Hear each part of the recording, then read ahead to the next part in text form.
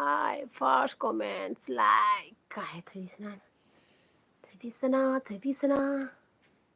ไอ้สมุสุมุยตัวสิข้างคนที่อยากจะบอกคู่มือมาโอยเดดาฮ่าฮ่าฮ่านานานามายามละโอ้วันนี้งานทานอะไรสิ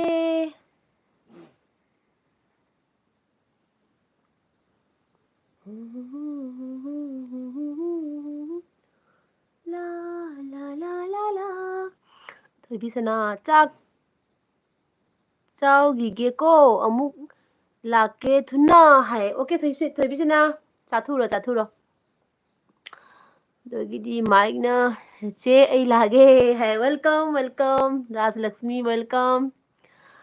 โดยกิดีเธอบอกไอ้นามนะจากจาระโบให้จาเรนังดีจาระโบเธอบ้าโดยกิSana lah Sana hi hello Sana nang sagsara po Sana kanyang sage ay nga sisi wow panaluway na bani kang ura Sana ay na husita link thagi bani ko WhatsApp ta nang thai na ka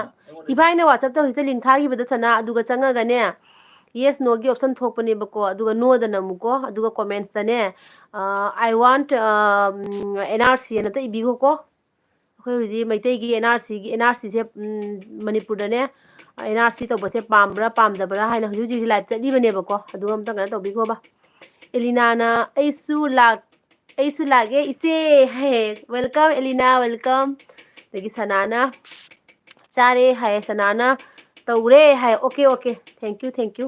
ꯑꯗꯒꯤꯗꯤ ꯊꯣꯏꯕ ꯑꯣꯏꯅꯥꯝꯅ ꯆꯥꯔꯦ ꯍꯥꯏ ꯑꯗꯒꯤꯗꯤ ꯑꯦꯂꯤꯅꯥꯅ ꯑꯕꯦꯝꯃ ꯇꯨꯝꯈ꯭ꯔꯕꯣ ꯍꯥꯏ ꯑꯕꯦꯝꯃ ꯇꯨꯝꯈ꯭ꯔꯦ ꯑꯕꯦꯝꯃ ꯉꯁꯤ ꯃꯥ ꯀꯩꯅꯣꯒꯤ ꯉꯁꯤ ꯁ꯭ꯀꯨꯜꯗ ꯄ꯭ꯔꯣꯒ꯭ꯔꯥꯝ ꯇꯧꯕꯗꯣ ꯑꯗꯨꯗꯨꯒꯤ ꯃꯥ ꯋꯥꯔꯦꯕꯀꯣ ꯂꯥꯞꯅ ꯆꯠꯄꯅꯤꯅ ꯑꯗꯨꯗꯨꯒꯤ ꯋꯥꯔꯦ ꯃꯥ ꯇꯨꯝꯈ꯭ꯔꯦ ꯑꯗꯒꯤꯗꯤ ꯃꯥꯏꯛꯅ ꯆꯦ ꯀꯩ ꯍꯤꯟꯖꯥꯡ ꯆꯥꯒꯦ ꯆꯦ ꯍꯥꯏ ngasido keno tawre Rajlakshmi ngasine khechri oina chare adagi nga lauraga nga du thongdre khangbra hayeng thongase ne fridge ta dum hasalaga thamgre hayeng thongani heng ayukta do khechri oina ne khoidana ngasai baroda khechri hawbodo du myam layaba du chara silang thuba pamuna ne do mai tawna chare Manjina la chak charabo che ai amuk lag hi welcome Manjina nang kaijang sarake Manjina mayam like to sinbiu ko please like to sinbiu ko thoiba naubina iche chak charabo hi chare thoiba nang kaijang sarake asparas la hi asparas ai nahan dagi nang laktabadu nungai the khangbra adudugi asparas to laktre ne hena ai ngarang su hairamini ko welcome dagi achauba na kai haiba achauba yang khubam maitai na tro nangbo kaigino maitai oiraga exam thiba wahi idubo achauba nang maitai na tro maitai oiraga kaigi dumaina harino phatte ko anasna hi hello Elina na aisu angangi program ga yauba chatlubagi aisu wabana hai adune Elina aisu nangi Facebook da yengameba ko na sana pidun yam nuksiye ai jengame yam nuksi ko adagi Inderjit na hai mangre Inderjit na ka haiba Bhojpuriya bolo buddhi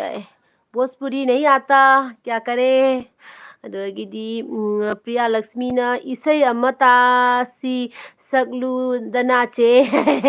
na ko ngak le sak se Priya Lakshmi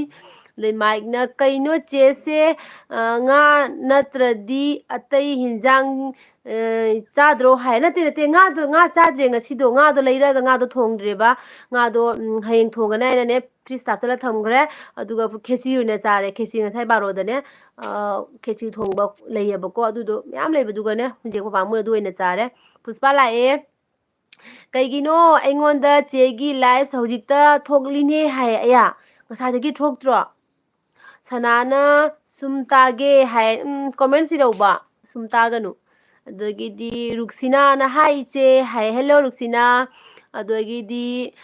ꯄꯣꯊꯨ ꯀꯨꯅꯨꯔꯤ ꯀꯩꯅꯣꯅ hi hello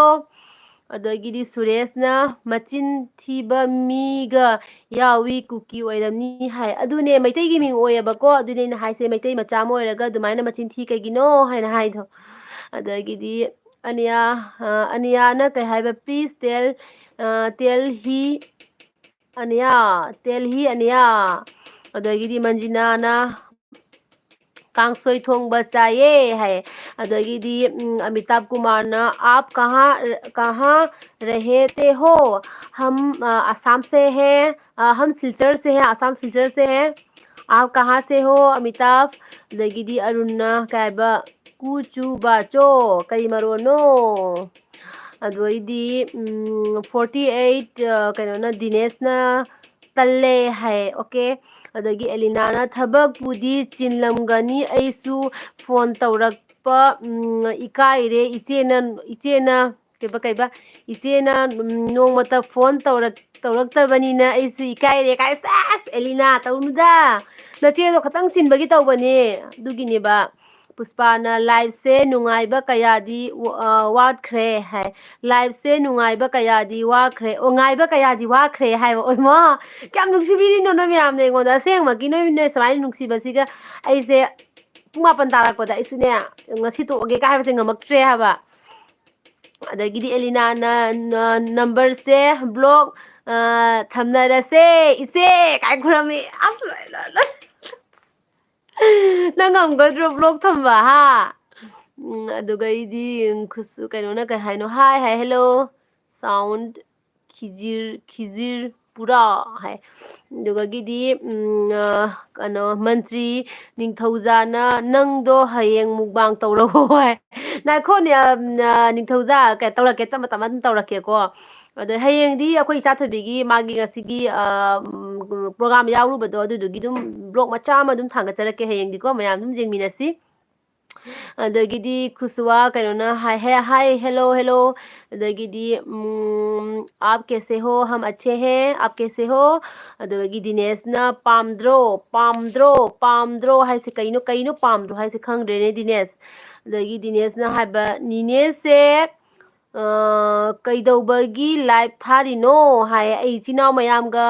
लापना लेग्रब Chenab सिंगा live सिगा Y सानबगी दमकता अवा नुंगाई Y सानबगी दमकता live लाई इनिको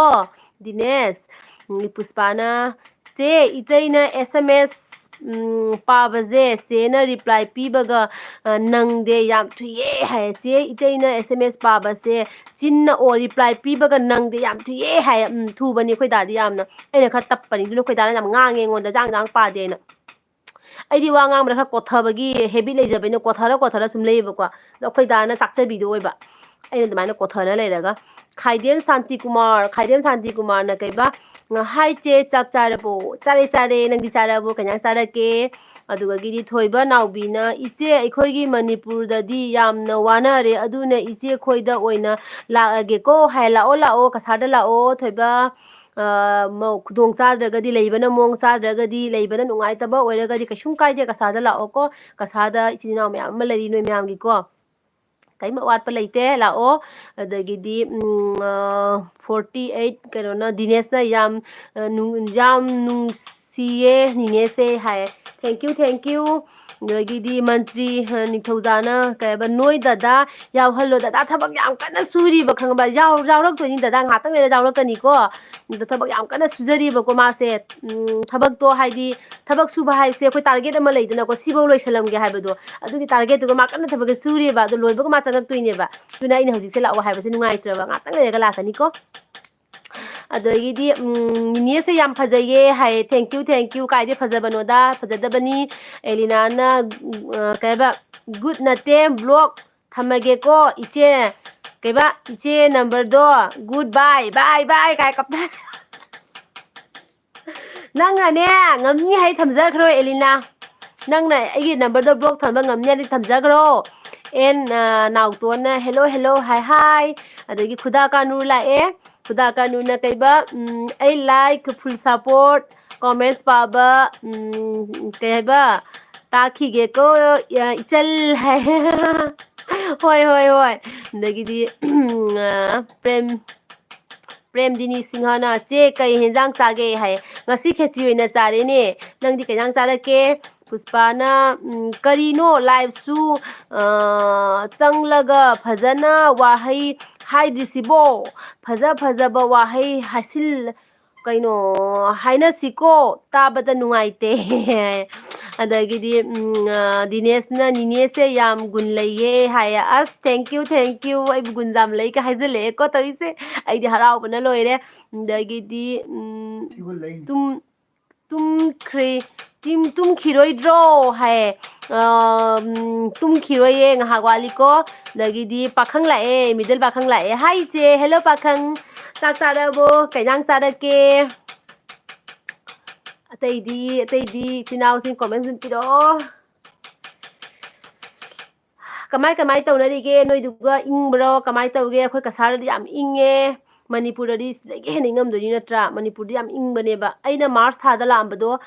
ꯃꯥꯔꯆꯇ 2021ꯒꯤ ꯃꯥꯔꯆꯇ ꯂꯥꯛꯑꯝꯕꯗꯣ ꯑꯗꯨꯒꯁꯨ ꯈꯨꯏꯪ ꯑꯃꯀꯣ ꯃꯥꯔꯆꯇ ꯑꯩꯅ ꯂꯥꯛꯄ ꯃꯇꯝꯗ ꯌꯥꯝ ꯏꯪꯉꯒꯗꯤ ꯍꯧꯖꯤꯛ ꯖꯅꯋꯥꯔꯤ ꯊꯥꯁꯤꯗꯤ ꯀꯃꯥꯏꯅ ꯏꯪꯉꯝꯒꯅꯤ ꯐꯖꯅ ꯏꯪꯉꯝꯒꯅꯤꯕꯣ ꯑꯗꯒꯤꯗꯤ ꯄ꯭ꯔꯦꯝꯗꯤꯅꯤꯅ ꯈꯣꯏꯗꯤ ꯊꯔꯣꯏ ꯊꯣꯡꯉꯤ ꯍꯥꯏ ꯑꯁ ꯍꯥꯎꯔꯝꯒꯅꯤ ꯊꯔꯣꯏ ꯐꯪꯗꯦꯅꯦ ꯑꯩꯈꯣꯏ ꯁꯤꯒ ꯊꯔꯣꯏ ꯆꯥꯅꯤꯡꯕꯅ ꯊꯔꯣꯏ ꯐꯪꯗꯦ ꯁꯅꯥꯅ ꯑꯩ ꯂꯩ ꯍꯥꯏ ꯑꯣꯀꯦ ꯁꯅꯥ ꯂꯩꯌꯨꯀꯣ ꯑꯗꯨꯗꯒꯤꯗꯤ ꯄꯨꯁꯄꯥꯅ ꯏꯇꯩ ꯅꯥꯀꯟꯗꯩ ꯉꯥꯡꯂꯛꯀꯅꯨꯀꯣ ꯁꯛ ꯎꯠꯂꯒꯣ ꯍꯥꯏ ꯋꯥ ꯉꯥꯡꯉꯛꯀꯅꯨ ꯁꯛ ꯎꯠꯂꯒꯣ ꯍꯥꯏ ꯄꯨꯁꯄꯥꯅ ꯑꯗꯒꯤ ꯗꯥꯕꯨꯡꯅ ꯁꯅꯥ ꯀꯣꯃꯦꯟꯠ ꯑꯝꯇ ꯀꯩꯃ ꯁꯥꯡꯅ ꯏꯔꯛꯑꯣ ꯍꯥꯏ ꯁꯅꯥ ꯀꯣꯃꯦꯟ ꯑꯝꯇ ꯁꯥꯡꯅ ꯏꯔꯛꯑꯣ ꯍꯥꯏ ꯅꯣꯏ ꯅꯕꯥꯏꯅ ꯁꯅꯥ ꯅꯕꯥꯏꯅ ꯀꯣꯃꯦꯟ ꯑꯝꯇꯪ ꯁꯥꯡꯅ ꯏꯔꯛꯑꯣ ꯍꯥꯏꯔꯤꯌꯦ ꯅꯪꯉꯣꯟꯗ ꯃꯤꯗꯜ ꯄꯥꯈꯪꯅ ꯆꯥꯔꯦ ꯏꯔꯣꯝꯕ ꯏꯆꯦꯗꯤ ꯀꯩ ꯃꯊꯦꯜ ꯆꯥꯔꯒꯦ ꯇꯥꯃꯣꯗꯤ ꯏꯆꯦ ꯍꯥꯏ ꯑꯩꯈꯣꯏ ꯗꯥ ꯊꯕꯛ ꯁꯨꯔꯤꯌꯦ ꯗꯥ ꯉꯥꯏꯍꯥꯛ ꯂꯩꯔꯒ ꯆꯪꯉꯛꯀꯅꯤꯀꯣ ꯄꯥꯈꯪ ꯑꯗꯣ ꯉꯁꯤ ꯑꯩꯗꯤ ꯈꯦꯆꯤ ꯑꯣꯏꯅ ꯆꯥꯔꯦ ꯑꯗꯒꯤ ꯊꯣꯛꯆꯣꯝ ꯒꯣꯔꯣꯕ ꯆꯦꯆꯦ ꯍꯥꯏ ꯍꯦꯜꯂꯣ ꯒꯣꯔꯣꯕ ꯅꯪ ꯃꯅꯤꯄꯨꯔꯒꯤ ꯑꯣꯏꯗꯣꯏꯔꯣ ꯀꯗꯥꯏꯒꯤꯅꯣ ꯂꯥꯏꯛ ꯇꯧꯁꯤꯟꯕꯤꯌꯣ ꯄ꯭ꯂꯤꯖ ꯂꯥꯏꯛ ꯇꯧꯗꯕ ꯏꯆꯤꯟ ꯏꯅꯥꯎꯁꯤꯡ ꯌꯥꯎꯔꯒꯗꯤ ꯄ꯭ꯂꯤꯖ ꯂꯥꯏꯛ ꯇꯧꯁꯤꯟꯕꯤꯌꯨꯀꯣ ꯂꯥꯏꯛ ꯑꯃꯃꯝꯇꯪ ꯇꯧꯁꯤꯟꯕꯤꯌꯣ ꯃꯌꯥꯝ ꯑꯗꯨꯗꯒꯤꯗꯤ ꯗꯤꯅꯦꯁꯅ ꯑꯩꯗꯤ ꯅꯦꯅꯦꯅ ꯊꯦꯡꯀ꯭ꯌꯨ ꯍꯥꯏꯃꯟꯗꯅ ꯏꯀꯥꯏꯔꯦ ꯍꯥꯏꯌꯦ ꯅꯨꯡꯁꯤ ꯍꯥꯏꯕ ꯅꯣꯏꯅ ꯑꯗꯨꯃꯥꯏꯅ ꯑꯩꯉꯣꯟꯗ ꯅꯨꯡꯁꯤꯅ ꯍꯥꯏꯕꯤꯔꯛꯄꯗꯣ ꯑꯗꯨꯒꯤꯅꯦ ꯑꯩꯅ ꯊꯦꯡꯀ꯭ꯌꯨ ꯍꯥꯏꯅ ꯍꯥꯏꯖꯔꯤꯁꯦ ꯑꯗꯣ ꯗꯤꯅꯦꯁ ꯅꯪꯁꯦ ꯀꯥꯏꯒꯤ ꯑꯣꯏꯗꯣꯏꯅꯣ ꯑꯗꯒꯤꯗꯤ ꯃꯅꯤꯄꯨꯔ ꯀꯋꯥꯏꯒꯤ ꯑꯣꯏꯗꯣꯏꯅꯣ ꯍꯥꯏꯕꯅꯤꯀꯣ ꯅꯥꯇꯣꯟꯅ ꯅꯤꯅꯦ ꯀꯩ ꯃꯊꯦꯜ ꯆꯥꯔꯒꯦ ꯍꯥꯏ ꯉꯁꯤꯗꯣ ꯑꯩꯗꯤ ꯈꯦꯆꯤ ꯑꯣꯏꯅ ꯆꯥꯔꯦ ꯅꯥꯇꯣꯟ ꯅꯪꯗꯤ ꯀꯩ ꯏꯟꯖꯥꯡ ꯆꯥꯔꯛꯀꯦ ꯑꯗꯒꯤ ꯅꯦꯅꯦ ꯀꯗꯥꯏꯒꯤꯅꯣ ꯍꯥꯏ ꯅꯦꯅꯦꯁꯦ ꯀꯁꯥꯔꯒꯤꯅꯦ ꯑꯗꯒꯤꯗꯤ ꯒꯣꯔꯣꯕꯅ ꯃꯅꯤꯄꯨꯔ ꯍꯥꯏ ꯃꯅꯤꯄꯨꯔ ꯀꯋꯥꯏꯒꯤ ꯑꯣꯏꯗꯣꯏꯅꯣ ꯒꯣꯔꯣꯕ ꯅꯣꯏꯒꯤ ꯈꯨꯟꯗꯨꯒ ꯏꯔꯥꯡ ꯌꯥꯝ ꯀꯟꯕ꯭ꯔꯥ ꯀꯃꯥꯏꯅ ꯇꯧꯒꯦ ꯍꯥꯏꯔꯛꯑꯣ ꯑꯗꯨꯝ ꯋꯥꯔꯤ ꯂꯤꯔꯛꯑꯣ ꯅꯣꯏ ꯃꯌꯥꯝꯒ ꯋꯥꯔꯤ ꯁꯥꯟꯅꯒꯦ ꯍꯥꯏꯅꯕꯨ ꯂꯥꯛꯏꯅꯦꯕ ꯑꯩ ꯀꯃꯥꯏ ꯇꯧꯅꯔꯤꯒꯦ ꯏꯆꯤꯟ ꯏꯅꯥꯎꯁꯤꯡ ꯍꯥꯏꯕꯗꯣ ꯑꯗꯨꯗꯣ ꯈꯪꯅꯤꯡꯕꯒꯤ ꯂꯥꯛꯏꯅꯤꯀꯣ ꯂꯥꯛꯏꯁꯦ ꯁꯅꯥꯅ ꯏꯕꯥꯏ ꯑꯩ ꯐꯅꯦꯛ ꯐꯤꯗꯨꯞ ꯏꯜꯂ ꯄꯥꯔꯂꯔꯗ ꯐꯖꯅ ꯀꯦꯔ ꯑꯦꯜꯕꯤꯁꯦ ꯇꯧꯅꯤꯡꯉꯤ ꯍꯥꯏ ꯏꯕꯥꯏ ꯑꯩ ꯐꯅꯦꯛ ꯐꯤꯗꯨꯞ ꯏꯜꯂ ꯄꯥꯔꯂꯔꯗ ꯐꯖꯅ ꯀꯦꯔꯒ ꯑꯦꯜꯕꯤꯁꯦ ꯇꯧꯅꯤꯡꯉꯤ ꯍꯥꯏ ꯃꯥ ꯁꯥꯡꯅ ꯏꯖꯔꯛꯏꯅꯤꯀꯣ ꯃꯥꯏꯁꯦ ꯁꯥꯡꯅ ꯏꯔꯋꯥꯏꯗꯒꯤ ꯏꯖꯔꯤꯅꯦꯕ ꯁꯅꯥꯒꯤꯁꯦ ꯑꯗꯒꯤꯗꯤ ꯄꯨꯁꯄꯥꯅ ꯑꯩꯒꯤꯁꯨ ꯏꯇꯩꯗ ꯁꯅꯥ ꯑꯝꯇ ꯁꯥꯍꯟ ꯇꯥꯔꯦ ꯑꯩꯒꯤꯗꯤ ꯑꯣꯐꯔ ꯄꯤꯔꯛꯎꯀꯣꯏꯇꯩ ꯍꯥꯏ ꯑꯣꯀꯦ ꯄꯤꯔꯛꯇꯣꯏꯅꯦ ꯁꯥꯔꯒ ꯂꯣꯏꯔꯦꯀꯣ ꯑꯗꯒꯤ ꯅꯦꯅꯦꯁꯦ ꯀꯩꯕ ꯎꯈ꯭ꯔꯕ ꯃꯥꯜꯂꯦ ꯍꯥꯏꯕꯀꯣ ꯑꯩ ꯎꯈ꯭ꯔꯦ ꯍꯥꯏꯔꯣ ꯑꯣ ꯅꯪ ꯀꯥꯏꯒꯤ ꯑꯣꯏꯗꯣꯏꯅꯣ ꯔꯦꯟꯗꯤꯅ ꯀꯥꯏꯒꯤ ꯑꯣꯏꯗꯣꯏꯅꯣ ꯑꯝꯇ ꯍꯥꯏꯔꯛꯎꯅꯦ ꯗꯤꯅꯦꯁꯅ ꯑꯩꯗꯤ ꯂꯥꯝꯅ ꯊꯧꯕꯥꯜ ꯈꯥꯡꯉꯕꯣꯛ ꯍꯥꯏꯌꯦ ꯗꯥ ꯅꯪ ꯈꯪꯕ꯭ꯔꯥ ꯈꯥꯡꯉꯕꯣꯛ ꯃꯆꯥ ꯉꯥꯛꯇꯅꯦ ꯑꯩ ꯀꯣꯟꯊꯪꯗ ꯄꯨꯜꯂꯝꯃꯤꯗꯣ ꯑꯣ ꯑꯩꯈꯣꯏ ꯗꯥꯁꯦ ꯍꯥꯟꯅ ꯃꯅꯤꯄꯨꯔꯗ ꯆꯍꯤ 5-6 ꯂꯣꯝ ꯂꯩꯔꯝꯃꯦꯕꯀꯣ ꯍꯥꯟꯅ ꯄꯥꯈꯪ ꯑꯣꯏꯔꯤꯉꯩꯗ ꯑꯗꯣ ꯑꯩꯈꯣꯏ ꯗꯥꯅ ꯍꯥꯏꯕ ꯈꯥꯡꯉꯕꯣꯛꯀꯤ ꯃꯤ ꯉꯥꯛꯇꯅꯦ ꯍꯥꯏ ꯃꯥꯅ ꯇꯤꯟꯅꯔꯝꯃꯤꯁꯦ ꯍꯥꯟꯅꯀꯣ ꯃꯤ ꯌꯥꯝ ꯈꯪꯅꯩ ꯃꯅꯤꯄꯨꯔꯒꯤ ꯃꯤ ꯌꯥꯝ ꯈꯪꯅꯩꯌꯦꯕ ꯑꯩꯈꯣꯏ ꯗꯥꯁꯦ ꯈꯥꯡꯉꯕꯣꯛꯇ ꯂꯩꯔꯝꯕꯗꯨꯗ ꯈꯥꯡꯉꯕꯣꯛꯀꯤ ꯃꯤꯒ ꯊꯕꯛ ꯁꯨꯃꯤꯟꯅꯔꯝꯃꯦꯕ ꯈꯥꯡꯉꯕꯣꯛꯀꯤ ꯃꯤꯁꯤꯡꯒꯅꯦ ꯃꯥꯁꯦ ꯑꯗ ꯍꯥꯟꯅ ꯀꯣꯟꯖꯪ ꯁꯨꯕ ꯃꯅꯤꯄꯨꯔꯗ ꯇꯝꯃꯝꯕꯗꯣ ꯑꯗꯣ ꯈꯥꯡꯉꯕꯣꯛꯀꯤ ꯃꯤ ꯃꯌꯥꯝ ꯌꯥꯝꯅ ꯍꯥꯏꯗꯤ ꯈꯪꯅꯩ ꯍꯥꯏꯕꯀꯣ ꯑꯗꯨꯅꯦ ꯁꯅꯥꯅ ꯑꯣꯗꯤꯑꯣ ꯌꯥꯔꯗꯤ ꯀꯌꯥꯇ ꯅꯨꯡꯉꯥꯏꯒꯗꯕ Iba tan manupi ni maje iba tan baji ka mana hari se une Puspa na nene nungaribo hai Puspa wakam bam la eko nungariye nangdi nungaribo Puspa thoibisana na inama ai lage thoibisana kainang sarai no nang chang na buk thalak pro thokso goro bana haiba samurau dagine samurau di khamra dana de middle pakhang na mayam na tamo ibai na kauba henmandana thabak sufam khanghallaroi ko hai dang hatang lega lakaniye bakhang adagi rendini imphal kaisamthong hai dana kaisamthong di chaluraba akhoi da di loi khangbani mafam punamako aitani khangdrise kaisamthong ine hai adagi di kaisamthong da di kana tawbra irang kanbra kamai tawge adagi di goro bana kuki minai haibako gidi moy du haibagi matik charabane ko adagidi Dinesh na nine noigi kakagi ming kari kaubage hai akhoi dagi ming se jum dadi dum bung haina kawi ko aduga kaino dadi magi asengba ming di Satyajit kawi adagi Puspa yakambam na nungairi nene hai thoibisana na leina ma yongchak alu irole nga atawbaga as kaino thalle haiba thalle ina ma yongchak alu irole nga atawbaga wow hawani he di yongchak alu iromba sidi aigi jam pamjaba hensang ni noi duga manipur da kaino tawrabo thoibi yongchak marum changabo lendina kande hai o phare kandra di phare ko adogidi middle bakhangna iche tamoda mayang imphal dagi sana suba naubi khangbra hangbiyu hai dana khangbra naubi hai se mayang kaiba mayang imphal dagi hai da adudi khangde hai pakhang adagi redina aduga nenegi maming di hai aigi maming di anu kawe aigi channel leibado anu khumando anu do aigi mingni ko adagi di sanana 3x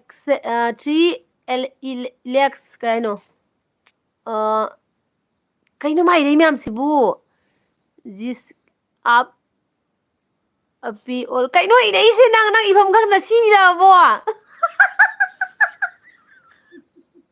sana nang ibam gang na sibane idei ro tali be manang jidi de paroi nang je kai pa do no je thoibisana na yongchak phajana maru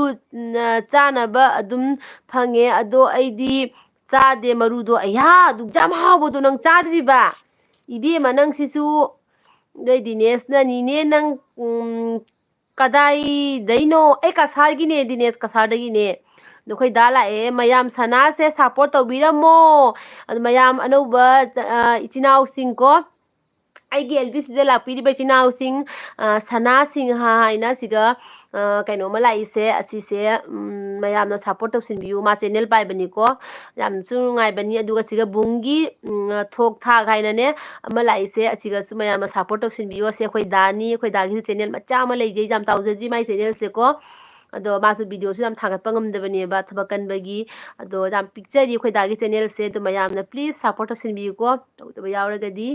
sana singa da su tawbiro aduga bungi thok tha gaina leidi su tawbiro ko Puspa yakambam na nene se kari lamdagino aise kasargine Puspa noi thoibisana na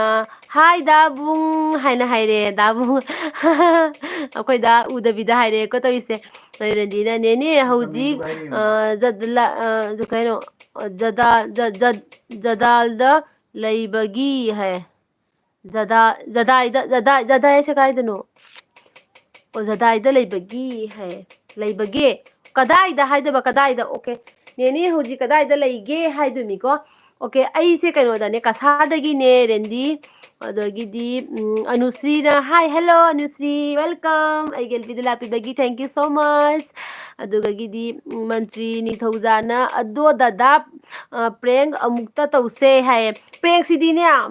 mayam haidong na dabini ko khoi daga khoi tawna di prank sidi kaino haibada khoigi thazaroi haidi kena tawbodo agta ta tawbodo khangbra adudune ba aduna prank se tam ha tawse ta tawba yadi ba khangbra ꯍꯥꯏꯗꯤ ꯑꯩꯈꯣꯏꯗ ꯊꯥꯖꯔꯣꯏꯗꯕ ꯃꯑꯣꯡꯗ ꯃꯥꯅꯁꯨ ꯊꯥꯖꯗꯕ ꯃꯑꯣꯡ ꯑꯗꯨꯃꯥꯏꯅ ꯇꯧꯅꯔꯛꯇꯣꯏꯅꯦꯕ ꯇꯧꯔꯛꯇꯣꯏꯅꯤ ꯇꯧꯕꯗꯤ ꯃꯌꯥꯝ ꯇꯧꯔꯛꯀꯅꯤꯀꯣ ꯑꯗꯨꯒ ꯊꯣꯏꯕꯤꯁꯅꯥꯅ ꯏꯅꯝꯃ ꯑꯩꯗꯤ ꯖꯥꯇꯥ ꯑꯃꯒꯤ ꯅꯨꯄꯤꯅꯦ ꯖꯥꯠ ꯑꯃꯒꯤ ꯅꯨꯄꯤꯅꯦ ꯌꯣꯡꯆꯥꯛ ꯃꯔꯨ ꯑꯗꯩ ꯍꯋꯥꯏꯖꯥꯔ ꯂꯣꯛꯂꯩꯒ ꯑꯝꯇ ꯆꯥꯖꯗꯦ ꯂꯣꯛꯂꯩꯅ ꯕꯨ ꯍꯥꯏꯅ ꯈꯔ ꯆꯥꯏꯌꯦ ꯌꯣꯡꯆꯥꯛꯀ ꯍꯋꯥꯏꯖꯥꯔꯒꯗꯤ ꯑꯩꯒꯤ ꯍꯩꯅꯗꯕꯅꯦ ꯍꯥꯏ ꯑꯁ ꯂꯣꯛ ꯍꯥꯎꯕꯗꯣ ꯅꯪꯗꯤ ꯍꯩꯅꯗ꯭ꯔꯤꯕ ꯂꯣꯏꯔꯦꯍꯦ ꯅꯪꯁꯨ ꯑꯗꯒꯤ ꯔꯦꯟꯗꯤꯅ ꯅꯦꯅꯦ ꯁꯣꯏꯈꯤꯕꯅꯦ ꯍꯥꯏ ꯍꯣꯏ ꯑꯗꯒꯤꯗꯤ ꯊꯣꯏꯁꯅꯥ ꯃꯅꯤꯄꯨꯔꯗ ꯂꯥꯛꯑꯣ ꯍꯥꯏ ꯑꯣꯀꯦ ꯊꯣꯏꯁꯅꯥ ꯂꯥꯛꯇꯣꯏꯅꯦ ꯃꯅꯤꯄꯨꯔꯗ ꯂꯥꯛꯀꯅꯤ ꯃꯅꯤꯄꯨꯔꯗ ꯂꯥꯛꯑꯀꯥꯟꯗ ꯅꯣꯏ ꯃꯌꯥꯝꯁꯦ ꯂꯣꯏ ꯐꯪꯅꯗꯣꯏꯅꯤꯀꯣ ꯑꯃꯃꯝꯇꯪꯅ ꯂꯣꯏ ꯐꯪꯅꯗꯣꯏꯅꯦ ꯌꯥꯝ ꯅꯨꯡꯁꯤꯕꯀꯣ ꯏꯆꯤꯜ ꯏꯅꯥꯎ ꯃꯌꯥꯝꯁꯦ ꯌꯥꯝ ꯅꯨꯡꯁꯤꯌꯦ ꯎꯅꯅꯤꯡꯉꯦ ꯂꯣꯏꯅ ꯎꯅꯅꯤꯡꯉꯦ ꯑꯩꯗꯤ ꯅꯥꯎꯇꯣꯟꯅ ꯅꯤꯅꯦꯒꯤ ꯗꯤꯄꯤꯁꯦ ꯌꯥꯝ ꯄꯣꯁ ꯇꯥꯏꯀꯣ ꯁꯨꯝ ꯊꯝꯖꯟꯕꯅꯤꯗ ꯗꯤꯄꯤꯗꯣ ꯁꯨꯝ ꯑꯗꯒꯤ ꯊꯣꯏꯕꯤꯁꯅꯥꯅ ꯏꯅꯝꯃꯗꯤ ꯀꯩ ꯌꯦꯟꯖꯥꯡ ꯆꯥꯔꯒꯦ ꯊꯣꯏꯕꯤꯁꯅꯥ ꯉꯁꯤꯗꯣ ꯑꯩ ꯈꯦꯆꯤ ꯑꯣꯏꯅ ꯆꯥꯔꯦ ꯑꯩꯈꯣꯏ ꯗꯥꯅꯅꯦ ꯉꯥ ꯂꯧꯔꯛꯏꯅꯦꯕꯀꯣ ꯑꯩꯁꯦ ꯄ꯭ꯔꯣꯒꯥꯝ ꯆꯠꯂꯨꯕꯗꯒꯤ ꯍꯜꯂꯛꯄꯗ ꯉꯥꯗꯤ ꯂꯧꯔꯛꯄ ꯑꯗꯣ ꯉꯥꯗꯣ ꯊꯣꯡꯗ꯭ꯔꯦ ꯉꯁꯥꯏ ꯈꯦꯆꯤ ꯃꯌꯥꯝ ꯑꯃ ꯂꯩꯌꯦꯕ ꯑꯗꯨ ꯈꯦꯆꯤꯗꯣ ꯑꯗꯨꯝ ꯆꯥꯔꯁꯤ ꯍꯨꯟꯖꯦꯛꯄ ꯄꯥꯝꯃꯨꯏꯅꯅꯦ ꯀꯩꯅꯣ ꯇꯧꯗ꯭ꯔꯦ ꯉꯥꯗꯣ ꯊꯣꯡꯗ꯭ꯔꯦ ꯍꯌꯦꯡ ꯊꯣꯡꯉꯅꯤ ꯉꯥꯗꯣ ꯑꯗꯒꯤꯗꯤ ꯃꯟꯇ꯭ꯔꯤ ꯅꯤꯡꯊꯧꯖꯥꯅ ꯄꯣꯛ ꯆꯥꯔꯗꯤ ꯃꯨꯛꯕꯥꯡ ꯇꯧꯔꯒꯣ ꯍꯥꯏꯌꯦ ꯃꯟꯇ꯭ꯔꯤ ꯅꯤꯡꯊꯧꯖꯥ ꯑꯩ ꯄꯣꯛ ꯆꯥꯗꯦꯀꯣ ꯑꯗꯨꯗꯨꯅꯅꯤ ꯅꯠꯇ꯭ꯔꯗꯤ ꯅꯍꯥꯟꯅ ꯆꯥꯔꯛꯑꯗꯅꯤ ꯑꯩ ꯃꯨꯛꯕꯥꯡ ꯇꯧꯔꯗꯤ ꯅꯍꯥꯟꯅ ꯄꯣꯛꯇꯣ ꯆꯥꯗꯕꯒꯤꯅꯦꯕ ꯇꯧꯔꯛꯇ꯭ꯔꯤꯗꯣ ꯔꯦꯟꯗꯤꯅ ꯃꯅꯤꯄꯨꯔꯗꯅ ꯀꯗꯥꯏꯗ ꯂꯩꯕꯒꯦ ꯑꯩ ꯃꯅꯤꯄꯨꯔꯒꯤ ꯅꯠꯇꯦ ꯍꯥꯏꯕ ꯀꯁꯥꯔꯒꯤꯅꯦ ꯑꯗꯒꯤꯗꯤ ꯊꯣꯏꯕꯤꯁꯅꯥꯅ ꯏꯅꯝꯃ ꯊꯥꯝꯅꯦꯜ ꯁꯦ ꯉꯁꯤꯒꯤ ꯃꯥꯜꯂꯤꯀꯣ ꯃꯥꯅꯤ ꯉꯁꯤꯒꯤꯅꯦ ꯑꯩꯒ ꯏꯆꯥꯊꯣꯏꯕꯤꯒ ꯉꯁꯤ ꯔꯤꯄꯥꯕ꯭ꯂꯤꯛ ꯗꯦꯒꯤ ꯉꯁꯤ ꯀꯩꯅꯣ ꯆꯠꯄꯗꯣ ꯁ꯭ꯀꯨꯜꯗ ꯄ꯭ꯔꯣꯒꯥꯝ ꯌꯥꯎꯕ ꯆꯠꯄꯗꯣ ꯑꯗꯨꯏꯗꯨꯒ ꯅꯝꯕꯅꯤꯀꯣ ꯉꯁꯤꯒꯤꯅꯤ ꯑꯗꯒꯤ ꯑꯅꯤꯇꯥ ꯂꯥꯛꯑꯦ ꯀꯨꯏꯔꯕ ꯃꯇꯨꯡꯗ ꯑꯅꯤꯇꯥ ꯋꯦꯜꯀꯝ ꯑꯅꯤꯇꯥ ꯑꯅꯨ ꯀꯩ ꯌꯦꯟꯖꯥꯡ ꯆꯥꯒꯦ ꯍꯥꯏꯌꯦ ꯉꯁꯤꯗꯣ ꯈꯦꯆꯤ ꯑꯣꯏꯅ ꯆꯥꯔꯦ ꯑꯅꯤꯇꯥ ꯅꯪ ꯀꯩ ꯌꯦꯟꯖꯥꯡ ꯆꯥꯔꯛꯀꯦ ꯑꯗꯒꯤꯗꯤ ꯂꯥꯏꯛꯁꯨ ꯇꯧꯔꯦ ꯊꯦꯡꯀ꯭ꯌꯨ ꯁꯣ ꯃꯁ ꯑꯅꯤꯇꯥ ꯑꯩꯗꯣ ꯍꯟꯗꯛꯁꯦ ꯈꯤꯇꯪ ꯆꯤꯟꯕꯒꯤ ꯑꯅꯤꯇꯥ ꯅꯣꯏꯒꯤ ꯚꯤꯗꯤꯑꯣꯗꯀꯅꯦ ꯌꯥꯝꯅ ꯌꯦꯡꯕ ꯉꯝꯗ꯭ꯔꯦꯀꯣ ꯃꯤ ꯄꯨꯝꯅꯃꯛꯇꯁꯨꯅꯤ ꯑꯩꯅ ꯌꯥꯝꯅ ꯚꯤꯗꯤꯑꯣꯒ ꯌꯦꯡꯕ ꯉꯝꯗ꯭ꯔꯦ ꯑꯗꯣ ꯍꯟꯗꯛ ꯂꯣꯏꯔꯦ ꯆꯤꯟꯕꯗꯤ ꯂꯣꯏꯔꯦꯀꯣ ꯍꯧꯖꯤꯛ ꯀꯩꯅꯣ ꯇꯧꯔꯦ ꯈꯔꯗꯤ ꯀꯣꯝꯃꯦ ꯏꯆꯥꯊꯣꯏꯕꯤꯒꯤ ꯃꯥꯒꯤ ꯄ꯭ꯔꯣꯒꯥꯝ ꯂꯩꯕ ꯃꯌꯥꯝꯒꯤ ꯐꯤ ꯇꯨꯔꯛꯄ ꯈꯣꯠꯂꯛꯄ ꯇꯧꯕꯗꯅꯦ ꯑꯩꯗꯣꯈꯔ ꯍꯟꯗꯛ ꯆꯤꯟꯈ꯭ꯔꯦꯀꯣ ꯑꯗꯨꯅ ꯚꯤꯗꯤꯑꯣ ꯃꯤꯒꯤ ꯌꯥꯝꯅ ꯌꯦꯡꯍꯨꯝꯕꯁꯨ ꯉꯝꯗ꯭ꯔꯦ ꯑꯗꯣ ꯃꯔꯛꯇꯗꯤ ꯑꯗꯨꯝ ꯌꯦꯡꯉꯒ ꯀꯩꯅꯣ ꯇꯧꯋꯦ ꯑꯗꯣ ꯋꯥꯔꯧꯕ ꯌꯥꯗꯦꯀꯣ ꯑꯗꯒꯤꯗꯤ ꯅꯥꯇꯣꯟꯅ ꯅꯤꯅꯦꯒꯤ ꯑꯦꯖꯁꯦ ꯀꯌꯥ ꯑꯣꯏꯔꯝꯒꯗꯕ ꯃꯥꯜꯂꯤ ꯅꯥꯎꯇꯣꯟ ꯑꯝꯇ ꯍꯥꯏꯔꯧꯅꯦ ꯅꯣꯏꯅ ꯍꯥꯏꯕꯗꯨꯒ ꯑꯩꯁꯦ ꯆꯥꯟꯅꯕ꯭ꯔꯥ ꯌꯦꯡꯒꯦꯕ ꯊꯣꯏꯕꯤꯁꯅꯥꯅ ꯆꯦ ꯑꯅꯤꯇꯥ ꯍꯥꯏꯈꯔꯦ ꯑꯗꯒꯤꯗꯤ ꯔꯦꯟꯗꯤꯅ ꯃꯅꯤꯄꯨꯔꯗ ꯂꯥꯛꯑꯀꯥꯟꯗ ꯍꯥꯏꯕ ꯑꯣꯀꯦ ꯃꯅꯤꯄꯨꯔꯗ ꯂꯥꯛꯑꯀꯥꯟꯗꯗꯤ ꯑꯩꯅ ꯊꯨꯡꯉꯗꯣꯏꯁꯦꯗ ꯃꯐꯝꯗꯣ ꯑꯩꯈꯣꯏ ꯏꯀꯨꯏ ꯃꯐꯝꯗꯣ ꯀꯩꯅꯣ ꯁꯥꯃꯨꯁꯪꯗꯅꯦ ꯔꯦꯟꯖꯤ ꯁꯥꯃꯨꯁꯪꯗ ꯑꯩꯈꯣꯏ ꯅꯥꯎꯔꯦꯝꯊꯣꯡ ꯁꯥꯃꯨꯁꯪꯗ ꯑꯩꯈꯣꯏꯒꯤ ꯏꯀꯨꯌꯥꯏꯃ ꯂꯩ ꯑꯩꯈꯣꯏ ꯏꯀꯨꯌꯥꯏꯃ ꯍꯥꯏꯕꯗꯤ ꯑꯩꯈꯣꯏꯗꯥꯒꯤ ꯍꯦꯛ ꯃꯈꯨꯔꯥ ꯂꯩꯌꯦꯕꯀꯣ ꯃꯅꯥꯎꯅꯨꯄꯥꯁꯨ ꯂꯩ ꯑꯗ ꯑꯩꯈꯣꯏꯗꯥꯒꯤ ꯃꯅꯥꯎꯅꯨꯄꯥꯁꯨ ꯂꯩꯌꯦꯕ ꯑꯗꯩꯗꯤ ꯊꯣꯏꯕꯤꯁꯅꯥꯅ ꯌꯥꯝ ꯅꯣꯛꯅꯤꯡꯉꯦ ꯏꯅꯝꯃ ꯑꯩꯅ ꯆꯥꯛ ꯁꯠ ꯆꯥꯔꯦ ꯍꯧꯒꯠꯂꯛꯄꯅꯤꯅꯦ ꯑꯩꯈꯣꯏ ꯄꯂꯦꯝꯅ ꯂꯥꯟ ꯂꯥꯛꯄ꯭ꯔꯣ ꯍꯥꯏꯍꯧꯔꯦ ꯑꯗꯨꯗꯤ ꯍꯥꯏꯁꯦ ꯑꯩ ꯈꯪꯉꯦꯕ ꯅꯪ ꯆꯥꯛ ꯆꯥꯕꯗ ꯑꯗꯨꯅ ꯅꯪ ꯆꯥꯛ ꯄꯨꯛꯊꯜꯂꯛꯄ꯭ꯔꯣ ꯍꯥꯏꯅ ꯑꯍꯥꯟꯕꯗ ꯅꯪ ꯍꯪꯈ꯭ꯔꯤꯗꯣ ꯈꯪꯕ꯭ꯔꯥ ꯅꯪ ꯆꯥꯔ ꯂꯥꯛꯑꯝꯗꯣꯏꯗꯣ ꯑꯩ ꯈꯜꯂꯤꯅꯦ ꯑꯗꯣ ꯉꯁꯤ ꯈꯨꯃꯟ ꯂꯥꯛꯇꯦ ꯀꯩꯗꯧꯔꯅꯣ ꯈꯪꯗꯦ ꯈꯨꯃꯟ ꯀꯩꯗꯧꯈ꯭ꯔꯒꯦ ꯊꯣꯏꯕꯤꯁꯅꯥ ꯑꯅꯤꯇꯥꯒꯤ ꯃꯇꯦ ꯋꯥꯔꯧꯗꯦꯗ ꯑꯅꯨ ꯍꯥꯏ ꯑꯗꯨꯅꯤ ꯑꯅꯤꯇꯥ ꯑꯩ ꯆꯤꯟꯕꯒꯤ ꯇꯧꯕꯅꯤꯀோ ꯑꯗꯣ ꯍꯌꯦꯡꯗꯒꯤꯗꯤ ꯑꯃꯨꯛ ꯈꯔ ꯁꯪꯉꯛꯑꯅꯤ ꯍꯌꯦꯡꯁꯨ ꯁꯪꯉꯣꯏꯗꯣꯔꯤ ꯍꯌꯦꯡꯅ ꯑꯃꯨꯛ ꯏꯆꯥꯅꯨꯄꯥꯒꯤ ꯁ꯭ꯀꯨꯜꯗ ꯀꯩꯅꯣ ꯆꯠꯇꯣꯏꯅꯦ ꯀꯩꯕ ꯄꯦꯔꯦꯟꯁ ꯃꯤꯇꯤꯡ ꯂꯩꯌꯦꯕꯀꯣ ꯍꯌꯦꯡꯁꯦ ꯑꯗꯨꯁꯨ ꯆꯠꯇꯣꯏꯅꯤ ꯑꯩ ꯑꯗꯣ ꯂꯥꯞꯄꯅꯤꯅꯅꯦ ꯑꯌꯨꯛ ꯆꯠꯂꯒ ꯅꯨꯡꯊꯤꯟꯗ ꯍꯜꯂꯛꯇꯣꯏꯅꯦꯕ ꯑꯗꯨꯗꯨꯅ ꯍꯌꯦꯡꯁꯤꯁꯨ ꯁꯪꯉꯣꯏ ꯅꯨꯡꯗꯥꯡꯗꯤ ꯁꯨꯝ ꯁꯪꯉꯛꯑꯅꯤ ꯁꯨꯡꯁꯪ ꯁꯪꯗꯦ ꯑꯅꯤꯇꯥ ꯑꯩꯁꯦ ꯈꯪꯕ꯭ꯔꯥ ꯁꯨꯡꯁꯪ ꯁꯪꯗꯦ ꯌꯥꯝ ꯋꯥꯏ ꯍꯥꯏꯕ ꯐꯤ ꯇꯨꯕꯁꯨ ꯌꯥꯎꯁꯟꯕꯁꯤꯅꯅꯦ ꯌꯥꯝ ꯋꯥꯏꯑꯦꯕ ꯑꯗ ꯅꯥꯎꯇꯣꯟꯅ ꯑꯩꯗꯤ 26 ꯃꯥꯜꯂꯦ ꯑꯣ ꯃꯥꯏ ꯒꯣꯗ ꯑꯩ 26 ꯃꯥꯜꯂꯦ ꯍꯥꯏꯔꯣ ꯁꯤꯖꯈ꯭ꯔꯒꯦ ꯑꯅꯤꯇꯥꯒꯤ ꯃꯇꯦ ꯊꯣꯏꯕꯤꯁꯅꯥ ꯀꯩ ꯍꯦꯟꯖꯥꯡ ꯆꯥꯒꯦ ꯍꯥꯏꯈꯔꯦ ꯊꯣꯏꯕꯤꯁꯅꯥꯅ ꯆꯦ ꯑꯅꯤꯇꯥ ꯏꯔꯣꯜꯂꯦ ꯍꯥꯏ ꯑꯁ ꯍꯥꯎꯕꯅꯤꯀꯣ ꯏꯔꯣꯝꯕꯁꯦ ꯔꯦꯟꯗꯤꯅ ꯑꯣ ꯍꯥꯏꯅ ꯍꯥꯏꯈ꯭ꯔꯦ ꯑꯗꯨꯒ ꯒꯤꯊꯣꯏꯕꯤ ꯁꯅꯥꯅ ꯈꯨꯃꯟ ꯇꯨꯝꯍꯧꯕꯅꯦ ꯉꯥꯛ ꯂꯩꯔꯒ ꯂꯥꯛꯀꯦ ꯍꯥꯏꯕꯅꯦ ꯍꯧꯖꯤꯛ ꯐꯥꯎ ꯂꯥꯛꯑꯝꯗꯦ ꯍꯥꯏ ꯃꯥ ꯇꯨꯝꯊꯔꯝꯃꯅꯤꯀꯣ ꯇꯨꯝꯊꯔꯝꯃꯅꯤ ꯃꯥ ꯑꯗꯒꯤꯗꯤ ꯅꯥꯎꯇꯣꯟꯅ ꯀꯩꯅꯣ ꯇꯧꯔꯦ ꯅꯣꯛꯏꯌꯦ ꯅꯥꯎꯇꯣꯟ ꯑꯩ ꯅꯣꯛꯅꯤꯡꯉꯦ ꯍꯥꯏꯕ ꯅꯪꯅ ꯆꯍꯤ 13 ꯍꯥꯏꯁꯤꯕꯨ ꯑꯩꯒꯤ ꯁꯛꯇꯥꯁꯤꯒ ꯅꯪꯅ ꯆꯍꯤ 13 ꯍꯥꯏꯗꯣ ꯑꯩ ꯅꯣꯛꯑꯣꯏꯗ꯭ꯔꯥꯕ ꯁꯤꯗꯩ ꯅꯨꯡꯉꯥꯏ ꯑꯩ ꯅꯣꯛꯅꯤꯡꯕ ꯂꯣꯏꯔꯦꯗ ꯑꯗꯒꯤꯗꯤ ꯁꯤꯒꯤꯅꯨꯀꯣ ꯍꯥꯏꯔꯒ ꯑꯅꯤꯇꯥꯁꯨ ꯀꯟꯅ ꯅꯣꯏ ꯑꯅꯤꯇꯥ ꯅꯪ ꯆꯍꯤ ꯀꯌꯥ ꯁꯨꯔꯦ ꯍꯥꯏꯔꯝꯃꯨ ꯌꯦꯡꯒꯦ ꯑꯅꯤꯇꯥꯒ ꯑꯩꯒꯁꯦ ꯀꯅꯥꯅ ꯍꯟꯒꯦ ꯑꯝꯇ ꯌꯦꯡꯒꯦ ꯑꯅꯤꯇꯥ ꯅꯪ ꯆꯍꯤ ꯀꯌꯥ ꯁꯨꯔꯦꯒꯦ ꯑꯝꯇ ꯍꯥꯏꯔꯝꯃꯨꯅꯦ ꯊꯣꯛꯆꯣꯝꯅ ꯒꯣꯔꯣꯕꯅ ꯆꯦꯆꯦ ꯑꯅꯤꯇꯥ ꯂꯥꯏꯛꯁꯨ ꯇꯧꯔꯦ ꯕꯕꯥꯏ ꯍꯥꯏꯌꯦ ꯑꯗꯒꯤꯗꯤ ꯑꯇꯩ ꯀꯣꯃꯦꯟꯁꯇꯤ ꯂꯩꯇ꯭ꯔꯦ ꯊꯣꯏꯕꯤꯁꯅꯥ ꯂꯥꯛꯑꯦ ꯊꯣꯏꯕꯤꯁꯅꯥꯅ ꯏꯅꯝꯃ ꯑꯩ ꯉꯁꯤꯒꯤ ꯏꯟꯖꯥꯡꯁꯦ ꯀꯩꯅꯣ ꯍꯪꯉꯛꯇ꯭ꯔꯗꯤ ꯐꯅꯤ ꯈꯜꯂꯝꯕꯅꯦ ꯍꯥꯏꯕ ꯉꯝꯃꯣꯏꯗꯧ ꯃꯥꯜꯂꯨꯔꯕꯅꯦ ꯏꯅꯝꯃꯗ ꯍꯥꯏ ꯀꯩꯒꯤ ꯌꯣꯡꯆꯥꯛ ꯏꯔꯣꯝꯕꯕꯨ ꯍꯥꯏꯕ ꯉꯝꯃꯣꯏ ꯍꯥꯏꯁꯦ ꯀꯩ ꯍꯥꯏꯅꯣ ꯑꯗꯒꯤꯗꯤ ꯔꯦꯟꯗꯤꯅ 29 ꯃꯨꯛ ꯃꯥꯜꯂꯦ ꯑꯩ ꯁꯤꯔꯦ ꯑꯩ ꯈꯨꯅꯣꯛꯇ ꯅꯣꯛꯂꯛ ꯇꯥꯔꯦ ꯑꯩ ꯆꯍꯤ 18 ꯃꯥꯜꯂꯤꯃꯨꯛ ꯍꯥꯏꯖꯜꯂꯛꯑꯦ ꯍꯥꯏꯕ ꯑꯩ ꯁꯤꯔꯦꯗ ꯑꯩꯒꯤ ꯆꯍꯤꯁꯦ ꯈꯪꯕꯤꯕ ꯀꯅꯥ ꯌꯥꯎꯒꯦ ꯑꯝꯇꯪ ꯍꯥꯏꯕꯤꯔꯛꯑꯣ ꯀꯥꯏꯅ ꯅꯪ ꯍꯥꯏꯔꯛꯀꯅꯨ ꯅꯪ ꯍꯥꯏꯔꯛꯑꯗꯤ ꯌꯥꯗꯦꯀꯣ ꯁꯅꯥꯅ ꯀꯩ ꯍꯥꯏꯕ ꯈꯨꯃꯟꯅ ꯅꯤꯂꯤꯗꯩ ꯅꯝꯕꯔ ꯂꯧꯒꯦ ꯍꯥꯏꯔꯛꯀꯅꯨ ꯑꯗꯩ ꯅꯝꯕꯔ ꯂꯧꯒꯦ ꯀꯣꯜ ꯇꯧꯔꯛꯀꯦ ꯍꯥꯏꯔꯛꯏ ꯑꯩ ꯀꯅꯥꯝ ꯋꯥꯔꯤ ꯁꯥꯟꯅꯗꯦ ꯍꯥꯏꯈ꯭ꯔꯦ ꯅꯤꯂꯤꯒꯤꯁꯨ ꯅꯝꯕꯔ ꯀꯛꯈ꯭ꯔꯦ ꯗꯣꯅꯦꯁꯟ ꯄꯤꯈ꯭ꯔꯕꯅꯤꯅ ꯍꯥꯏ ꯑꯣꯀꯦ ꯍꯣꯏ ꯐꯔꯦ ꯁꯅꯥ ꯑꯗꯒꯤꯗꯤ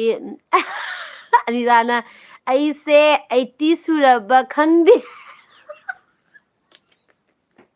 ꯑꯅꯤꯇꯥ ꯅꯪꯅ 80 ꯁꯨꯔꯗꯤ ꯑꯩꯅ 90 ꯁꯨꯔꯦ ꯑꯗꯨꯏꯗꯤ ꯅꯪꯅ 80 ꯁꯨꯔꯗꯤ ꯑꯩꯅ 90 ꯁꯨꯔꯦꯀꯣ ꯑꯗꯩ ꯊꯣꯛꯆꯣꯝ ꯒꯣꯔꯣꯕꯅ ꯆꯦꯆꯦ ꯂꯥꯏꯛ ꯇꯧꯔꯦ ꯍꯥꯏ ꯊꯦꯡꯀ꯭ꯌꯨ ꯒꯣꯔꯣꯕ ꯊꯦꯡꯀ꯭ꯌꯨ ꯁꯣ ꯃꯆ ꯊꯣꯏꯕꯤꯁꯅꯥꯅ ꯁꯨꯝ ꯇꯟꯕ ꯏꯅꯝꯃꯅ ꯆꯥꯅꯤꯡꯕꯗꯣ ꯈꯟꯕꯒꯤ ꯑꯗꯨꯗ ꯐꯪꯉꯁꯨ ꯏꯅꯝꯃꯅ ꯄꯥꯝꯃꯦ ꯈꯟꯕꯅꯤꯅ ꯍꯥꯏꯕ ꯇꯟꯕ ꯍꯥꯏ ꯑꯣꯀꯦ ꯀꯩꯁꯨ ꯅꯠꯇꯦꯗ ꯀꯩꯅꯣꯅꯦ ꯑꯗꯨꯕꯨ ꯑꯩꯒꯤꯅ ꯄꯥꯝꯕ ꯏꯟꯁꯥꯡ ꯅꯪꯅ ꯆꯥꯏꯗꯣ ꯑꯩꯅ ꯆꯥꯕꯒ ꯆꯞ ꯃꯥꯟꯅꯩꯀꯣ ꯀꯩꯁꯨꯝ ꯀꯥꯏꯗꯦ ꯑꯗꯒꯤ ꯅꯥꯎꯇꯣꯟꯅ ꯅꯤꯅꯦꯒꯤ ꯑꯦꯖꯁꯦ 32 ꯑꯣꯏꯔꯝꯗꯧ ꯃꯥꯜꯂꯦ ꯑꯩ ꯌꯥꯝ ꯅꯣꯛꯇꯣꯔꯤꯀꯣ ꯉꯁꯤ ꯅꯣꯏ ꯆꯍꯤꯁꯤꯡꯁꯦ ꯑꯗꯨꯝ ꯍꯥꯏꯔꯣ ꯑꯩꯒꯤ ꯆꯍꯤ ꯁꯨꯝ ꯍꯥꯏꯔꯣꯀꯣ ꯆꯨꯝꯕ ꯃꯇꯝꯗꯨꯗ ꯆꯨꯝꯕ ꯃꯤꯗꯨꯗ ꯑꯩꯅ ꯆꯨꯝꯃꯦ ꯍꯥꯏꯔꯛꯀꯦꯕꯀꯣ ꯅꯣꯏ ꯑꯗꯨꯝ ꯍꯥꯏꯔꯛꯑꯣ ꯑꯩꯒꯤ ꯑꯦꯖꯁꯦ ꯀꯌꯥ ꯑꯣꯏꯗꯣꯏꯅೋ ꯍꯥꯏꯅ ꯑꯗꯒꯤꯗꯤ ꯒꯣꯔꯣꯕꯅ 25 ꯁꯨꯔꯦ ꯑꯗꯩ ꯊꯣꯏꯕꯤꯁꯅꯥꯅ ꯑꯅꯤꯃꯛ ꯕꯨꯕꯣꯛꯅꯦ ꯑꯗꯨꯗꯤ ꯆꯍꯤꯗꯣ ꯍꯥꯏ ꯑꯗꯨꯅꯦ ꯑꯗꯩꯗꯤ ꯔꯦꯗꯤꯅ 10ꯔꯣ ꯐꯥꯒꯦ ꯇꯧꯕꯅꯦ 35 ꯃꯨꯛ ꯍꯥꯏꯌꯦ ꯂꯥꯂꯤꯀꯣ ꯆꯨꯝꯗ꯭ꯔꯤꯀꯣ ꯕꯨꯡꯒꯤ ꯊꯣꯛꯊꯥꯛꯅ ꯊꯣꯏꯕꯤꯁꯅꯥ ꯌꯣꯡꯆꯥꯛ ꯃꯔꯨ ꯊꯣꯡꯕꯗꯣ ꯄꯥꯝꯃꯦ ꯍꯥꯏꯌꯦ ꯇꯣꯡꯕꯗꯣ ꯄꯥꯝꯃꯦ ꯍꯥꯏꯌꯦ ꯄꯥꯝꯅ ꯀꯩꯗꯧꯗꯣꯏꯒꯦ ꯑꯩꯈꯣꯏ ꯁꯤꯗꯁꯨ ꯊꯣꯛꯂꯛꯑꯅꯤ ꯅꯥꯎꯇꯣꯟꯅꯅꯤꯅꯦ ꯑꯗꯨꯗꯤ 9 ꯔꯥꯏ ꯑꯣꯏꯕ ꯁꯤꯔꯦꯗ ꯊꯣꯏꯕꯤꯁꯅꯥꯅ ꯑꯗꯨꯗꯤ ꯑꯩꯅ ꯆꯥꯔꯒ ꯏꯅꯝꯃꯅ ꯃꯍꯥꯎ ꯐꯪꯉꯗꯤꯏꯅꯝꯃꯅ ꯉꯁꯤꯒꯤ ꯏꯟꯖꯥꯡꯗꯣ ꯍꯥꯎꯕ꯭ꯔꯥ ꯏꯅꯝꯃ ꯉꯁꯤꯒꯤ ꯏꯟꯖꯥꯡꯗꯣ ꯍꯥꯎꯕ꯭ꯔꯥ ꯍꯥꯎꯏ ꯌꯥꯝ ꯍꯥꯎꯏ ꯉꯁꯤꯒꯤ ꯏꯟꯖꯥꯡꯗꯣ ꯑꯗꯩꯗꯤ ꯊꯣꯏꯕꯤꯁꯅꯥꯅ ꯗꯥꯕꯨꯡ ꯈꯔꯗꯤ ꯐꯪꯉꯦ ꯁꯤꯗ ꯀꯥꯏ ꯆꯠꯈ꯭ꯔꯦ ꯃꯥꯡꯈ꯭ꯔꯦ ꯁꯤꯗ ꯅꯛꯑꯗꯤ ꯊꯤꯜꯂꯛ ꯌꯥꯕꯅꯤꯌꯦ ꯍꯥꯏꯌꯦ ꯑꯗꯨꯅꯦꯕ ꯂꯥꯞꯅꯔꯕꯅꯤꯅꯀꯣ ꯑꯅꯤꯇꯥꯅ ꯉꯁꯤ ꯁꯣꯔꯠꯀꯤ ꯚꯤꯗꯤꯑꯣꯗ ꯕꯦꯠ ꯀꯣꯃꯦꯟ ꯂꯥꯛꯏ ꯑꯩꯗꯤ ꯗꯤꯁꯀꯤ ꯏꯁꯩ ꯌꯥꯝꯅ ꯄꯥꯝꯖꯩ ꯑꯗꯨꯒ ꯑꯩꯅ ꯔꯤꯄ꯭ꯂꯥꯏ ꯄꯦꯟꯅ ꯄꯤꯈ꯭ꯔꯦ ꯁꯕꯥꯁ ꯒꯨꯗ ꯒꯔꯜ ꯇꯧꯒꯗꯕꯅꯦ ꯑꯗꯨꯃꯥꯏꯅ ꯑꯗꯒꯤꯗꯤ ꯀꯣꯟꯁꯝ ꯔꯣꯃꯤꯅ ꯍꯥꯏ ꯆꯦ ꯈꯨꯃꯟ ꯍꯥꯏꯌꯦ ꯍꯦꯜꯂꯣ ꯔꯣꯃꯤ ꯋꯦꯜꯀꯝ ꯆꯦꯒꯦꯜꯕꯤꯗ ꯂꯥꯛꯄꯤꯕꯒꯤ ꯊꯦꯡꯀ꯭ꯌꯨ ꯔꯦꯟꯗꯤꯅ ꯆꯨꯁꯇꯤ ꯑꯣꯏꯔꯕꯣ ꯍꯥꯏ ꯀꯩ ꯍꯥꯏꯕ ꯀ꯭ꯂꯣꯁ ꯍꯥꯏꯔ ꯀ꯭ꯂꯣꯁꯇꯤ ꯑꯣꯏꯔꯕꯣ ꯀ꯭ꯂꯣꯁ ꯍꯥꯏꯗꯤ ꯀꯩꯒꯤꯅꯣ ꯀꯩꯒꯤ ꯀ꯭ꯂꯣꯁꯅꯣ ꯔꯦꯟꯗꯤ ꯑꯗꯒꯤ ꯔꯣꯃꯤꯅ ꯂꯥꯏꯛ ꯗꯟ ꯊꯦꯡꯛ ꯌꯨ ꯊꯣꯏꯕꯤꯁꯅꯥꯅ ꯂꯥꯞꯅꯔꯕꯅꯤꯅ ꯑꯩ ꯆꯥꯒꯦ ꯅꯣꯏ ꯌꯦꯡꯉꯣ ꯔꯣꯃꯤꯅ ꯊꯣꯏꯕꯤ ꯍꯥꯏꯌꯦ ꯅꯣꯏ ꯊꯣꯏꯕꯤꯁꯅꯥꯅ ꯆꯦ ꯔꯣꯃꯤ ꯍꯥꯏꯌꯦ ꯑꯗꯒꯤꯗꯤ ꯔꯣꯃꯤꯅ ꯆꯦ ꯑꯅꯨ ꯆꯥꯛ ꯆꯥꯔꯕꯣ ꯆꯥꯔꯦ ꯔꯣꯃꯤ ꯅꯪ ꯀꯩ ꯏꯟꯖꯥꯡ ꯆꯥꯔꯒꯦ ꯔꯣꯃꯤ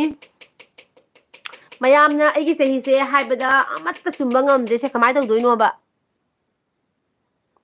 ꯆꯍꯤ 15 14 18 35 ꯍꯥꯏꯔꯛꯏ ꯃꯌꯥꯝꯀꯣ ꯑꯝꯇ ꯆꯨꯝꯗꯦ ꯍꯥꯏꯕ ꯑꯩꯒꯤ ꯆꯍꯤꯁꯦ ꯑꯗꯒꯤꯗꯤ ꯔꯣꯃꯤꯅ ꯆꯦ ꯑꯩꯗꯤ ꯉꯥ ꯊꯣꯡꯕ ꯑꯍꯥꯎꯕ ꯌꯦꯟꯁꯥꯡꯅꯤꯀꯣ ꯔꯣꯃꯤ ꯏꯆꯥꯇꯣꯝꯕꯤ ꯇꯨꯝꯈ꯭ꯔꯦ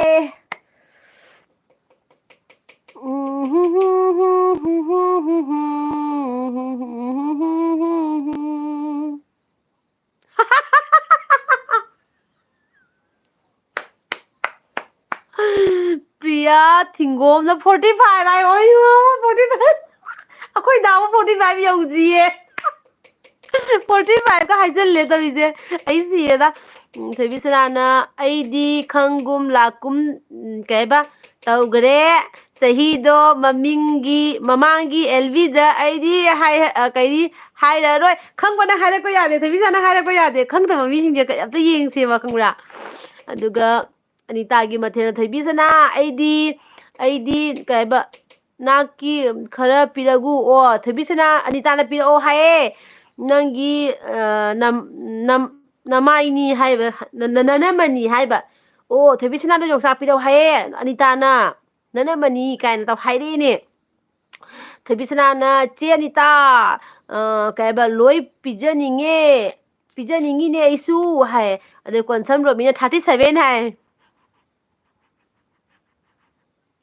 रोमी 37 हाइसे ना कमा करम मोंगदा हाइरे नमता हाइरो येंगेने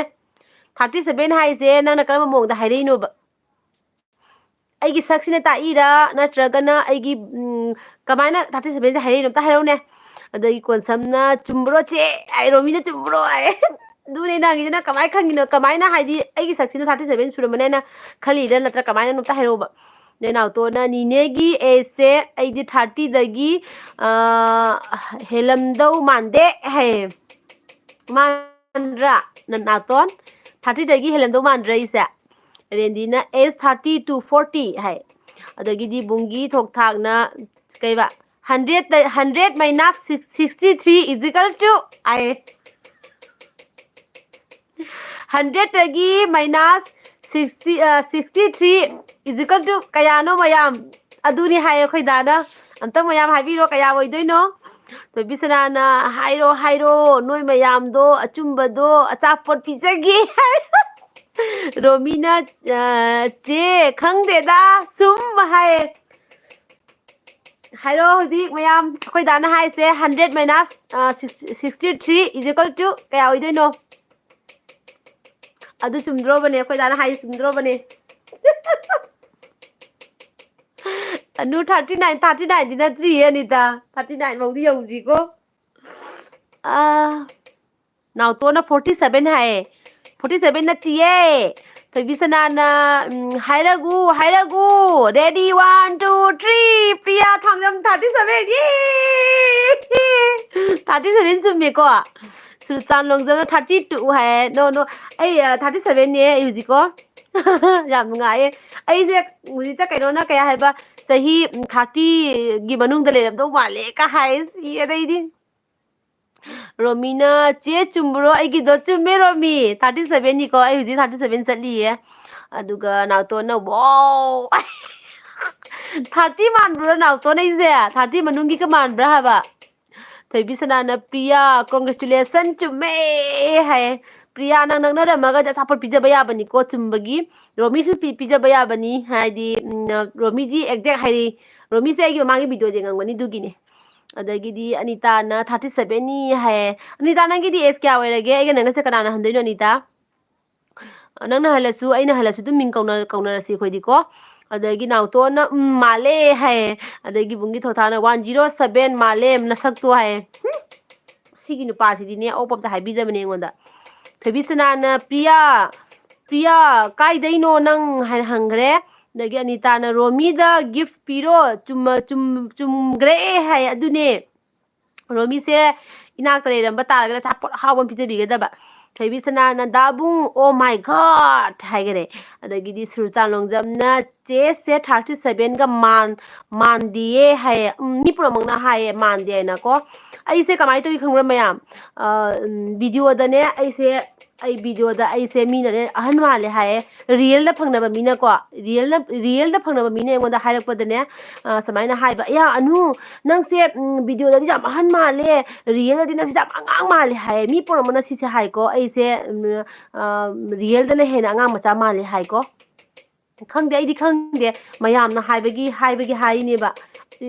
ꯑꯁꯦꯡꯃꯛꯀꯤꯗꯤ ꯑꯩꯁꯦ ꯌꯥꯝꯅ ꯑꯉꯥꯡ ꯃꯥꯜꯂꯦ ꯍꯥꯏꯌꯦ ꯑꯗꯨꯒ ꯚꯤꯗꯤꯑꯣꯗꯅꯅꯦ ꯈꯔ ꯑꯍꯟ ꯃꯥꯟꯕ ꯑꯩꯁꯦ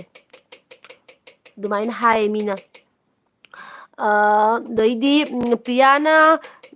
ꯁꯒꯣꯜꯕꯟꯗꯩꯅꯦ ꯍꯥꯏꯌꯦ ꯑꯣꯀꯦ ꯑꯣꯀꯦ ꯑꯗꯒꯤꯗꯤ ꯑꯅꯤꯇꯥꯅ ꯑꯩꯅ ꯍꯥꯜꯂꯤ ꯍꯥꯏꯌꯦ ꯑꯩꯅ ꯍꯜꯂꯤ ꯍꯥꯏꯔꯣ ꯑꯣꯀꯦ ꯑꯣꯀꯦ ꯑꯅꯤꯇꯥ ꯍꯜꯂꯁꯨ ꯀꯩꯁꯨ ꯀꯥꯏꯗꯦ ꯑꯗꯨꯝ ꯃꯤꯡ ꯀꯧꯅꯁꯤ ꯀꯩꯁꯨꯝ ꯀꯥꯏꯗꯦꯀꯣ ꯑꯗꯩ ꯕꯨꯡꯒꯤ ꯇꯣꯛꯇꯥꯅ ꯑꯅꯨ ꯈꯨꯃꯟ ꯇꯜꯂꯦꯍꯦ ꯅꯪꯒꯤ ꯁꯤꯗꯤ ꯄꯥꯔꯛꯑꯣꯏ ꯅꯪꯒꯤ ꯁꯨꯄꯥꯏ ꯄꯥꯔꯛꯑꯣꯏ ꯊꯣꯏꯕꯤꯁꯅꯥꯅ ꯑꯣ ꯀꯔꯤꯕ ꯋꯥꯒꯥꯏꯗ ꯂꯥꯛꯄ ꯊꯣꯛꯑꯗꯤ ꯊꯦꯡꯅ ꯌꯥꯏꯌꯦ ꯋꯥꯒꯥꯏꯗꯅꯤ ꯍꯥꯏ ꯔꯣꯃꯤꯅ ꯁꯞꯄꯣꯔꯠ ꯇꯧꯕꯤꯔꯣ ꯑꯆꯥꯄꯣꯠ ꯄꯥꯝꯗꯦ ꯍꯥꯏ ꯔꯣꯃꯤ ꯅꯪꯒꯤ ꯀꯩꯅꯣ ꯂꯩꯕ꯭ꯔꯣ ꯆꯦꯅꯦꯜ ꯂꯩꯕ꯭ꯔꯣ ꯀꯣꯟꯁꯝ ꯔꯣꯃꯤ ꯀꯔꯤ ꯍꯥꯏꯅ ꯂꯩ ꯀꯣꯟꯁꯝ ꯔꯣꯃꯤ ꯍꯥꯏꯅ ꯂꯩꯔꯤꯔꯣ ꯄ꯭ꯔꯤꯌꯥꯅ ꯑꯣ ꯊꯦꯡꯅꯁꯦ ꯅꯣꯡꯃ ꯍꯥꯏꯌꯦ ꯑꯗꯒꯤ ꯊꯣꯏꯕꯤꯁꯅꯥꯅ ꯑꯆꯥꯄꯣꯠ ꯀꯣꯡꯉꯦ ꯄ꯭ꯔꯤꯌꯥ ꯍꯥꯏꯌꯦ ꯑꯗꯒꯤꯗꯤ ꯅꯥꯎꯇꯣꯟꯅ ꯑꯩꯗꯤ ꯅꯦꯅꯦꯒꯤ ꯂꯥꯏꯐꯁꯦ ꯉꯁꯤꯅ ꯑꯍꯥꯟꯕꯅꯦ ꯌꯦꯡꯉꯤꯁꯦ ꯍꯥꯏꯌꯦ ꯑꯣꯀꯦ ꯑꯣꯀꯦ ꯅꯥꯎꯇꯣꯟ ꯑꯩ ꯄꯨꯡ 8 ꯅꯨꯃꯤꯠꯀꯤ ꯗꯦꯜꯂꯤ ꯑꯦꯜꯕꯤ ꯂꯥꯛꯏꯀꯣ ꯖꯅꯋꯥꯔꯤ ꯊꯥꯁꯤꯃ ꯄꯨꯔꯥ ꯇꯧꯒꯅꯤ ꯐꯦꯕꯋꯥꯔꯤꯗꯒꯤ ꯇꯧꯔꯔꯣꯏꯀꯣ ꯑꯅꯤꯇꯥꯅ ꯑꯩꯁꯨꯅꯤ ꯚꯤꯗꯤꯑꯣꯅ ꯑꯍꯟ ꯃꯥꯜꯂꯤ ꯔꯤꯌꯦꯜꯗꯅ ꯐꯖꯁꯨ ꯐꯖꯩ ꯍꯥꯏꯌꯦ ꯑꯗꯣ ꯑꯩꯗꯤ ꯐꯖꯕꯕꯨꯗꯤ ꯅꯠꯇꯦꯀꯣ ꯑꯩꯗꯤ ꯃꯁꯛꯁꯦ ꯀꯩꯁꯨ ꯐꯖꯗꯕꯅꯤ ꯐꯖꯕꯒꯤ ꯅꯠꯇꯦꯀꯣ ꯑꯩꯗꯤꯅꯦ ꯈꯪꯕ꯭ꯔꯥ ꯑꯉꯥꯡ ꯃꯥꯜꯂꯦ ꯍꯥꯏꯕ ꯃꯤꯅꯅꯦ ꯔꯤꯌꯦꯜꯗ ꯑꯉꯥꯡ ꯌꯥꯝ ꯃꯥꯜꯂꯦ ꯍꯥꯏꯕꯅꯦ ꯑꯗꯨꯒ ꯚꯤꯗꯤꯑꯣꯒꯗꯤ ꯑꯝꯇ ꯃꯥꯟꯅꯗ꯭ꯔꯦ ꯀꯥꯏꯅ ꯍꯥꯏꯌꯦꯕꯀꯣ ꯃꯤꯅ ꯑꯗꯣ ꯃꯤ ꯈꯛꯇꯪꯅ ꯍꯥꯏꯕ ꯅꯠꯇꯦ ꯑꯌꯥꯝꯕ ꯃꯤꯅ ꯑꯗꯨꯃꯥꯏꯅ ꯍꯥꯏꯔꯦ ꯑꯩꯁꯦ ꯑꯗꯨꯗꯤ ꯑꯩꯅ ꯈꯜꯂꯤꯕ ꯑꯩꯁꯦ ꯌꯥꯝ ꯑꯉꯥꯡ ꯃꯆꯥ ꯃꯥꯜꯂꯕ꯭ꯔꯥ ꯍꯥꯏꯅ ꯑꯩꯗꯤ ꯃꯤꯁꯨ ꯌꯥꯝꯅ ꯋꯥꯡꯗꯦꯕꯀꯣ ꯌꯥꯝ ꯍꯦꯟꯖꯟꯅ ꯀꯥ ꯍꯦꯟꯅ ꯋꯥꯡꯕꯗꯣ ꯑꯣꯏꯗꯦꯕꯀꯣ ꯃꯤ ꯈꯔ ꯄꯤꯛꯆꯩꯌꯦꯕ ꯑꯗꯨꯗꯨꯅꯔ ꯈꯪꯗꯦ ꯍꯥꯏꯕ ꯑꯩꯁꯦ ꯑꯉꯥꯡ ꯃꯥꯜꯂꯤꯇ ꯍꯥꯏꯌꯦ ꯃꯤꯅ ꯖꯦꯔꯤꯅꯥ ꯕꯦꯒꯝꯅ ꯑꯣꯆꯦ ꯅꯨꯡꯉꯥꯏꯔꯤꯕꯣ ꯆꯥꯛ ꯆꯥꯔꯕꯣ ꯍꯥꯏꯌꯦ ꯖꯦꯔꯤꯅꯥ ꯅꯨꯡꯉꯥꯏꯔꯤꯌꯦ ꯆꯥꯛ ꯆꯥꯔꯦ ꯅꯪꯗꯤ ꯆꯥꯔꯕꯣ ꯀꯩꯖꯥꯡ ꯆꯥꯔꯛꯀꯦ ꯖꯦꯔꯤꯅꯥ ꯑꯗꯒꯤꯗꯤ ꯔꯣꯃꯤꯅ ꯀꯣꯟꯁꯝ ꯔꯣꯃꯤ ꯍꯥꯏ ꯑꯣꯀꯦ ꯔꯣꯃꯤ ꯑꯩ ꯏꯁꯀ꯭ꯔꯤꯟ ꯁꯣꯠ ꯂꯧꯍꯧꯒꯦ ꯅꯪꯒꯤ ꯆꯦꯅꯦꯜꯁꯦ ꯑꯩ ꯁꯞꯄꯣꯔꯠ ꯇꯧꯔꯛꯀꯦꯀꯣ ꯏꯁꯀ꯭ꯔꯤꯟ ꯁꯣꯠ ꯂꯧꯍꯧꯔꯦ ꯑꯗꯨꯒ ꯅꯪ ꯑꯩꯒꯤ ꯚꯤꯗꯤꯑꯣ ꯑꯃꯗ ꯆꯪꯉꯣ ꯔꯣꯃꯤꯀꯣ ꯆꯪꯉꯒ ꯑꯗꯒꯤ ꯅꯪ ꯀꯣꯃꯦꯟꯠꯁ ꯑꯃ ꯊꯥꯗꯔꯝꯃꯣꯕ ꯑꯗꯨꯒ ꯑꯩ ꯑꯗꯨꯝ ꯈꯪꯉꯅꯤꯅ ꯑꯗꯨꯑꯣꯏꯗꯤ ꯑꯗꯨꯝ ꯅꯪꯉꯣꯟꯗ ꯑꯗꯨꯝ ꯗꯥꯏꯔꯦꯛ ꯆꯪꯉꯒꯦꯕꯀꯣ ꯑꯗꯒꯤꯗꯤ ꯔꯣꯃꯤꯅ ꯃꯌꯥꯝ ꯁꯞꯄꯣꯔꯠ ꯇꯧꯃꯤꯟꯅꯁꯤ ꯑꯣꯀꯦ ꯃꯌꯥꯝ ꯄꯨꯝꯅꯃꯛꯅ ꯀꯣꯟꯁꯝ ꯔꯣꯃꯤꯗ ꯁꯞꯄꯣꯔꯠ ꯇꯧꯁꯤꯟꯕꯤꯌꯣ ꯃꯥꯒꯤ ꯆꯦꯅꯦꯜ ꯂꯩꯀꯣ ꯃꯌꯥꯝ ꯄ꯭ꯂꯤꯖ ꯂꯥꯏꯛꯁꯨ ꯇꯧꯁꯤꯟꯕꯤꯌꯣ ꯂꯥꯏꯛ ꯌꯥꯝ ꯂꯤꯛꯑꯦ ꯃꯤꯗꯤ 100ꯒꯤ ꯃꯊꯛꯇ ꯂꯩ ꯑꯗꯨꯒ ꯂꯥꯏꯛꯇꯤ 15 ꯈꯛꯇꯪ ꯂꯩ ꯄ꯭ꯂꯤꯖ ꯂꯥꯏꯛ ꯇꯧꯁꯤꯟꯕꯤꯌꯣ प्लीज ꯑꯗꯨꯒꯤꯗꯤ ꯊꯣꯏꯕꯤꯁꯅꯥꯅ ꯐꯦꯕꯋꯥꯔꯤ ꯌꯧꯔꯛꯀꯅꯤ ꯈꯟꯕꯗ ꯀꯩꯕ ꯈꯣꯡ ꯁꯥꯡ ꯇꯤꯡꯊꯣꯛꯑꯒ ꯀꯞꯅꯤꯡꯉꯦ ꯍꯥꯏꯌꯦ ꯀꯞꯀꯅꯨ ꯊꯣꯏꯕꯤꯁꯅꯥ ꯑꯩ ꯂꯥꯛꯀꯅꯤ ꯑꯦꯜꯕꯤꯗꯣ ꯃꯔꯛꯇ ꯂꯥꯛꯀꯦꯕꯀꯣ ꯑꯩꯗꯤ ꯗꯦꯜꯂꯤ ꯁꯨꯃꯥꯏꯅ ꯂꯥꯛꯄꯁꯦ ꯂꯥꯛꯑꯔꯣꯏꯒꯦ ꯀꯩꯒꯤꯅꯣ ꯍꯥꯏꯗꯤ ꯏꯆꯥ ꯊꯣꯏꯕꯤꯒꯤ ꯑꯦꯛꯖꯥꯝꯁꯨ ꯅꯛꯁꯜꯂꯛꯇꯣꯏꯅꯦꯕ ꯐꯥꯏꯅꯦꯜ ꯑꯦꯛꯖꯥꯝ ꯑꯣꯏꯗꯣꯏꯅꯤꯅ ꯑꯩ ꯃꯉꯣꯟꯗ ꯃꯥꯒ ꯂꯣꯏꯅꯗꯕ ꯌꯥꯗꯦꯕꯀꯣ ꯑꯩꯅ ꯍꯧꯖꯤꯛ ꯑꯦꯜꯕꯤ ꯇꯧꯔꯤꯁꯦ ꯊꯦꯡꯅ ꯇꯧꯔꯅꯤ ꯑꯗꯒꯤ ꯅꯣꯡꯉꯥꯜꯂꯒꯗꯤ ꯉꯟꯅ ꯍꯧꯒꯠꯅꯤꯡꯉꯔꯣꯏ ꯍꯧꯒꯠꯂꯛꯄꯒ ꯏꯆꯥ ꯊꯣꯏꯕꯤ ꯂꯥꯏꯔꯤꯛ ꯄꯥꯕꯒꯤ ꯃꯇꯝꯗꯣ ꯌꯥꯝꯅ ꯂꯩꯇꯕ ꯁ꯭ꯀꯨꯜꯒꯤ ꯇꯥꯏꯃꯤꯡꯗꯣ ꯁꯨꯝ ꯖꯧꯔꯝꯃꯦꯕꯀꯣ ꯑꯗꯨꯗꯨꯅ ꯂꯥꯏꯔꯤꯛ ꯄꯥꯕꯒꯤ ꯑꯌꯨꯛꯇ ꯃꯇꯝꯗꯣ ꯂꯩꯇꯦ ꯅꯨꯡꯗꯥꯡꯗꯁꯨ ꯌꯦꯡꯉꯨꯅꯦ ꯑꯦꯜꯕꯤ ꯊꯥꯗꯣꯏꯅꯤ ꯍꯥꯏꯅ ꯖꯥꯡ ꯊꯣꯡꯅ ꯊꯥꯛꯅ ꯑꯃ ꯇꯧꯅ ꯍꯣꯠꯅꯕꯗ ꯏꯆꯥꯒꯤ ꯂꯥꯏꯔꯤꯛꯇꯣ ꯑꯩꯅ ꯀꯌꯥ ꯌꯦꯡꯁꯤꯟꯕ ꯉꯝꯗ꯭ꯔꯦꯕꯀோ ꯑꯗꯨꯗꯨꯒꯤꯅꯦ ꯑꯗꯣ ꯁꯟꯗꯦ ꯈꯨꯗꯤꯡꯒꯤꯗꯤ ꯑꯩ ꯑꯦꯜꯕꯤ ꯇꯧꯔꯛꯀꯅꯤ ꯑꯗꯨ ꯁꯤꯌꯣꯔ ꯒꯦꯔꯦꯟꯇꯤꯗ ꯑꯩ ꯍꯥꯏꯒꯦ ꯐꯦꯕꯋꯥꯔꯤꯗꯒꯤꯀꯣ ꯁꯟꯗꯦ ꯈꯨꯗꯤꯡꯒꯤ ꯑꯦꯜꯕꯤ ꯇꯧꯔꯛꯀꯅꯤ ꯑꯩ ꯅꯨꯡꯗꯥꯡ ꯄꯨꯡ 8ꯗ ꯑꯗꯨꯒ ꯖꯅꯋꯥꯔꯤꯒꯤ ꯂꯥꯁ ꯐꯥꯎꯗꯤ ꯖꯅꯋꯥꯔꯤ 31 ꯖꯅꯋꯥꯔꯤ ꯐꯥꯎꯗꯤꯅꯦ ꯑꯩ ꯑꯗꯨꯝ ꯗꯦꯜꯂꯤ ꯑꯗꯨꯋꯥꯏꯐꯥꯎꯗꯤ ꯂꯥꯛꯑꯒꯦꯕꯀꯣ ꯐꯦꯕꯋꯥꯔꯤꯗꯒꯤꯗꯤ ꯁꯟꯗꯦ ꯈꯨꯗꯤꯡꯒꯤ ꯑꯩ ꯂꯥꯛꯀꯦ ꯃꯌꯥꯝꯒ ꯑꯗꯨꯒ ꯋꯥꯔꯤ ꯁꯥꯟꯅꯁꯤꯀꯣ ꯑꯗꯨꯗꯒꯤꯗꯤ ꯊꯣꯏꯕꯤꯁꯅꯥꯅ ꯆꯦ ꯔꯣꯃꯤ ꯑꯩꯗꯤ ꯁꯥꯞ ꯇꯧꯕꯅꯦꯀꯣ ꯍꯥꯏꯌꯦ ꯑꯗꯒꯤꯗꯤ ꯑꯅꯤꯇꯥꯅ ꯑꯩꯁꯨ ꯀꯩ ꯋꯥꯡꯗꯦꯅꯦ ꯑꯅꯨ ꯑꯩꯁꯨ ꯋꯥꯡꯗꯦꯅꯦ ꯑꯅꯨ ꯅꯪꯒ ꯑꯩꯒ ꯍꯥꯏꯠ ꯃꯥꯟꯅꯔꯝꯒꯅꯤ ꯍꯥꯏ ꯑꯗꯨꯅꯦ ꯑꯩꯁꯨ ꯌꯥꯝꯅ ꯋꯥꯡꯗꯦ ꯑꯅꯤꯇꯥ ꯋꯥꯡꯕ ꯈꯣꯠꯄꯗꯨ ꯅꯠꯇꯦꯀꯣ ꯃꯤ ꯄꯤꯛꯆꯩꯌꯦꯕ ꯑꯗꯨꯗꯨꯅ ꯈꯔ ꯈꯪꯗꯦ ꯑꯉꯥꯡ ꯃꯥꯜꯂꯤꯇ ꯍꯥꯏ ꯑꯗꯒꯤꯗꯤ ꯀꯩꯕ ꯚꯥꯔꯅꯤꯈꯥ ꯚꯤ ꯑꯦꯝꯅ where are you from we are from Silchar ꯀꯣꯟꯁꯝ ꯔꯣꯃꯤꯅ ꯍꯣꯏ ꯊꯣꯏꯕꯤ ꯍꯥꯏ ꯑꯗꯩ ꯚꯥꯔꯅꯤꯈꯥꯅ ꯍꯥꯏ ꯍꯦꯜꯂꯣ ꯊꯣꯏꯕꯤꯁꯅꯥꯅ ꯑꯗꯨꯕꯨꯗꯤ ꯋꯥꯆꯞ ꯂꯩꯁꯤꯗꯤ ꯁꯨꯝ ꯍꯥꯏꯕꯅꯤꯗ ꯆꯨꯝꯃꯦ ꯏꯅꯝꯃ ꯑꯉꯥꯡꯁꯨ ꯂꯩꯕꯅꯤꯅ ꯑꯉꯥꯡꯗ ꯐꯖꯅ ꯃꯥꯏ ꯑꯣꯟꯁꯤꯟꯕꯤꯌꯣ ꯃꯣꯏꯅ ꯑꯐꯕ ꯑꯣꯏꯔꯗꯤ ꯗꯗꯥ ꯏꯅꯝꯃ ꯅꯨꯡꯉꯥꯏꯗꯣꯏꯅꯦ ꯍꯥꯏ ꯑꯗꯨꯅꯦ ꯑꯩꯈꯣꯏ ꯅꯨꯡꯉꯥꯏꯕ ꯅꯨꯡꯉꯥꯏꯇꯕꯀꯣ ꯃꯣꯏꯒꯤ ꯂꯥꯏꯐꯁꯦ ꯅꯨꯡꯉꯥꯏꯖꯍꯧꯕ ꯅꯠꯇ꯭ꯔꯅꯦ ꯂꯥꯏꯔꯤꯛꯄꯨ ꯍꯩꯔꯗꯤ ꯂꯦꯝꯅ ꯃꯥꯡꯗꯦꯗꯅꯀꯣ ꯑꯗꯨꯅꯦ ꯈꯜꯂꯤꯁꯦ ꯑꯗꯒꯤꯗꯤ ꯖꯦꯔꯤꯅꯥꯅ ꯀꯔꯤ ꯃꯊꯦꯜ ꯆꯥꯈ꯭ꯔꯒꯦ ꯀꯔꯤ ꯃꯊꯦꯜ ꯆꯥꯈ꯭ꯔꯒꯦ ꯍꯥꯏ ꯉꯁꯤꯗꯤ ꯈꯦꯆꯤ ꯑꯣꯏꯅ ꯆꯥꯔꯦ ꯖꯦꯔꯤꯅꯥ ꯑꯗꯒꯤꯗꯤ ꯑꯅꯤꯇꯥꯅ ꯀꯩ ꯍꯥꯏꯅꯣ ꯋꯥꯡꯗꯕ ꯃꯤꯁꯦ ꯃꯁꯛ ꯅꯧꯕꯅꯤ ꯍꯥꯏ ꯑꯗꯨꯅꯔ ꯈꯪꯗꯦꯅꯦ ꯑꯅꯤꯇꯥ ꯃꯤꯅ ꯑꯩꯕꯨ ꯑꯉꯥꯡꯅꯦ ꯍꯥꯏꯕꯤꯔꯦ ꯑꯗꯒꯤꯗꯤ ꯍꯧꯖꯤꯛꯁꯨ ꯌꯦꯡꯉꯨꯅ ꯃꯌꯥꯝꯅ ꯆꯍꯤꯁꯦ ꯍꯥꯏꯔꯛꯄꯗ 19 ꯍꯧꯔꯛꯄ ꯋꯥꯅꯤ ꯑꯩꯒꯤ ꯆꯍꯤꯁꯦ ꯆꯥꯎꯕꯅ ꯆꯥꯛ ꯆꯥꯔꯕꯣ ꯆꯦ ꯍꯥꯏꯌꯦ ꯆꯥꯔꯦ ꯆꯥꯎꯕ ꯅꯪꯒꯤ ꯆꯥꯔꯕꯣ ꯀꯩ ꯏꯟꯁꯥꯡ ꯆꯥꯔꯛꯀꯦ ꯁꯅꯥꯅ ꯇꯨꯝꯃꯒꯦ ꯆꯦ ꯍꯥꯏꯌꯦ ꯑꯣꯀꯦ ꯁꯅꯥ ꯒꯨꯗ ꯅꯥꯏꯠ ꯁ꯭ꯋꯤꯠ ꯗ꯭ꯔꯤꯝ ꯅꯨꯡꯉꯥꯏꯅ ꯇꯨꯝꯃꯣ ꯍꯌꯦꯡ ꯑꯃꯨꯛ ꯋꯥꯔꯤ ꯁꯥꯟꯅꯔꯁꯤꯀꯣ ꯑꯗꯒꯤꯗꯤ ꯚꯔꯅꯤꯈꯥꯅ what language are you talk can you please say ꯍꯥꯏ Manipuri language Varnikha Manipuri language okay ꯑꯗꯒꯤ ꯅꯥꯎꯇꯣꯟꯅ ꯑꯇꯩꯒꯤꯗꯤ ꯈꯪꯗꯦ ꯅꯤꯅꯦꯒꯤ ꯂꯥꯏꯐ ꯌꯦꯡꯕꯁꯦ ꯌꯥꯝ ꯅꯨꯡꯉꯥꯏꯌꯦ ꯍꯥꯏꯌꯦ ꯊꯦꯡꯀ꯭ꯌꯨ ꯅꯥꯎꯇꯣꯟ ꯊꯦꯡꯀ꯭ꯌꯨ ꯁꯣ ꯃꯆ ꯅꯣꯏꯅ ꯅꯨꯡꯁꯤꯕꯤꯕꯒꯤꯅꯤꯀꯣ ꯅꯨꯡꯉꯥꯏ ꯍꯥꯏꯁꯦ ꯅꯣꯏꯅ ꯅꯨꯡꯁꯤꯕꯤꯕꯒꯤꯅꯦ ꯅꯨꯡꯁꯤꯗꯕ ꯃꯤꯅ ꯀꯩꯁꯨ ꯑꯩꯒꯤ ꯑꯦꯜꯕꯤꯁꯤ ꯌꯦꯡꯅꯤꯡꯉꯣꯏꯀꯣ ꯑꯗꯣ ꯅꯣꯏꯅ ꯅꯨꯡꯁꯤꯕꯤꯕꯒꯤꯅꯤ ꯑꯩꯒꯤ ꯑꯦꯜꯕꯤꯁꯤꯒ ꯋꯥꯔꯤ ꯋꯥꯇꯥꯏ ꯁꯥꯟꯅꯅ ꯂꯩꯕꯤꯔꯤꯁꯦꯀꯣ ꯌꯥꯝ ꯅꯨꯡꯁꯤ ꯑꯩꯅꯁꯨ ꯅꯣꯏ ꯃꯌꯥꯝꯕꯨ ꯊꯣꯏꯕꯤꯁꯅꯥꯅ ꯏꯅꯝꯃ ꯀꯤꯡ ꯀꯣꯡ ꯂꯥꯛꯇꯦ ꯃꯥꯒꯤ ꯑꯦꯜꯕꯤ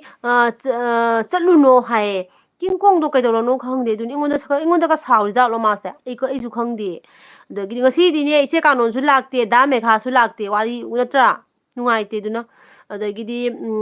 ꯉꯥꯟꯊꯣꯏ ꯑꯉꯣꯝꯅ ꯋꯥꯎ ꯅꯥꯏꯁ ꯕ꯭ꯌꯨꯇꯤꯐꯨꯜ ꯄꯤꯛꯆꯔꯁ ꯕ꯭ꯌꯨꯇꯤꯐꯨꯜ ꯍꯥꯏ ꯊꯦꯡꯀ꯭ꯌꯨ ꯑꯗꯒꯤ ꯆꯥꯎꯕꯅ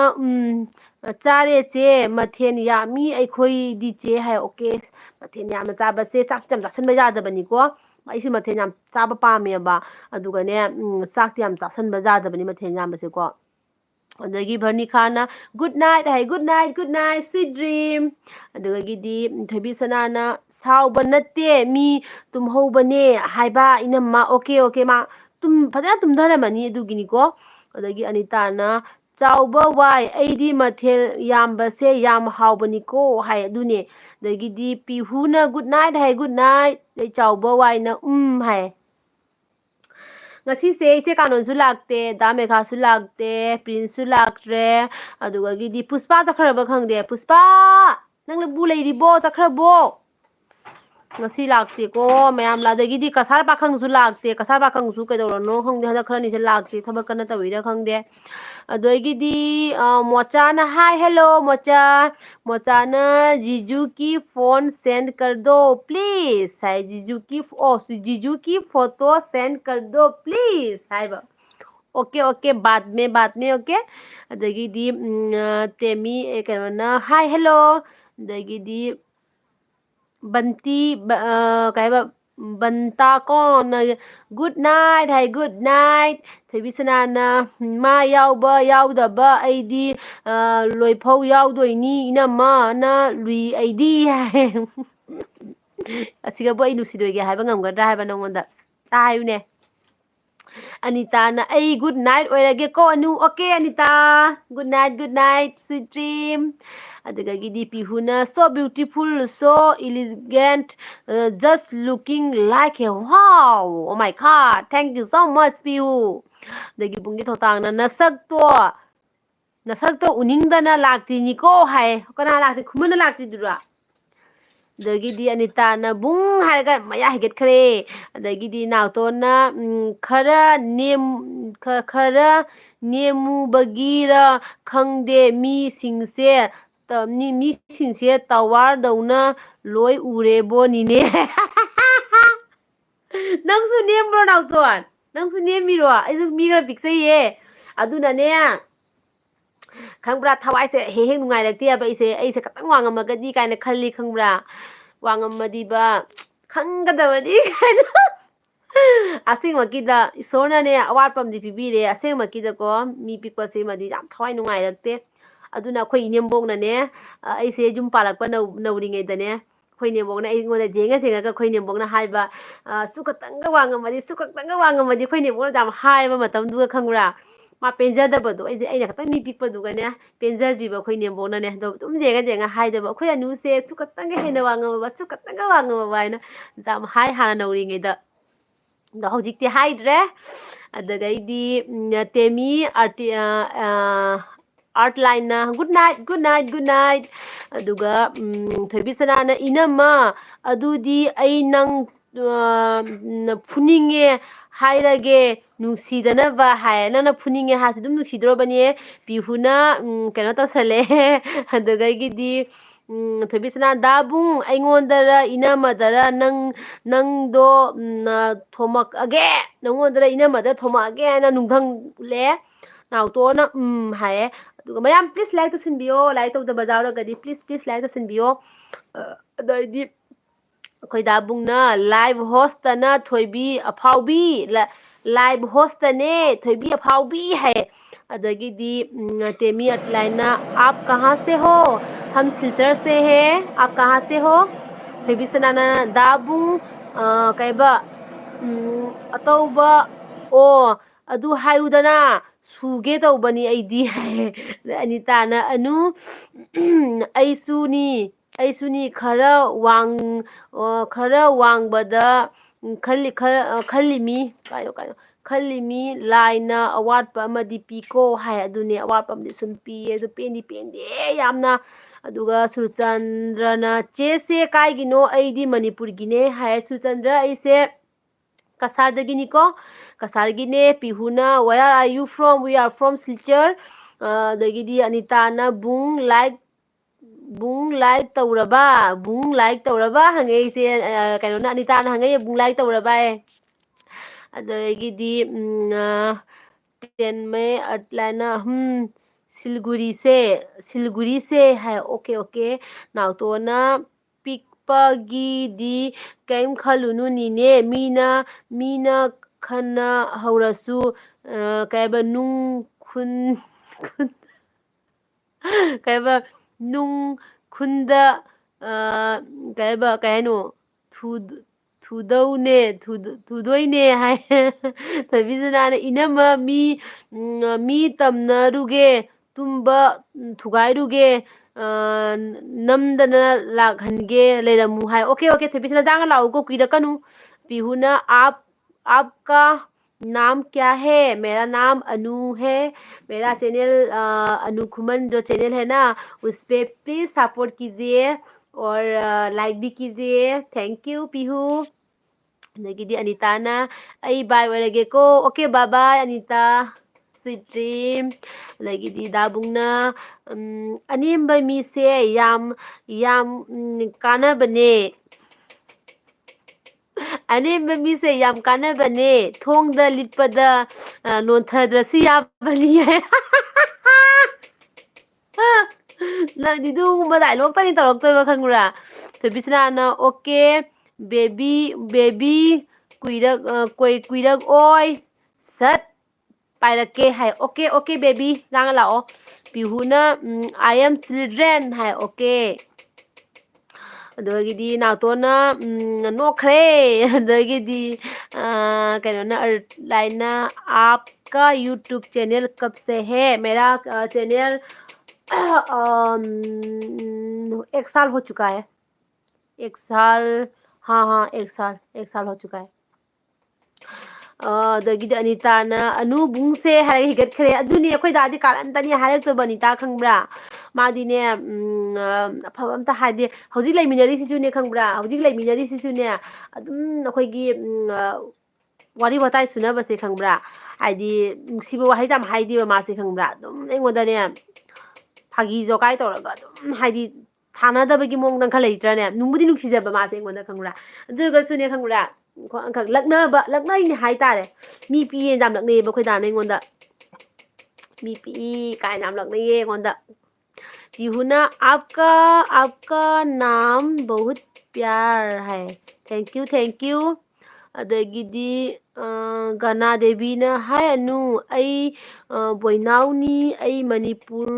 वांखैदगिने नोइगी साइदी लाक्तेना हाय ओके बोइनाउ अखोई दा लानी अखोई दा से ngahaktang matungda laani ma thabak ama loisilebako adugini thank you ai gelbi da lapibagi Lasiana आपको कितना सब्सक्राइबर्स है ओके मेरे चैनल पे जाके एक बार देखो अनुखुमन का चैनल पे जाके एक बार देखो ठीक है अदगी थबिसनाना मी लेब्रो लाई लेब्रो भूत लेब्रो ना हौदोरा बो मा होगलौरबो कमाय तहौरिगे लाक्त्रबो माबो नगिदी नाउतोना कहबा निने से कमेंट पाबदा खनाव कंगमनी है खनाव से खरा खरादी कंगबा हौरे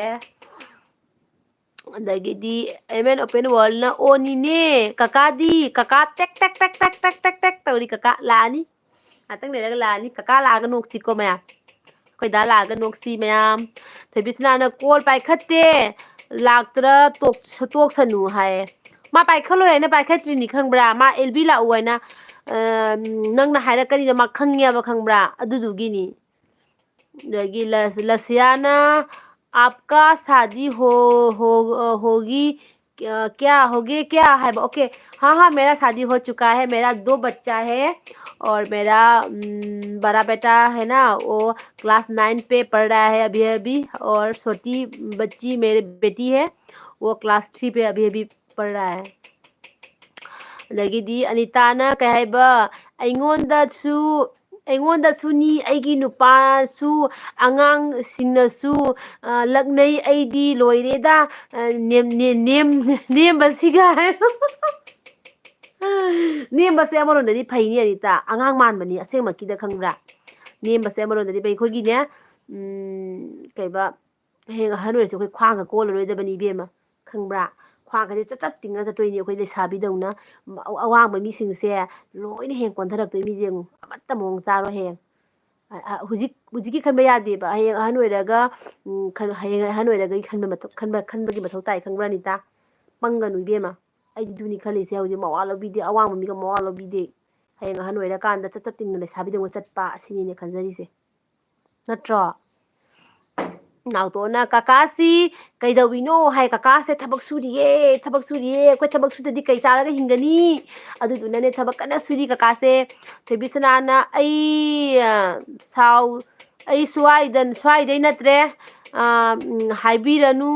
अꯩꯉꯣꯟꯗ हाय दगी अशोकना हाय आपका सिहो है आप कहाँ से हो है ओके सिलचर से हूँ आप कहाँ से हो अशोक दगी इचे कानोन लाए अनु खुदम बिपिरे अनु okay thank you इचे Kanan साइदगी इचे Kanan गा दामे घागा लागते है ना आई साइदगी हाइरा मिनी थबिसना मयाम दको थबिसना ना चे कानोन कायदा मांगुदे एन हंगरे दगी लसियाना आपको इंग्लिश आता है क्या नहीं इंग्लिश ज़्यादा नहीं आता थोड़ा बहुत आता है इतना ज़्यादा तो नहीं आता बोलने में भी थोड़ा सा प्रॉब्लम है इसलिए हिंदी में ही बात करेंगे ठीक है दगी बुंगी थोक थांगना फरनी हनुबा फारकलबदी येंबा नुंगाइनी को नंग इदु तनी हयेंग जेंगसी नंग कमाय तौगे हयेंग जेंगनानी नंगनी हयेंग हनु फा तौदोइसे बुंगो अइबुदी लेसाबी दौना लई नंगनी पीहू ना आप हिंदी में बात करो प्लीज। पीहू सॉरी, आप लोग हिंदी में कमेंट्स लिखो, मैं हिंदी में रिप्लाई दे दूंगी, ठीक है। और जो मणिपुरी मेरा चैनल तो मणिपुरी चैनल है ना, तो जो मेरा सब्सक्राइबर जो आ रहा है सब मणिपुरी है, इसलिए मैं मणिपुरी में ही बात करूंगी। और मैं हिंदी में बोलूँगी तो उन लोगों को पता नहीं चलेगा ना, इसलिए हाँ, आप कमेंट्स कीजिए हिंदी में, मैं रिप्लाई दे दूंगी हिंदी में, ठीक है। अदगीदी इचे कानोना मोमी होइदी थोइबी है। अनिता ना अनु ख्वांग कोलरोय याम हराउरी ये कहबा चैसु पा कई पा चैसु पाररोय हाइरो ओ चैसु पाररोय हाइबो ओके अदुनिने इबेमा अइना हाय सिंगु अखोय पंगबा या पोंदे मीना कने नेमी काना कसुम वाखन नुगाइतबा खलुनु खंगाबा हे अहन ओइरपे खलु अहन ओइरपदने नंग अइ चैसु पाररोयदबनी खंगाबा ज्ञान ताव। अदगी थबिसनाना इनमा चे हिते इनमा चे हाइट कयानो हाइरो आई खंदे हाइट कयानो खंदे पुंसी ओंजदी बेमै अशोकना अजमीर है। थोबिसनाना इसे कानो नोय लाक्त्रदी नोकपा फंगदेने नोयबो भाप खरा तानासे चुमद्रा जे कानोनदगिदी दामे खाका से कदो रोड खब खंगदे कदो नो खंगदे नाउ तोना नीनेगी एलबी से मी हिंदू सु याम येंगिने हाय येंगबनी हिंदू सु याम लाए एगिसे हिंदुस्तानी मी याम लाकबनी को इसे कानोन अनु मेघा पलकनो है मेघा पलकनो दा मेघा लाओ इसे कानोन लाए। दगिदी लसियाना आप बहुत सुंदर है, थैंक यू सो मच। थोबिसनाना हाइट कयारा हाइरक ओ इनमा नंगबो हाइट क्या ए हाइट खंदे हे ए हाइट क्या नो आई बुंसी ओंजद्री हाबा हाइट तो ए क्या नो खंदे। पीहू न कपखरे, पीहू रो रहे हो क्यों, क्या हुआ, आप क्यों रो रहे हो। एदे ना तो ना नीने आईदी हिंदी खंगी हाइबा ओके होइदा हौजिकांदी हिंदी लोय खंगरबनी मणिपुरी सिनाउसिंजु लोय हिंदी खंगबनी को हानददी सुम खरा वाला जुजी लोय खंगरबनी। बुंगी थोक थांगना ओझा मेघा इचे कानोन लागे इचे कानोन बुंग आए थोबिसना इनमा मीना अनेमबी हाइरसु नवा लौदे हाइवाई लौदे दुनिया हाइजा मवा लौदे अखोय दाना हाइजा मवा लौबीदे चोंगहल्लगा मखदाइजो थास थादोरिने एंगोंदा पी काना सिलक्तरी चोंगखत्तोनि मेदी चोंगहल्लगा एकदम जल्लमदोइनी। अदिताना अनु पुंसीगी ओंजदी हाइबदो हाइगा हिगतखरे अदुनि हाबा ओंद्री हाइबा ई असेमकिदमता ओंजदी हाबा। थोबिसदाना हाइट खंगदरे हाइबा इनमा नंग हौजिकिदो याम थुना ओलगा हाइरगो एंगोंदा कइनो ओंदोइनो दुबो कइनो ओनगे ता हाइरो एंगोंदा कइ ओनगे भायेंग ओलगा नोंगोंदा हाइरके कइनो ओनगे हाइरो। दगिदी लसिया अनु आप कहाँ से हैं। लसिया मैं सिलचर से हूँ, आप कहाँ से हो लसिया। चे कानोना मेघादो हुरान बा ओइरमले या करी हुरान बनो हाइसिबो नुपी हुरान बड़ा सना हुरान बड़ा लुपा हुरान बड़ा करी हुरान बनो हाइबा चे कानोन। पीहुना आप अप्सरा है, थैंक यू सो मच। दगिदी दियाना कहा हाय माय नेम इज दियाना है ओके आप कहाँ से हो दियाना, मेरे एलबी पे आने के लिए thank you so much. Now तो ना नोखरे दगिदी इसे कारण अनु नेट लोइदोरे अस लोइगिनु नाखो हे नंसु लापगा नेट लोइरगे लोइदोरेगा खोतोरेगा गसाइदगिसु लापा नते हौजि लागा नेट लोइदोरे हाइसे कई हाइनो। दगिदी थोबिसनाना आइगा इनमगा कनाने हेंजानो आइदी 5.6 ए 5 का जाउदे 5 का जाउरमोय आई 5 का जाउरमोय आई बीपी को आई बीपी 5 का जाउबा जानाते अखोइसे 5 जाउरमगोदो दाइबो दगिदी दुदी थोबिसनाना वांगी हे 5.6 हाइजी वांगी बे मनंग वांग अवांग नुपीनी नंग बुंगी थोतांगना कैबा अबू से गुला कौता मु अनु से गुला कौता मु वांग बनी है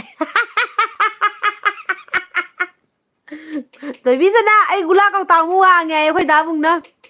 लगी थोइबीसना ना ओ इनमा नखुदना नप तमगा माप नप तमगा ओलो सी ओइदी फरनी है मीना ओंगी हंगागा कइनो ओनगी अमता हाइरो ओनगी हायगा अखोई दाना हाइबा ऐसे 5 पौ जौरो याए 5 पौ जौरो हाइदि अखोई दाना दुदी दा दुजी बोलेबा दुइदी आई थोइबीसनागी स्वाइजिगा लैरनी सिरेदा नुगाए मवानी ऐसे थोइबीसना अखोई दागी स्वाइजिगा लै स्वाइ दे लै अखोई दागी स्वाइ जौगदा स्वाइ मु जौगदा हंदे अखोई दागी अखोई दादी याम जना वांगबा मीदि नते मेडियम ने अखोई दासे अनिताना बाय ओइरगे आई मिसे नुगाइते मिसे मिथौ थुंगे नुगाइते हाय ओके अनिता वारी दि नुगाइरी को नंगा चलीसे वारी नुगाइरा काना चले हाबा पिहुना मेन करेबा कोलकाता से हूँ मैं कोलकाता से हूँ okay okay okay thank you Pihu Kolkata पे अभी वेदर कैसा है अनिता ना 5.60 वांगबनी है दुनिया बा वांगदुनी 5.6 है वांगदुनी बको दी थोइबीसना होइदा वांगबा मी चिंगे 5.6 तो कोई हाइट नैना तोना नीने आईडी हाइट से स्कूल दा ओन बदा 1.50 ने 1.50 से कई रे ना तो नंग से कई क्लास क्या no angang lo nang nursery da bangang lo ha na ton hairo pra nang se class kya no hairo kai nu hai se 1.50 ne hai si bo akhoi da se sono chu re khoi dau lang galak to le lei thoi bi chena kan che kan na ma nupi angang le ra ga pakhang sari ai o ai su masak to kai ro di ma le pakhang di ma de che kan no na han da gi ma gi dp da mai masak to khangbra ado pakhang di ma de he दगी दी के M ना चेचे सी Callum दैनो हाय ऐसे कसा दगी ने के M चे कानो ना सापम लाक्ट्रो थोइबी सापम लाक्ते ngasi सापम जु केदो खनो खंगदे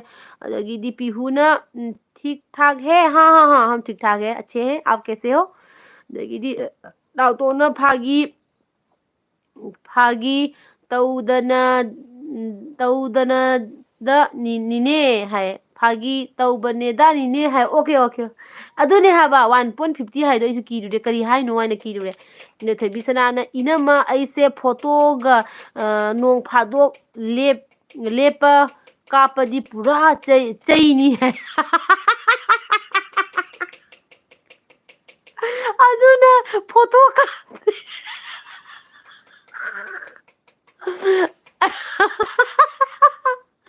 अꯩꯅ ꯍꯥꯏꯔꯤꯅꯦ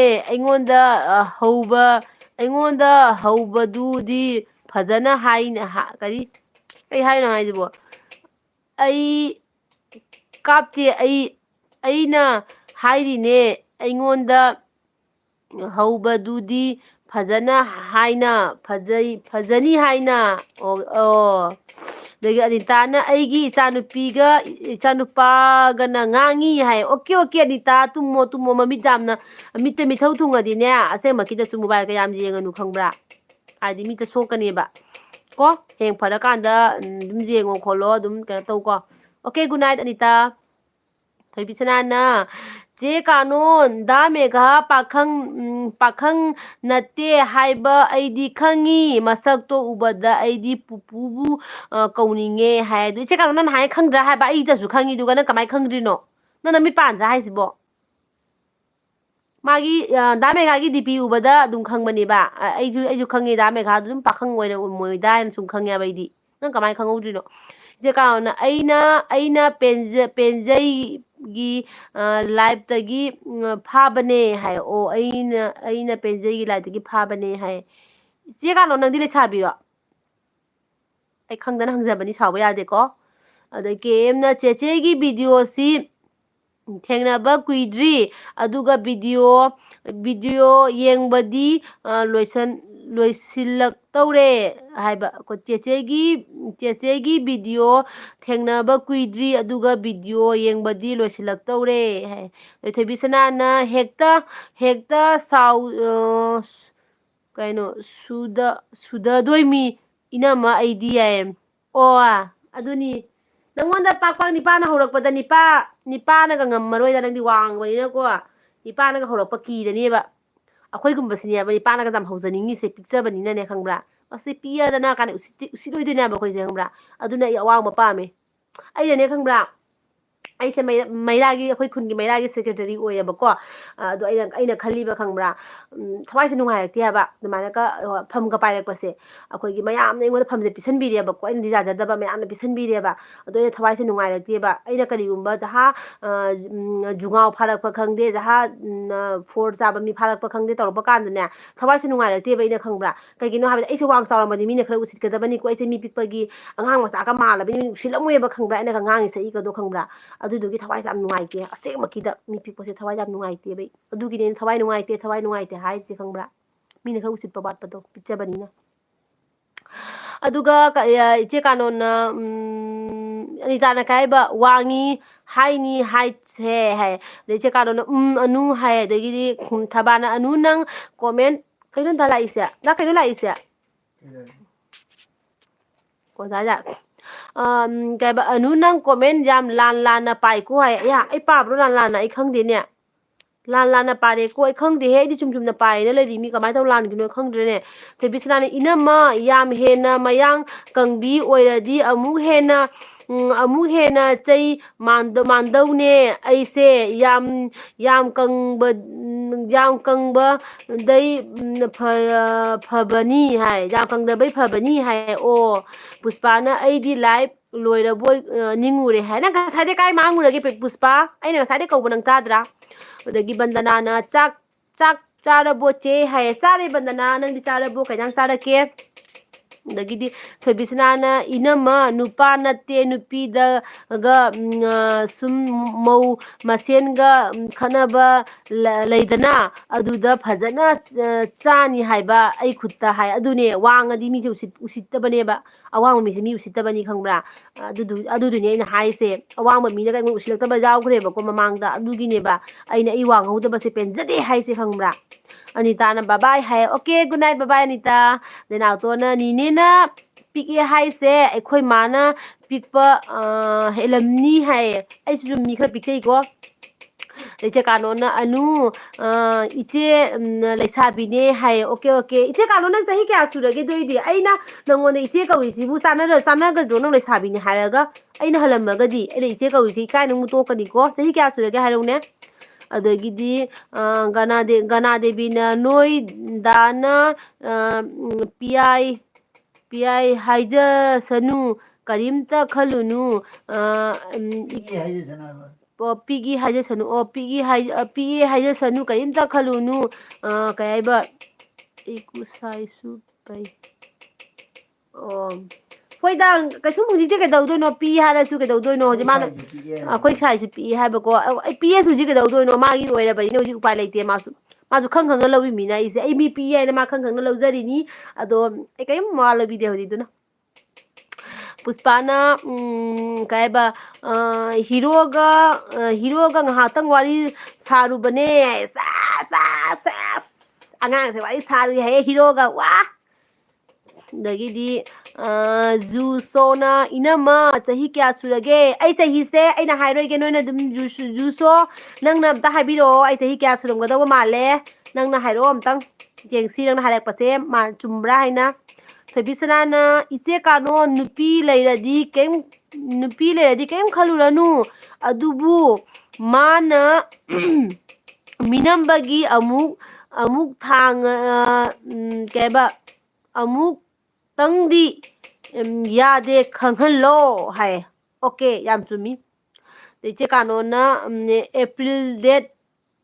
3 45 ꯁꯨꯗꯣꯏꯅꯦ ꯍꯥꯏꯌꯣ ꯑꯣꯀꯦ ꯏꯆꯦ ꯀꯥꯅꯣꯟꯗꯣ ꯑꯩꯗꯤ ꯑꯩꯉꯣꯟꯗꯒꯤ ꯍꯜꯂꯤꯀꯣ ꯑꯩꯉꯣꯟꯗꯒꯤ ꯌꯥꯝ ꯍꯜꯂꯤ ꯏꯆꯦꯅ ꯏꯆꯦ ꯀꯥꯅꯣꯟ ꯑꯩꯈꯣꯏ ꯗꯥꯒ ꯑꯗꯨꯝ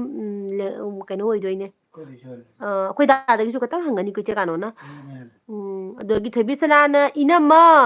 ꯄꯤꯛꯄ ꯃꯤꯗꯤ ꯃꯤ ꯅꯠꯇꯕꯩ ꯇꯥꯏꯞꯇ ꯃꯋꯥ ꯑꯝꯇ ꯂꯧꯅꯨ ꯍꯥꯏ ꯑꯗꯣ ꯄꯤꯛꯄꯗꯣ ꯈꯪꯕ꯭ꯔꯥ ꯑꯗꯨꯅꯤꯕ ꯔꯦꯟꯗꯤꯅ ꯑꯩꯈꯣꯏ ꯉꯁꯥꯏꯗꯒꯤ ꯃꯩ ꯂꯥꯛꯎꯗꯕ ꯍꯥꯏ ꯑꯣ ꯃꯩ ꯂꯥꯛꯎꯗ꯭ꯔꯕꯣ ꯑꯗꯒꯤ ꯖꯨꯁꯣꯅ ꯏꯅꯝꯃ 35 ꯃꯨꯛ ꯁꯨꯕ ꯃꯥꯜꯂꯦ ꯍꯥꯏ ꯑꯣꯀꯦ ꯗꯥꯏꯒꯤ ꯀꯩꯅꯣꯗꯨꯅꯤꯀꯣ ꯆꯨꯝꯃꯤꯀꯣ ꯀꯩꯅꯣ ꯖꯨꯁꯣ 35 ꯅꯠꯇꯦꯀꯣ 37니ꯀꯣ ꯅꯪꯅ ꯆꯍꯤ ꯑꯅꯤ ꯑꯃ ꯀꯩꯅꯣ ꯑꯣꯏꯔꯦ 37니 ꯄꯨꯁꯄꯥꯅ ꯆꯦꯒꯤ ꯂꯥꯏꯐꯁꯦ ꯌꯥꯎꯅꯤꯡꯕꯅꯦ ꯅꯨꯄꯥꯁꯨ ꯁꯥꯟꯅꯕ ꯌꯥꯗꯕ ꯇꯧꯁꯤꯟꯅꯔꯒ ꯇꯨꯝꯅꯤꯡꯉꯦ ꯍꯥꯏꯖꯤꯜꯂꯒ ꯆꯦꯒꯤ ꯂꯥꯏꯐ ꯆꯪꯉꯛꯏꯅꯦ ꯃꯥꯅꯤꯅꯦ ꯅꯤꯄꯥ ꯋꯥꯔꯤꯗꯣ ꯁꯥꯟꯅꯗꯕ ꯌꯥꯕꯅꯦꯀꯣ ꯀꯣꯜ ꯇꯧꯔꯛꯑꯗꯤ ꯃꯣꯏꯒ ꯋꯥꯔꯤ ꯁꯥꯟꯅꯗꯕ ꯌꯥꯗꯦ ꯅꯠꯇ꯭ꯔꯅꯦ ꯑꯗꯨꯅꯤ ꯑꯗꯒꯤꯗꯤ ꯔꯦꯖꯤꯌꯥ ꯂꯥꯛꯑꯦ ꯉꯁꯤꯗꯤ ꯍꯥꯏ ꯆꯦ ꯍꯥꯏ ꯍꯦꯜꯂꯣ ꯔꯦꯖꯤꯌꯥ ꯆꯥꯛ ꯆꯥꯔꯕꯣ ꯀꯩ ꯏꯟꯖꯥꯡ ꯆꯥꯔꯛꯀꯦ ꯌꯥꯝ ꯅꯨꯡꯁꯤꯌꯦ ꯅꯪ ꯔꯦꯖꯤꯌꯥ ꯂꯥꯛꯀꯅꯤ ꯑꯗꯣ ꯀꯔꯝꯕ ꯊꯥꯗ ꯂꯥꯛꯇꯣꯏꯅꯣ ꯑꯗꯒꯤꯗꯤ ꯇꯦꯜꯍꯩꯕ ꯂꯥꯛꯑꯦ ꯆꯦ ꯅꯨ ꯑꯩ ꯂꯥꯛꯑꯦ ꯑꯣꯀꯦ ꯇꯦꯜꯍꯩꯕ ꯀꯝ ꯋꯦꯜꯀꯝ ꯅꯆꯦꯒꯤ ꯅꯨꯄꯤꯗ ꯂꯥꯛꯄꯤꯕꯒꯤ ꯕꯟꯗꯅꯥꯅ ꯏꯆꯦ ꯀꯩ ꯊꯣꯡꯕ ꯆꯥꯒꯦ ꯍꯥꯏ ꯉꯁꯤꯗꯣ ꯕꯟꯗꯅꯥ ꯈꯦꯆꯤ ꯑꯣꯏꯅ ꯆꯥꯔꯦ ꯅꯪꯗꯤ ꯀꯩ ꯏꯟꯖꯥꯡ ꯆꯥꯔꯛꯀꯦ ꯇꯦꯜꯍꯩꯕꯁꯨ ꯀꯩ ꯏꯟꯖꯥꯡ ꯆꯥꯔꯛꯀꯦ ꯍꯥꯏꯔꯣ ꯑꯗꯨꯗꯒꯤꯗꯤ ꯊꯣꯏꯕꯤꯁꯅꯥꯅ ꯔꯦꯟꯗꯤ ꯍꯥꯏꯗꯦꯟ ꯇꯧꯔꯤ ꯑꯗꯨꯅ ꯀꯩꯒꯤ ꯍꯥꯏ ꯀꯅꯥ ꯇꯧꯔꯤꯅꯣ ꯊꯣꯏꯕꯤꯁꯅꯥ ꯑꯩꯁꯨ ꯈꯪꯗꯦꯅꯦ ꯑꯗꯒꯤꯗꯤ ꯄꯨꯁꯄꯥꯅ ꯇꯦꯜꯍꯩꯕ ꯚꯣꯠ ꯈꯣꯝꯕ ꯂꯥꯛꯑꯦ ꯑꯗꯒꯤ ꯆꯦ ꯀꯥꯅꯣꯅ ꯃꯦꯘꯥꯗꯤ ꯑꯩꯅ ꯀꯩꯕ ꯍꯥꯏꯕ ꯀꯔꯤꯝꯇ ꯊꯥꯖꯗꯦ ꯃꯦꯘꯥꯗꯤ ꯑꯩꯅ ꯍꯥꯏꯕ ꯀꯔꯤꯝꯇ ꯊꯥꯖꯗꯦ ꯍꯥꯏꯌꯦꯀꯣ ꯑꯗꯒꯤꯗꯤ ꯔꯦꯟꯗꯤꯁꯦ ꯀꯩꯅꯣ ꯐꯠꯇꯕ ꯍꯥꯏꯔꯝꯕ꯭ꯔꯥꯅꯦ ꯈꯪꯗꯦꯅꯦ ꯑꯩ ꯑꯗꯩ ꯇꯦꯜꯍꯩꯕꯅ ꯀꯩꯅꯣꯅ ꯍꯥꯏꯖꯤꯟ ꯇꯧꯔꯤꯃꯤꯅꯦ ꯈꯨꯃꯟꯅ ꯇꯧꯔꯤꯃꯤꯅꯦ ꯈꯨꯃꯟ ꯅꯪ ꯑꯩꯒꯤ ꯑꯦꯜꯕꯤꯗ ꯌꯥꯎꯔꯒ ꯅꯪ ꯀꯩꯒꯤꯅꯣ ꯊꯣꯛꯂꯛꯇ꯭ꯔꯤꯗꯣ ꯊꯣꯛꯂꯛꯑꯣ ꯂꯥꯛꯑꯣ ꯏꯕꯨꯡꯉो ꯅꯪꯅ ꯔꯦꯟꯗꯤꯗꯣ ꯀꯩꯒꯤꯅꯣ ꯅꯪꯅ ꯍꯥꯏ ꯇꯧꯁꯤꯜꯂꯤꯖꯣ ꯀꯩꯒꯤꯅꯣ ꯑꯗꯒꯤ ꯔꯦꯟꯗꯤ ꯉꯁꯥꯏꯗꯩ ꯋꯥꯔꯤ ꯁꯥꯟꯅꯔꯤꯅꯤ ꯑꯩꯈꯣꯏꯒ ꯇꯦꯜꯍꯩꯕꯅ ꯕꯟꯗꯅꯥ ꯑꯩꯒꯤ ꯆꯦꯅꯦꯜ ꯂꯩꯕꯅꯦ ꯖꯣꯏꯟ ꯇꯧꯕꯤꯔꯝꯃꯣ ꯍꯥꯏ ꯑꯗꯨꯗꯒꯤꯗꯤ ꯅꯥꯎꯇꯣꯟꯅ ꯀꯀꯥꯗꯣ ꯃꯁꯛ ꯑꯝꯇ ꯌꯦꯡꯖꯒꯦ ꯗꯅ ꯀꯥꯏꯅꯣ ꯀꯀꯥꯅ ꯀꯅꯥ ꯁꯦꯝꯃꯤꯁꯦ ꯗꯥ ꯂꯥꯛꯑꯣ ꯉꯥꯛꯇꯪꯗꯤ ꯂꯥꯛꯑꯣꯗꯅ ꯃꯌꯥꯝꯅ ꯅꯪ ꯑꯝꯇ ꯂꯥꯛꯑꯣ ꯍꯥꯏꯁꯦ ꯂꯥꯛꯑꯣ ꯄ꯭ꯂꯤꯖ ꯑꯗꯒꯤꯗꯤ ꯇꯦꯜꯍꯩꯕꯅ ꯍꯋꯥꯏ ꯆꯥꯔꯛꯑꯦ ꯍꯥꯏ ꯑꯣꯀꯦ ꯑꯩꯁꯨ ꯍꯋꯥꯏ ꯆꯥꯏꯑꯦ ꯇꯦꯜꯍꯩꯕ ꯃꯥꯟꯅꯔꯦ ꯑꯩꯈꯣꯏꯅꯤ ꯊꯣꯏꯕꯤꯁꯅꯥꯅ ꯑꯩꯈꯣꯏ ꯁꯥꯄꯝ ꯀꯤꯡ ꯀꯣꯡꯅ ꯏꯅꯝꯃ ꯀꯅꯥꯅ ꯑꯣꯏꯅꯤ ꯁꯣꯏꯔꯤꯔꯥ ꯈꯪꯗꯦ ꯍꯥꯏ ꯑꯗꯨꯅꯦ ꯂꯧꯊꯣꯛꯄꯤꯌꯣ ꯍꯥꯏ ꯇꯧꯔꯤꯗꯣ ꯂꯧꯊꯣꯛꯄꯤꯌꯣ ꯈꯨꯃꯟ ꯃꯥ ꯉꯁꯥꯏꯗꯒꯤ ꯀꯩꯅꯣ ꯇꯧꯕꯅꯤ ꯋꯥꯔꯤ ꯁꯥꯟꯅꯔꯤꯅꯦꯕꯀꯣ ꯇꯦꯜꯍꯩꯕꯅ ꯅꯥꯎꯇꯣꯟ ꯑꯩꯒꯤ ꯆꯦꯅꯦꯜ ꯂꯩꯕꯅꯦ ꯖꯣꯏꯟ ꯇꯧꯕꯤꯔꯝꯃꯣ ꯑꯗꯒꯤ ꯆꯦ ꯀꯥꯅꯣꯅ ꯁꯥꯄꯝ ꯂꯣꯜꯂꯤꯅ ꯃꯥ ꯉꯁꯥꯏ ꯂꯨꯝꯃꯒ ꯇꯥꯔꯤ ꯑꯣꯏꯔꯝꯒꯅꯤ ꯈꯪꯕ꯭ꯔꯥ ꯃꯥ ꯂꯩꯔꯤꯅꯤ ꯉꯁꯥꯏꯗꯒꯤ ꯑꯩꯅ ꯉꯁꯥꯏꯗꯒꯤ ꯀꯧꯔꯤꯅꯤ ꯃꯥ ꯑꯗꯒꯤꯗꯤ ꯊꯣꯏꯕꯤꯁꯅꯥꯅ ꯂꯧꯊꯣꯛꯈ꯭ꯔꯦ ꯍꯥꯏꯕꯅꯤ ꯏꯅꯝꯃ ꯍꯥꯏꯌꯦ ꯑꯗꯨꯅꯤ ꯔꯦꯟꯗꯤꯅ ꯑꯩꯁꯨ ꯍꯥꯏꯌꯦ ꯔꯦꯟꯗꯤꯅ ꯌꯦꯡꯒꯦ ꯍꯥꯏꯕꯀꯣ ꯑꯗꯩ ꯄꯨꯁꯄꯥꯅ ꯄꯥꯕ ꯅꯨꯡꯉꯥꯏꯒꯗꯔꯥ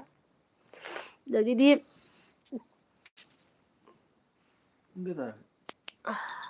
ꯄꯨꯁꯄꯥꯅ ꯉꯔꯥꯡꯒꯤ ꯏꯇꯩꯅ ꯇꯦꯜꯍꯩꯕ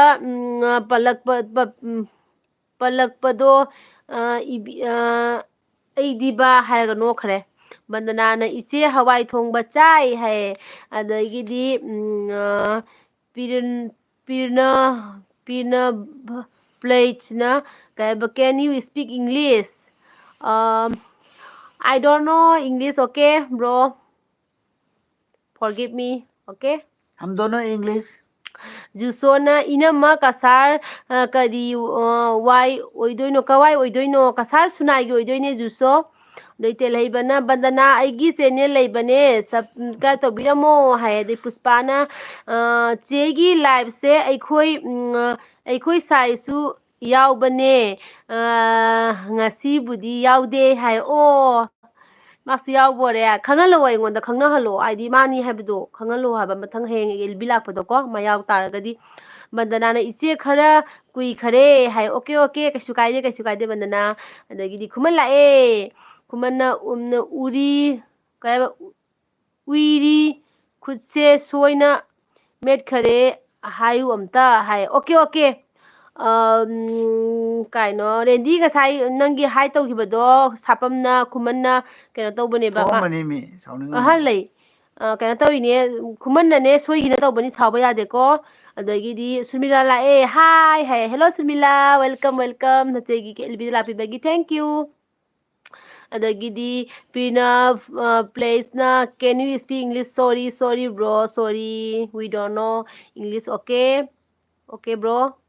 ꯑꯗꯒꯤꯗꯤ ꯁꯨꯃꯤꯂꯥꯅ ꯆꯦ ꯆꯥꯛ ꯆꯥꯔꯕꯣ ꯆꯥꯔꯦ ꯁꯨꯃꯤꯂꯥ ꯅꯪꯗꯤ ꯀꯩ ꯏꯟꯖꯥꯡ ꯑꯩꯗꯤ ꯆꯥꯔꯛꯀꯦ ꯀꯩꯝ ꯎꯗ꯭ꯔꯦ ꯅꯥꯎꯇꯣꯟꯅ ꯋꯥꯎ ꯀꯀꯥꯁꯦ ꯄꯣꯁ ꯌꯥꯝ ꯇꯥꯏꯌꯦ ꯍꯥꯏꯌꯦ ꯑꯩꯈꯣꯏꯗꯥ ꯍꯧꯖꯤꯛ ꯀꯧ ꯈꯨꯝꯃꯔꯣꯏ ꯎꯗ꯭ꯔꯦ ꯀꯧ ꯈꯨꯝꯃꯔꯣꯏꯀꯣ ꯅꯤꯄꯥꯁꯦ ꯀꯧ ꯈꯨꯝꯃꯔꯣꯏ ꯄꯣꯁ ꯇꯥꯏ ꯍꯥꯏꯔꯨꯗꯅ ꯏꯆꯦ ꯀꯥꯅꯣꯅ ꯁꯥꯄꯝ ꯄꯣꯁ ꯑꯅ ꯇꯥꯅꯤ ꯍꯥꯏꯔꯦ ꯀꯣꯛꯁꯦ ꯎꯕ꯭ꯔꯥ ꯑꯗꯒꯤ ꯊꯣꯏꯕꯤꯁꯅꯥꯅ ꯅꯪ ꯍꯥꯏꯌꯨ ꯁꯛ ꯌꯥꯝ ꯀꯥꯛꯀꯅꯣ ꯁꯨꯝ ꯁꯣꯏꯔꯨꯔꯗꯤ ꯍꯥꯏꯌꯦ ꯑꯗꯒꯤ ꯔꯦꯟꯗꯤꯅ ꯅꯦꯅꯦ ꯍꯌꯦꯡ ꯂꯥꯏꯚ ꯂꯥꯛꯀꯗ꯭ꯔꯣ ꯄꯨꯡ ꯀꯌꯥꯗ ꯔꯦꯟꯗꯤ ꯍꯌꯦꯡꯗꯣ ꯄꯨꯡꯅꯦ 7ꯗ ꯂꯥꯛꯀꯅꯤ ꯈꯪꯕ꯭ꯔꯥ ꯅꯨꯡꯗꯥꯡ ꯄꯨꯡ 7ꯗ ꯂꯥꯛꯀꯅꯤ ꯂꯥꯛꯎ ꯈꯪꯕ꯭ꯔꯥ ꯑꯗꯩ ꯄ꯭ꯔꯤꯅ ꯄ꯭ꯂꯦꯁꯅ ꯁꯣꯔꯤ ꯍꯥꯏꯌꯦ it's okay bro it's okay ꯑꯗꯒꯤꯗꯤ ꯊꯣꯏꯕꯤꯁꯅꯥꯅ ꯔꯦꯟꯗꯤ ꯁꯥꯎꯅꯨꯀꯣ ꯊꯧꯑꯣꯏ ꯇꯧꯕ ꯅꯠꯇꯦ ꯁꯣꯔꯤ ꯍꯥꯏꯌꯦ ꯔꯦꯟꯗꯤ ꯁꯥꯎꯅꯨ ꯊꯑꯣꯏꯅꯅꯦ ꯈꯨꯃꯟꯅ ꯇꯧꯕ ꯅꯠꯇꯦ ꯃꯥ ꯎꯏꯅꯅꯦ ꯑꯦꯜꯕꯤ ꯌꯦꯡꯕꯗ ꯁꯣꯏꯒꯤꯅ ꯇꯧꯕꯅꯦꯕꯀꯣ ꯁꯥꯎꯕ ꯌꯥꯗꯦ ꯑꯗꯒꯤꯗꯤ ꯃꯥꯂꯦꯝ ꯂꯥꯏꯇꯣꯡꯖꯝꯅ ꯏꯅꯝꯃ ꯀꯩ ꯍꯦꯟꯖꯥꯡ ꯆꯥꯒꯦ ꯍꯧꯖꯤꯛꯀꯥꯟꯁꯦ ꯀꯔꯤ ꯃꯊꯦꯜꯅ ꯈ꯭ꯋꯥꯏꯗꯒꯤ ꯍꯥꯎꯕꯒꯦ ꯍꯥꯏꯌꯦ ꯑꯩꯒꯤꯗꯤ ꯈꯪꯗꯦ ꯃꯥꯂꯦꯝ ꯍꯧꯖꯤꯛꯀꯥꯟꯁꯦ ꯑꯩꯗꯤ ꯍꯪꯒꯥꯝ ꯆꯝꯊꯣꯡ ꯑꯗꯨꯒ ꯏꯔꯣꯝꯕ ꯀꯥꯏꯅ ꯈ꯭ꯋꯥꯏꯗꯒꯤ ꯍꯥꯎꯖꯩ ꯍꯥꯏꯕ ꯇꯥꯔꯦ ꯅꯣꯏꯒꯤꯗꯤ ꯅꯪꯒꯤꯗꯤ ꯀꯔꯤꯅ ꯈ꯭ꯋꯥꯏꯗꯒꯤ ꯍꯥꯎꯒꯦ ꯍꯥꯏꯔꯝꯃꯣ ꯃꯌꯥꯅꯥꯎꯅ ꯆꯦ ꯑꯕꯦꯝꯃ ꯇꯨꯝꯈ꯭ꯔꯕꯣ ꯃꯥꯒꯤ ꯉꯁꯤꯒꯤ ꯗꯦꯟꯁꯇꯨ ꯌꯥꯝ ꯍꯩꯌꯦ ꯍꯥꯏꯌꯦ ꯃꯌꯥꯅꯥꯎ ꯅꯪ ꯀꯥꯏꯗꯩ ꯎꯔꯤꯕ ꯀꯩꯅꯣ ꯑꯦꯕꯤꯗꯩ ꯎꯔꯤꯔꯣ ꯀꯩꯅꯣ ꯇꯧꯋꯦ ꯃꯥ ꯇꯨꯝꯈ꯭ꯔꯦ ꯋꯥꯔꯦꯀꯣ ꯉꯁꯤꯗꯣ ꯑꯗꯨꯒꯤ ꯇꯨꯝꯈ꯭ꯔꯦ ꯃꯥꯁꯦ ꯑꯗꯨꯗꯒꯤꯗꯤ ꯅꯥꯅꯤꯅ ꯀꯦꯅꯣꯠ ꯑꯟꯗꯔꯁꯇꯦꯟ ꯌꯣꯔ ꯂꯦꯡꯒ꯭ꯋꯦꯖ ꯍꯥꯏ can't okay understand okay okay ꯅꯅꯤ we don't know English okay sorry sorry ꯅꯅꯤ ꯑꯗꯒꯤꯗꯤ ꯄ꯭ꯂꯦꯁꯅ ꯑꯅꯨꯕ ꯁꯕꯁꯀ꯭ꯔꯥꯏꯕ ꯇꯧꯋꯦ ꯑꯁ ꯑꯅꯧꯕ ꯁꯕꯁꯀ꯭ꯔꯥꯏꯕ ꯇꯧꯔꯦ ꯊꯦꯡꯛ ꯌꯨ ꯁꯣ ꯃꯆ ꯇꯦꯜꯍꯩꯕꯅ ꯃꯥꯂꯦꯝ ꯌꯥꯔꯦ ꯃꯥꯏ ꯂꯥꯏꯔꯣꯖꯝ ꯃꯈꯥꯅꯤꯕ ꯑꯩꯒꯤ ꯆꯦꯅꯦꯜ ꯁꯞꯄꯣꯔꯠ ꯇꯧꯕꯤꯔꯝꯃꯣ ꯄꯨꯁꯄꯥꯅ ꯑꯩ ꯏꯇꯩꯅ ꯉꯔꯥꯡ ꯇꯦꯜꯍꯩꯕ ꯄꯥꯜꯂꯛꯄꯒꯤ ꯃꯥꯅ ꯌꯥꯗꯦꯀꯣ ꯑꯩ ꯀꯩ ꯍꯥꯏꯕ ꯀꯥꯏꯅꯔꯗꯤ ꯏꯇꯩ ꯀꯩ ꯍꯥꯏꯕ ꯏꯇꯩꯗ ꯁꯤꯡꯒꯅꯤ ꯍꯥꯏꯌꯦ ꯀꯩꯅꯣ ꯀꯩꯅꯣ ꯍꯥꯏꯁꯦ ꯀꯌꯥ ꯈꯪꯗ꯭ꯔꯦ ꯄꯨꯁꯄꯥꯅ ꯍꯥꯏꯁꯦ ꯀꯩꯕ ꯏꯇꯩꯅ ꯏꯇꯩꯅ ꯉꯔꯥꯡ ꯇꯦꯜꯍꯩꯕ ꯄꯜꯂꯛꯄꯒꯤ ꯄꯜꯂꯛꯄꯒꯤ ꯃꯥꯅ ꯄꯥꯏ ꯌꯥꯗꯦꯀꯣ ꯃꯅꯥ ꯄꯥꯏ ꯌꯥꯗꯦꯀꯣ ꯑꯩ ꯀꯥꯏꯅꯔꯗꯤ ꯀꯥꯏꯅꯔꯗꯤ ꯏꯇꯩꯗ ꯁꯤꯡꯒꯅꯤ ꯍꯥꯏꯔꯛꯑꯣ ꯑꯗꯒꯤꯗꯤ ꯁꯨꯔꯃꯤꯂꯥꯅ ꯆꯦ ꯉꯥ ꯆꯥꯔꯦ ꯍꯥꯏꯌꯣ ꯑꯣꯀꯦ ꯁꯨꯔꯃꯤꯂꯥ ꯅꯥꯇꯣꯟꯅ ꯅꯣꯛꯈ꯭ꯔꯦ ꯅꯥꯇꯣꯟ ꯀꯟꯅ ꯅꯣꯛꯏ ꯀꯩꯒꯤꯅꯣ ꯅꯥꯇꯣꯟ ꯌꯥꯝ ꯅꯣꯛꯏꯗꯣ ꯔꯦꯟꯗꯤꯅ ꯑꯣ ꯍꯥꯏ ꯑꯗꯩ ꯕꯟꯗꯅꯥꯅ ꯏꯆꯦꯒꯤ ꯂꯥꯏꯚ ꯌꯥꯝ ꯅꯨꯡꯁꯤꯌꯦ ꯍꯥꯏ thank you Vandana thank you ꯁꯣ ꯃꯆ ꯑꯗꯒꯤꯗꯤ ꯇꯦꯜꯍꯩꯕꯅ ꯁꯨꯔꯃꯤꯂꯥ ꯑꯩꯉꯣꯟꯗ ꯚꯣꯠ ꯄꯤꯕꯤꯔꯝꯃꯣ ꯔꯦꯟꯗꯤꯅ ꯑꯣꯀꯦ ꯑꯗꯒꯤꯗꯤ ꯅꯟꯗꯥꯅ ꯅꯤꯅꯦ ꯌꯥꯝ ꯉꯥꯡꯕ ꯌꯥꯝ ꯍꯩꯌꯦ ꯍꯥꯏ ꯀꯥꯏꯗꯩ ꯍꯩꯕꯅꯣꯗ ꯃꯌꯥꯝ ꯍꯩꯖꯗꯦ ꯁꯤꯗ ꯑꯝꯇ ꯇꯦꯜꯍꯩꯕ ꯁꯥꯗꯣꯛꯐꯝ ꯃꯣꯏ ꯂꯥꯛꯄꯁꯦ ꯗꯥꯛꯇꯔ ꯂꯦꯅꯤꯟꯒꯤ ꯂꯩꯐꯝ ꯑꯝꯇ ꯇꯥꯛꯄꯤꯈꯣ ꯑꯗꯒꯤ ꯐꯥꯒꯤ ꯇꯧꯕꯅꯤ ꯇꯦꯜꯍꯩꯕ ꯁꯥꯎꯕ ꯌꯥꯗꯦꯀꯣ ꯑꯩꯈꯣꯏ ꯗꯥꯗꯤ ꯐꯥꯒꯤ ꯈꯔ ꯇꯧꯒꯟꯕꯅꯤꯀꯣ ꯑꯗꯒꯤꯗꯤ ꯃꯆꯟꯅ ꯍꯥꯏꯕ ꯍꯥꯏ ꯆꯦ ꯍꯦꯜꯂꯣ ꯍꯦꯜꯂꯣ ꯅꯆꯦꯒꯤ ꯑꯦꯜꯕꯤꯗ ꯂꯥꯛꯄꯤꯕꯒꯤ ꯊꯦꯡꯛ ꯌꯨ ꯂꯥꯏꯛ ꯇꯧꯁꯤꯟꯕꯤꯌꯣ ꯄ꯭ꯂꯤꯖ ꯂꯥꯏꯛ ꯇꯧꯁꯤꯟꯕꯤꯌꯣ ꯃꯌꯥꯝ ꯑꯗꯨꯗꯒꯤꯗꯤ ꯃꯉꯥꯡꯅ ꯕꯦꯁ ꯀꯄꯜ ꯍꯥꯏꯌꯦ ꯊꯦꯡꯛ ꯌꯨ ꯑꯗꯒꯤꯗꯤ ꯁꯟꯖꯦ ꯄꯇꯤꯜꯅ what language are you guys speaking Manipuri language ꯁꯟꯖꯦ ꯑꯗꯒꯤꯗꯤ ꯃꯌꯥꯅꯥꯎꯅ ꯑꯦꯐꯕꯤꯗ ꯎꯕꯅꯤ ꯍꯥꯏ ꯑꯣꯀꯦ ꯑꯦꯐꯕꯤꯗꯩ ꯊꯥꯒꯠꯈꯤꯕꯅꯦ ꯑꯩꯅ ꯑꯗꯣ ꯍꯌꯦꯡꯁꯨ ꯀꯩꯅꯣ ꯇꯧꯔꯛꯀꯅꯤꯀꯣ ꯍꯌꯦꯡꯁꯨ ꯑꯩꯈꯣꯏ ꯑꯕꯨꯡꯉꯣꯒꯤ ꯃꯣꯏꯒꯤ ꯏꯁꯄꯣꯔꯠ ꯁꯥꯟꯅꯈꯤꯕꯒꯤ ꯄ꯭ꯔꯥꯏꯖ ꯄꯤꯕ ꯈꯣꯠꯄ ꯑꯩꯈꯣꯏ ꯑꯕꯨꯡꯉꯣꯁꯨ ꯌꯥꯎꯋꯦ ꯑꯗꯨꯗꯨꯒ ꯄꯨꯟꯁꯤꯜꯂꯒ ꯀꯣꯝꯕꯥꯏꯟ ꯇꯧꯁꯜꯂꯒ ꯏꯆꯥꯊꯣꯏꯕꯤꯒꯤ ꯗꯦꯟꯁꯇꯨ ꯀꯣꯝꯕꯥꯏꯟ ꯇꯧꯁꯜꯂꯒ ꯍꯥꯞꯄꯛꯀꯅꯤꯀꯣ ꯍꯌꯦꯡꯁꯨ ꯑꯗꯒꯤꯗꯤ ꯄꯨꯁꯄꯥꯅ ꯇꯦꯜꯍꯩꯕꯅ ꯂꯥꯏꯚ ꯂꯥꯛꯄꯁꯤꯃ ꯚꯣꯠ ꯈꯣꯝꯗꯅꯇ ꯂꯩꯈ꯭ꯔꯦ ꯍꯥꯏ ꯑꯗꯨꯅꯦ ꯃꯥꯗꯤ ꯚꯣꯠ ꯈꯣꯝꯕ ꯂꯥꯛꯏꯅꯦ ꯊꯣꯏꯕꯤꯁꯅꯥꯅ ꯏꯅꯝꯃ ꯀꯩ ꯍꯥꯏꯕ ꯄꯪꯁꯣꯏꯗ ꯁꯣꯏꯕ ꯃꯤ ꯌꯥꯎꯔꯦ ꯄꯪꯁꯣꯏꯗ ꯁꯣꯏꯕ ꯃꯤ ꯌꯥꯎꯔꯦ ꯑꯩꯗꯤ ꯁꯤꯔꯦꯗ ꯅꯣꯛꯄꯗ ꯏꯅꯝꯃ ꯅꯪ ꯈꯪꯉꯗꯤ ꯅꯣꯛꯄꯗ ꯂꯣꯏꯅꯤ ꯍꯥꯏ ꯑꯣ ꯈꯪꯗꯦꯅꯦ ꯑꯩꯗꯤ ꯑꯗꯨꯒꯤꯗꯤ Sanjay Patilna what language do you speak Manipuri language ꯑꯗꯨꯒꯤꯗꯤ Joy Singana tumo hai hoi chichau khangdene hoi hoi tumdrobane chichau adugidi Srimila na hi hello adugidi Nautona ninegi mingse uraga class 7 da tinaramba ninegi mingse uraga class 7 da tinaramba imanabido ya miss tawe hai aigi minga manariro Nauton Rendina kakase yamna nokninge hai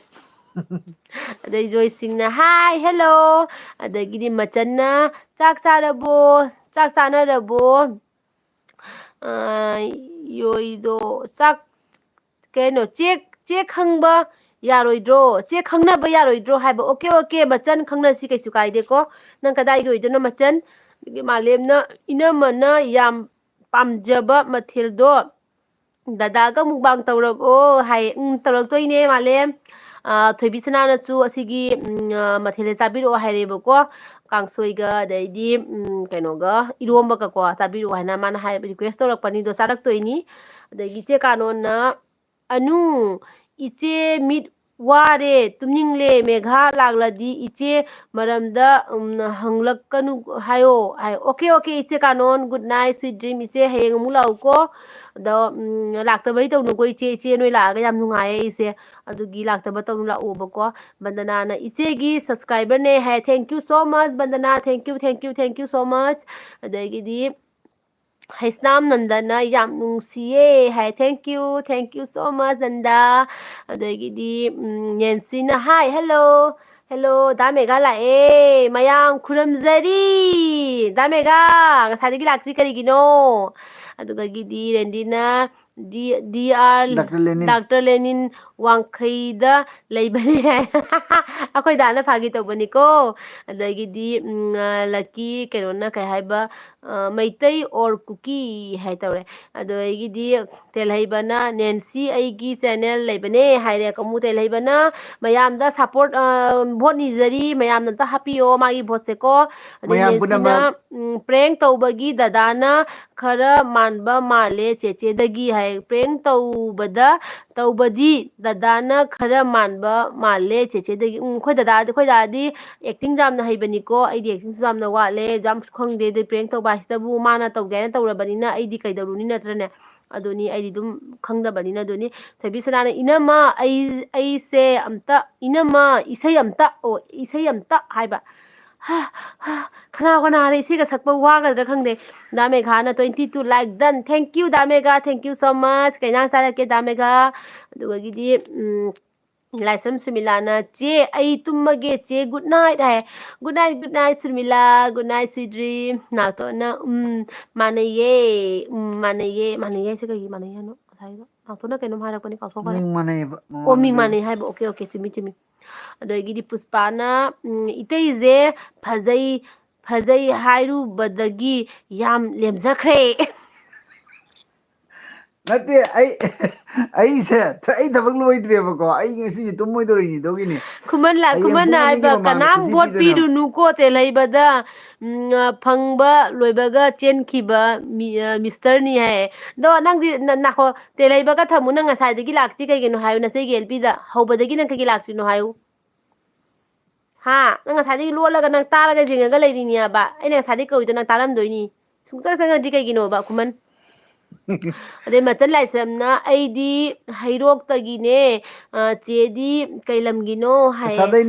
kasadaine adaidi Rendina nene tumdore bye bye hai good night bye bye Rendi heng mula o heng pung apan da lakani ko chiche heng pung apan da mo elbi tawrake mayam febiquick leiradi mayam febiquick leiradi te leiba sadokpam da join tawbiramu khuman sina ka hakang wa chale aina ngangi se pakhum pi dange hakang wa chale talle he khuman je waidur na kai ba chak charabo nene kaka kai mathil charage ngasi khechiro na chare Thoibisana hakam changre Damega na kai ba chatkrabo kanondubu chatkhare Damega Rendi kaino toraisena de bandana na kai iche te leiba sadok iche te leiba sadokpam gi 1.98 subscriber ꯂꯩꯅꯦ ꯃꯣꯏ ꯑꯗꯨꯃꯥꯏꯅ ꯂꯩꯕꯅꯦ ꯃꯥꯏ ꯃꯁꯥꯒꯤ contained ꯌꯥꯎꯗꯕꯅꯤ ꯃꯤꯒꯤ video ꯉꯥꯛꯇ ꯊꯥꯡꯒꯠꯂꯛꯏꯗꯣ ꯃꯌꯥꯅꯥꯎꯅ ꯆꯦ ꯏꯕꯥꯏꯗ ꯐꯥꯒꯤ ꯇꯧꯍꯟꯁꯦ ꯍꯥꯏ okay okay ꯑꯗꯨꯅꯦ तौरके एन नातो नाउटोना के बनेने से वीडियो द पूरा लैसाबी ने okay okay thank you so much आई अमूल होंद्रो मागा इनाम नंदन के अदोम कदाई गिनो कोई कसादगिने ꯑꯩ ꯊꯤꯡꯖꯤꯟꯖꯒꯦ अखोई खुमन के खुमन के ꯑꯣꯟ ओन ꯊꯝꯒꯦꯀꯣ थमगे को ꯑꯗꯨꯒ दुगा ꯎꯏꯒꯦ ꯑꯝꯇ अच्छा अच्छा उइरो उइरो हंगाम चाहिए ओजा के ना मेघाना के थोबी सनाना ꯋꯥꯍꯩꯗꯣ ꯅꯨꯡꯁꯤꯕ ꯊꯝꯂꯤꯕ ꯊꯃꯣꯏꯗ ꯑꯣꯏꯖꯒꯦ ꯑꯩꯗꯒꯤ ꯑꯣꯏꯖꯒꯦ ꯁꯒꯣꯜ ꯏꯅꯃꯥ ꯏꯅꯃ ꯑꯣꯏꯗꯩ ꯅꯦꯟꯁꯤ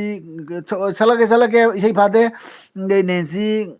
ꯃꯉꯥꯡꯅ ꯀꯩꯕ ꯆꯤꯆꯦꯒ ꯗꯗꯥꯒꯁꯦ ꯌꯥꯝ ꯅꯨꯡꯁꯤꯅꯩꯌꯦ ꯌꯥꯝ ꯆꯥꯛꯆꯩꯌꯦ ꯍꯥꯏꯕ ꯊꯦꯡꯀ꯭ꯌꯨ ꯑꯗꯩ ꯕꯟꯗꯅꯥꯅ ꯁꯣꯔꯤ ꯀꯦ ꯀꯥꯞꯄ ꯍꯥꯞꯄ ꯀꯦ ꯍꯥꯞꯄ ꯀꯥꯎꯔꯨꯔꯦ ꯑꯣ ꯁꯣꯔꯤ ꯀꯦ ꯍꯥꯞꯄ ꯀꯥꯎꯔꯨꯔꯦ ꯍꯥꯏ ꯄꯨꯁꯄꯥꯅ ꯄꯨꯁꯄꯥꯅ ꯆꯦ ꯂꯣꯏꯗ꯭ꯔꯤ ꯐꯥꯎꯗꯤ ꯌꯥꯎꯒꯅꯤ ꯑꯗꯣ ꯑꯩ ꯍꯌꯦꯡ ꯊꯕꯛ ꯆꯠꯇꯣꯏꯅꯦ ꯑꯗꯨꯅ ꯇꯨꯝꯂꯒꯦꯀꯣ ꯑꯣꯀꯦ ꯑꯣꯀꯦ ꯄꯨꯁꯄꯥ ꯇꯨꯝꯃꯣ ꯇꯨꯝꯃꯣ ꯒꯨꯗ ꯅꯥꯏꯠ ꯇꯨꯝꯃꯣ ꯇꯦꯂꯩꯕꯅ ꯀꯩꯕ ꯕꯟꯗꯅꯥ ꯇꯧꯔꯕꯣ ꯇꯦꯂꯩꯕꯅ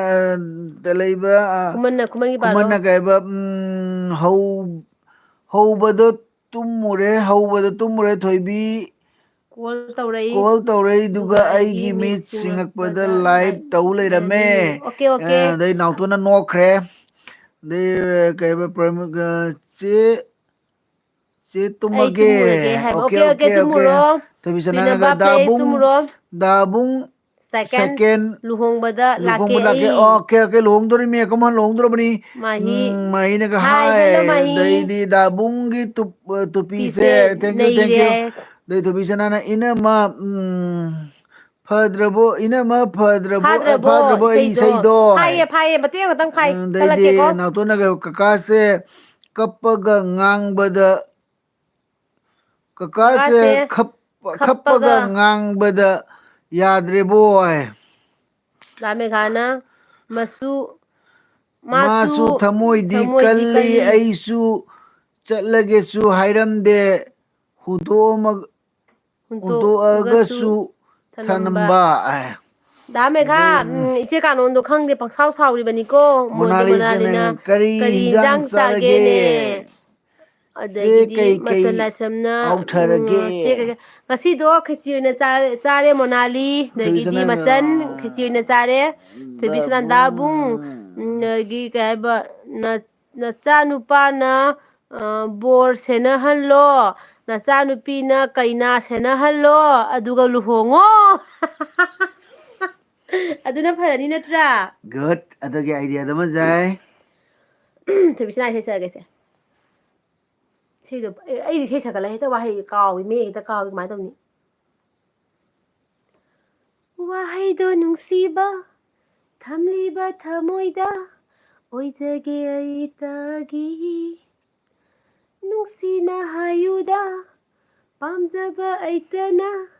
ꯑꯣꯏꯔꯒꯦ ꯊꯃꯣꯏꯅ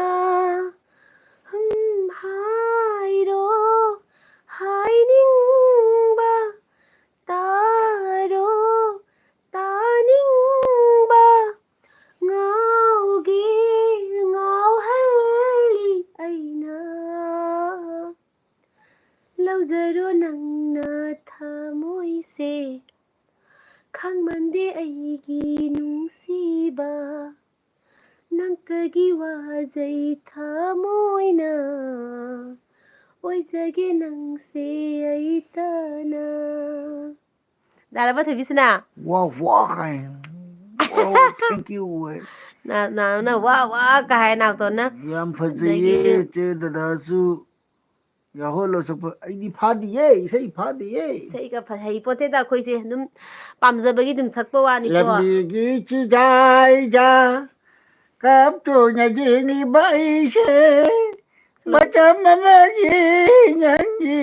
ꯄꯨꯟꯁꯤ ꯗꯥ ꯃꯦꯘꯥꯅ ꯈꯣꯡꯂꯣꯏ ꯑꯩꯗꯤ ꯀꯩ ꯍꯥꯏꯕ ꯅꯨꯡꯊꯤꯟꯁꯨ ꯇꯨꯝꯍꯧꯔꯦ ꯔꯦꯗꯤꯑꯣꯗ ꯂꯥꯛꯀꯅꯤ ꯍꯥꯏꯔꯨꯔꯦ ꯑꯗꯨꯅ ꯑꯩꯉꯣꯟꯗ ꯁꯥꯎꯔꯤꯅꯤ ꯀꯥꯅꯣꯟꯗꯣ ꯍꯥꯏꯌꯦ ꯑꯗꯒꯤ ꯅꯥꯎꯇꯣꯟꯅ ꯅꯣꯛꯏꯌꯦ ꯑꯗꯒꯤ ꯊꯣꯏꯕꯤꯁꯅꯥꯅ ꯌꯥꯔꯦ ꯏꯅꯝꯃ ꯅꯩꯔꯦ ꯄꯨꯁꯄꯥꯔꯥꯅꯤꯒ ꯒꯣꯂꯥꯏꯗ ꯇꯥꯍꯧꯔꯦ ꯄꯨꯁꯄꯥꯔꯥꯅꯤꯅ ꯑꯩꯒꯤ ꯈꯣꯟꯖꯦꯜ ꯇꯥꯕꯗ ꯀꯞꯇꯣꯔꯤꯃꯤ ꯈꯪꯉꯕ ꯔꯦꯅꯤ ꯗꯦꯕꯤꯅ ꯍꯥꯏ ꯆꯦ Anu hi hello rainy welcome welcome ꯅꯆꯦ ꯒꯦꯜꯕꯤꯗ ꯂꯥꯛꯄꯤꯕꯒꯤ ꯊꯦꯡꯛ ꯌꯨ ꯔꯦꯅꯤ ꯑꯗꯒꯤ ꯃꯆꯟꯅ ꯍꯣꯏ ꯀꯩꯕ ꯇꯧꯔꯝꯕ ꯍꯥꯏ ꯑꯗꯩ ꯊꯣꯏꯕꯤꯁꯅꯥꯅ ꯗꯥꯕꯨꯡ ꯂꯝꯕꯤꯒꯤ ꯆꯤꯗꯥꯏꯗꯗꯣ ꯈꯔ ꯅꯠꯇꯕꯤꯗ ꯑꯃ ꯁꯛꯎꯕ ꯂꯨꯄꯥ 10 ꯄꯤꯒꯦ ꯍꯥꯏ ꯊꯦꯡꯂ ꯑꯍꯤꯡ ꯃꯇꯝꯁꯤꯗ ꯊꯥꯕ꯭ꯂ ꯆꯤꯡꯁꯥꯡ ꯂꯧꯕꯨꯛꯇ ꯆꯦꯟꯊꯥꯅ ꯑꯣꯏꯅ ꯇꯥꯏꯕꯁꯦ ꯑꯣꯏꯗꯔꯥꯅꯦ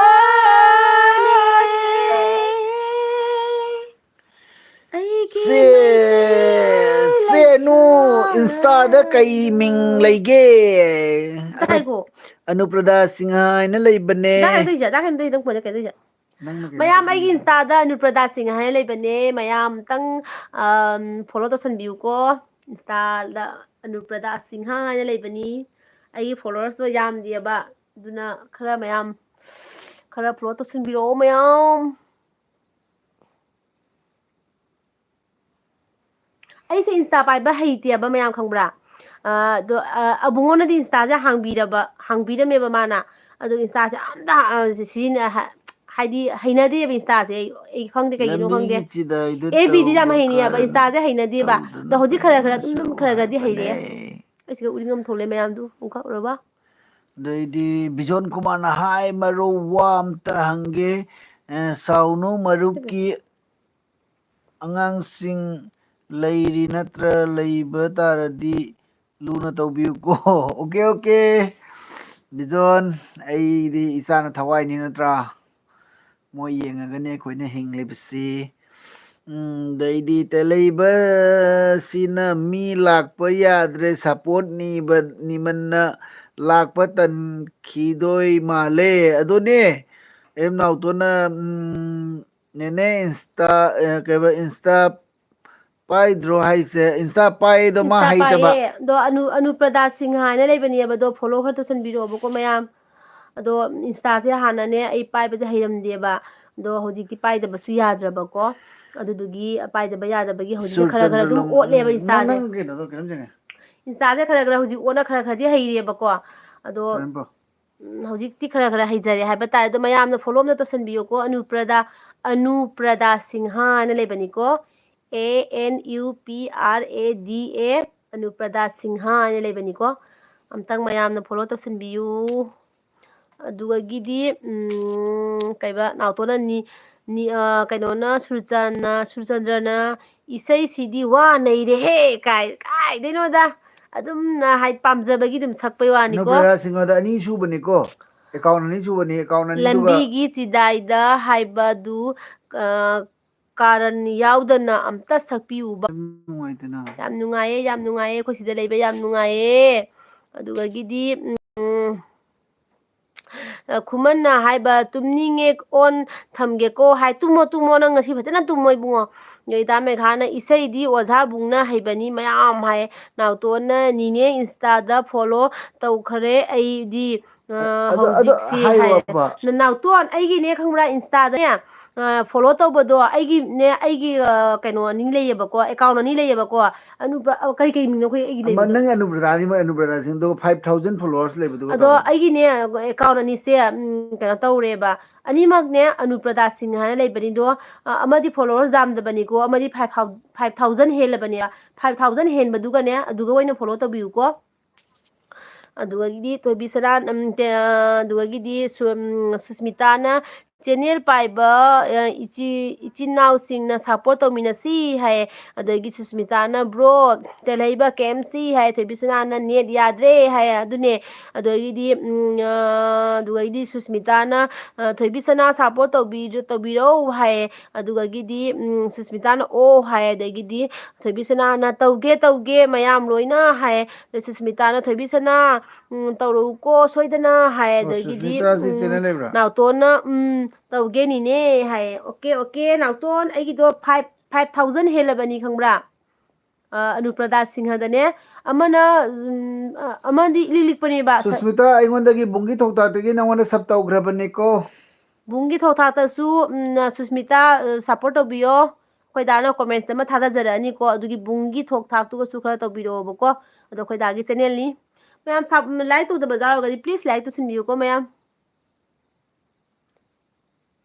ꯑꯩ ꯄꯨꯡꯈꯥꯏꯃꯨꯛꯇ ꯉꯥꯏꯔꯦꯀꯣ ꯑꯩꯅ ꯐꯝꯒꯗꯕꯁꯦ ꯄꯨꯡꯈꯥꯏ ꯑꯃ ꯐꯥꯗ꯭ರೆ ꯑꯩ 11ꯗ ꯂꯣꯏꯁꯟꯗꯣꯏꯅꯤ ꯑꯗꯒꯤꯗꯤ ꯁꯨꯁꯃꯤꯇꯥꯅ ꯅꯥꯇꯣꯟ ꯁꯞꯄꯣꯔꯠ ꯇꯧꯕꯤꯔꯛꯑꯣ ꯍꯥꯏ ꯊꯣꯏꯕꯤꯁꯅꯥꯅ ꯍꯣꯏ ꯇꯧꯒꯦ ꯍꯧꯖꯤꯛ ꯇꯧ ꯍꯥꯏꯁꯨ ꯇꯧꯒꯦ ꯏꯅꯝꯃ ꯁꯨꯁꯃꯤꯇꯥꯗ ꯕ꯭ꯂꯨ ꯄꯤꯕꯤꯌꯣ ꯍꯥꯏ ꯁꯨꯁꯃꯤꯇꯥꯁꯦ ꯀꯥꯏꯒꯤ ꯑꯣꯏꯗꯣꯏꯅꯣ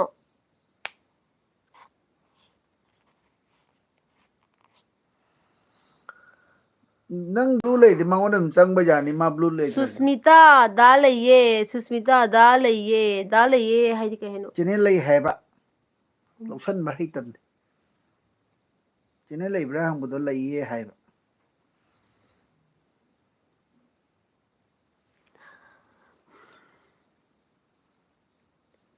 नरकता है दिल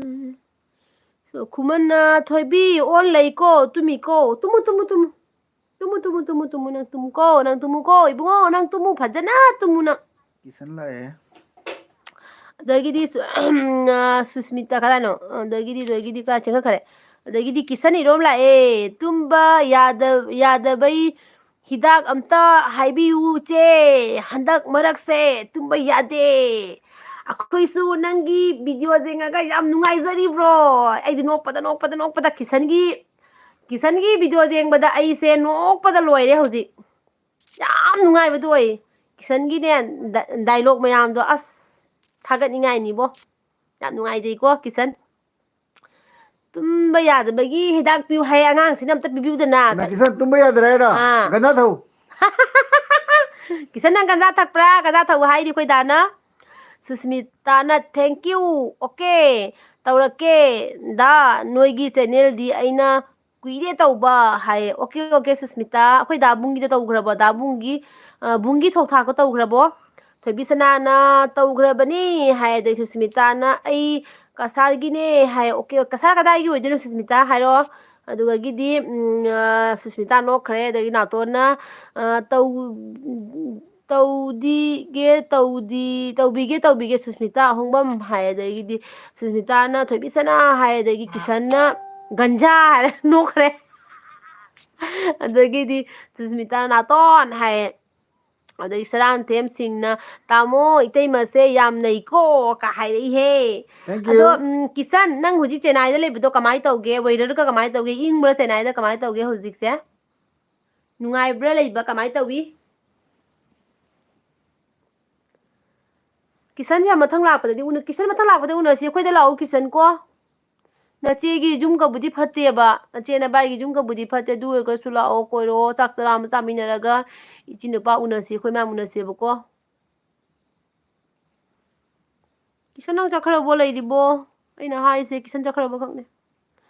मचिन लाइसमना हाइबा दागी सु चैनल लैब्रो लैबने अखोइ दागी चैनल लैबने अखोइ दागी बुंगी थोक थाक हाइनने चैनल लैबनिको दुगा मयाम प्लीज सपोर्ट तौसनबियो चैनल दी जाम पीबने 1K फो जौजद्रीबको नौना हांगजबको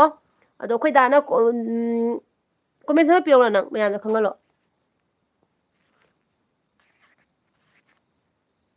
मयाम पिन थोलके को खोइदागी सिगसे पिन थोंना पिन थम्मबने खोइदागी बुंगी थोक था खाइना सिगा पिन थम्मीबा असि चैनल सिगा मयाम प्लीज सपोर्ट तौसनबियो तौदबा लेरगदी खोइदागी चैनल से कतंग चावहंजी मयाम को याम पिखरेबा मागी चैनल से अदगिदी दामेखाना अइदी पाखंग सारिनी कहबा तालोय तु कहनो तालोय तुएंग तमजदी युमलेप चारे तमजद्री नोंगमा थीना पाखंगनी नोंगदम थीना पाखंगनी सगलो ओझा बुंग हायो अइदी पाखंग सरीनी दुदुरो हाइजा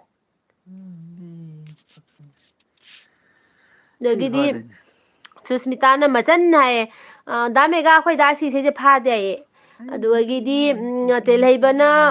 ꯇꯦꯜꯍꯩꯕꯅ ꯂꯥꯏꯁ꯭ꯔꯝ ꯃꯆꯟ ꯂꯥꯏꯁ꯭ꯔꯝꯗ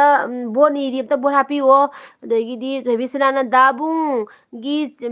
ꯆꯦꯅꯦꯜꯒꯤ ꯃꯨꯛꯕꯥꯡꯗꯣ ꯂꯣꯏ ꯌꯦꯡꯉꯦ ꯌꯥꯝ ꯁꯥꯊꯤꯅ ꯅꯨꯡꯉꯥꯏ ꯗꯥꯕꯨꯡꯒꯤ ꯆꯦꯅꯦꯜꯒꯤꯁꯨ ꯏꯅꯝꯃꯒꯤ ꯆꯦꯅꯦꯜꯒꯤꯁꯨ ꯍꯥꯏ ꯊꯦꯡꯛ ꯌꯨ ꯁꯣ ꯃꯆ ꯅꯥꯎꯇꯣꯟꯅ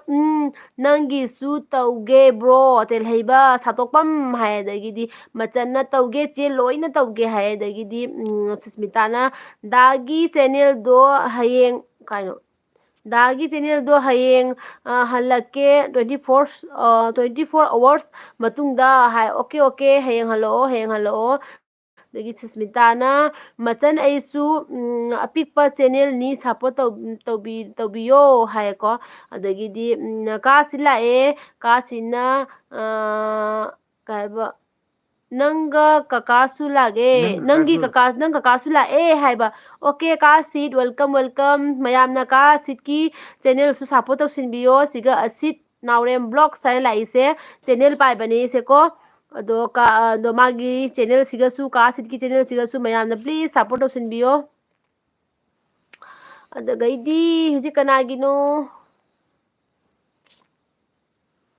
ꯑꯗꯒꯤ ꯃꯆꯟꯅ ꯃꯃꯥꯡꯈꯔꯦ ꯃꯆꯟꯅ ꯍꯣꯏ ꯍꯥꯞꯀꯦ ꯀꯥꯏꯅꯣ ꯃꯥꯡꯁꯤꯕ ꯍꯣꯏ ꯍꯥꯞꯀꯦ ꯇꯦꯜꯍꯩꯕ ꯍꯥꯏꯗ ꯁꯨꯁꯃꯤꯇꯥꯅ ꯆꯦ ꯋꯥꯏꯇꯤ ꯄꯥꯏꯕꯗꯒꯤ ꯁꯞꯄꯣꯔꯠ ꯇꯧꯕꯤꯔꯨ ꯍꯥꯏꯕꯗ ꯏꯀꯥꯏꯔꯦ ꯍꯥꯏ ꯑꯗꯨꯅꯤ ꯍꯥꯏꯕ ꯂꯦꯞꯄ ꯌꯥꯗꯦ ꯍꯥꯏꯌꯨ ꯍꯥꯏꯒꯗꯕꯅꯤ ꯊꯣꯏꯕꯤꯁꯅꯥꯅ ꯑꯗꯨꯒ ꯗꯥꯕꯨꯡꯅ ꯀꯞꯄ ꯚꯤꯗꯤꯑꯣꯗꯨ ꯃꯥꯗꯤ ꯌꯦꯡꯕ ꯉꯝꯗ꯭ꯔꯦ ꯑꯗꯨꯅ ꯑꯍꯥꯟꯕ ꯎꯕꯅꯦ ꯗꯥꯕꯨꯡꯅ ꯊꯋꯥꯏ ꯅꯨꯡꯉꯥꯏꯇꯕ ꯎꯕ ꯍꯥꯏꯌꯦ ꯑꯗꯨꯅꯦ ꯃꯌꯥꯝ ꯌꯥꯝ ꯅꯨꯡꯉꯥꯏꯕꯅꯦ ꯑꯗꯨꯒꯤ ꯚꯤꯗꯤꯑꯣꯗꯣ ꯑꯩꯈꯣꯏ ꯗꯥꯒꯤꯀꯣ ꯇꯞꯇꯥꯏ ꯀꯞ ꯂꯣꯏꯔꯒ ꯅꯣꯛꯅꯤꯡꯕ ꯑꯣꯏꯔꯝꯕꯗꯣꯀꯣ ꯌꯥꯝ ꯅꯨꯡꯉꯥꯏꯕꯅꯦꯕ ꯑꯗꯨ ꯃꯌꯥꯝꯅ ꯄ꯭ꯂꯤꯖ ꯑꯩꯈꯣꯏ ꯗꯥꯒꯤ ꯕꯨꯡꯒꯤ ꯊꯣꯛ ꯊꯥꯛ ꯆꯦꯅꯦꯜꯁꯤꯕꯨ ꯃꯌꯥꯝ ꯁꯞꯄꯣꯔꯠ ꯇꯧꯁꯤꯟꯕꯤꯌꯣ ꯑꯩꯈꯣꯏ ꯗꯥꯒꯤ ꯆꯦꯅꯦꯜꯁꯦ ꯅꯨꯡꯉꯥꯏꯕ ꯍꯥꯞꯄꯛꯀꯗꯣꯏꯅꯦ ꯃꯥ ꯍꯧꯖꯤꯛꯀꯥꯟꯁꯦ ꯈꯔ ꯁꯪꯗꯕꯒꯤ ꯍꯥꯞꯄ ꯉꯝꯗ꯭ꯔꯦꯀꯣ ꯃꯥꯒꯤꯗꯤ ꯐꯅꯤꯒꯤ ꯚꯤꯗꯤꯑꯣ ꯉꯥꯛꯇ ꯑꯣꯏꯗꯣꯏꯅꯦꯕꯀꯣ ꯑꯗꯨꯅ ꯃꯌꯥꯝ ꯄ꯭ꯂꯤꯖ ꯁꯞꯄꯣꯔꯠ ꯇꯧꯁꯤꯟꯕꯤꯌꯣ ꯊꯣꯏꯕꯤꯁꯅꯥꯅ ꯀꯥꯁꯤꯠ ꯁꯥꯞ ꯇꯧꯔꯕꯅꯦ ꯍꯥꯏ ꯑꯗꯒꯤꯗꯤ ꯃꯆꯟ ꯂꯥꯏꯁ꯭ꯔꯝꯅ ꯍꯣꯏ ꯂꯣꯏꯅ ꯄꯤꯔꯝꯒꯦꯀꯣ ꯂꯣꯏꯅ ꯍꯥꯏ ꯑꯗꯨꯒꯤ ꯇꯦꯜꯍꯩꯕꯅ ꯀꯥꯁꯤꯠꯇꯃꯨ ꯃꯥꯒꯤ ꯆꯦꯅꯦꯜ ꯁꯞꯄꯣꯔꯠ ꯇꯧꯕꯤꯌꯨ ꯍꯥꯏꯈ꯭ꯔꯦ ꯑꯗꯩ ꯀꯥꯁꯤꯠꯅ ꯅꯣꯏꯅꯤꯃꯛꯀꯤ ꯅꯪ ꯀꯀꯥꯅ ꯇꯧꯔꯕꯅꯤ ꯁꯞꯄꯣꯔꯠ ꯀꯨꯏꯔꯕꯅꯤ ꯁꯞꯄꯣꯔꯠ ꯇꯧꯈꯤꯕ ꯍꯥꯏ ꯊꯦꯡꯛ ꯌꯨ ꯀꯥꯁꯤꯠ ꯊꯦꯡꯛ ꯌꯨ ꯁꯣ ꯃꯆ ꯇꯧꯗꯕ ꯌꯥꯎꯔꯒꯗꯤ ꯇꯧꯁꯤꯟꯕꯤꯌꯣ ꯑꯩꯈꯣꯏ ꯗꯥꯒꯤ ꯆꯦꯅꯦꯜꯁꯦꯀꯣ ꯑꯩꯈꯣꯏ ꯗꯥꯁꯦ ꯑꯝꯇꯪ ꯃꯌꯥꯝ 1K ꯌꯧꯍꯜꯂꯁꯤ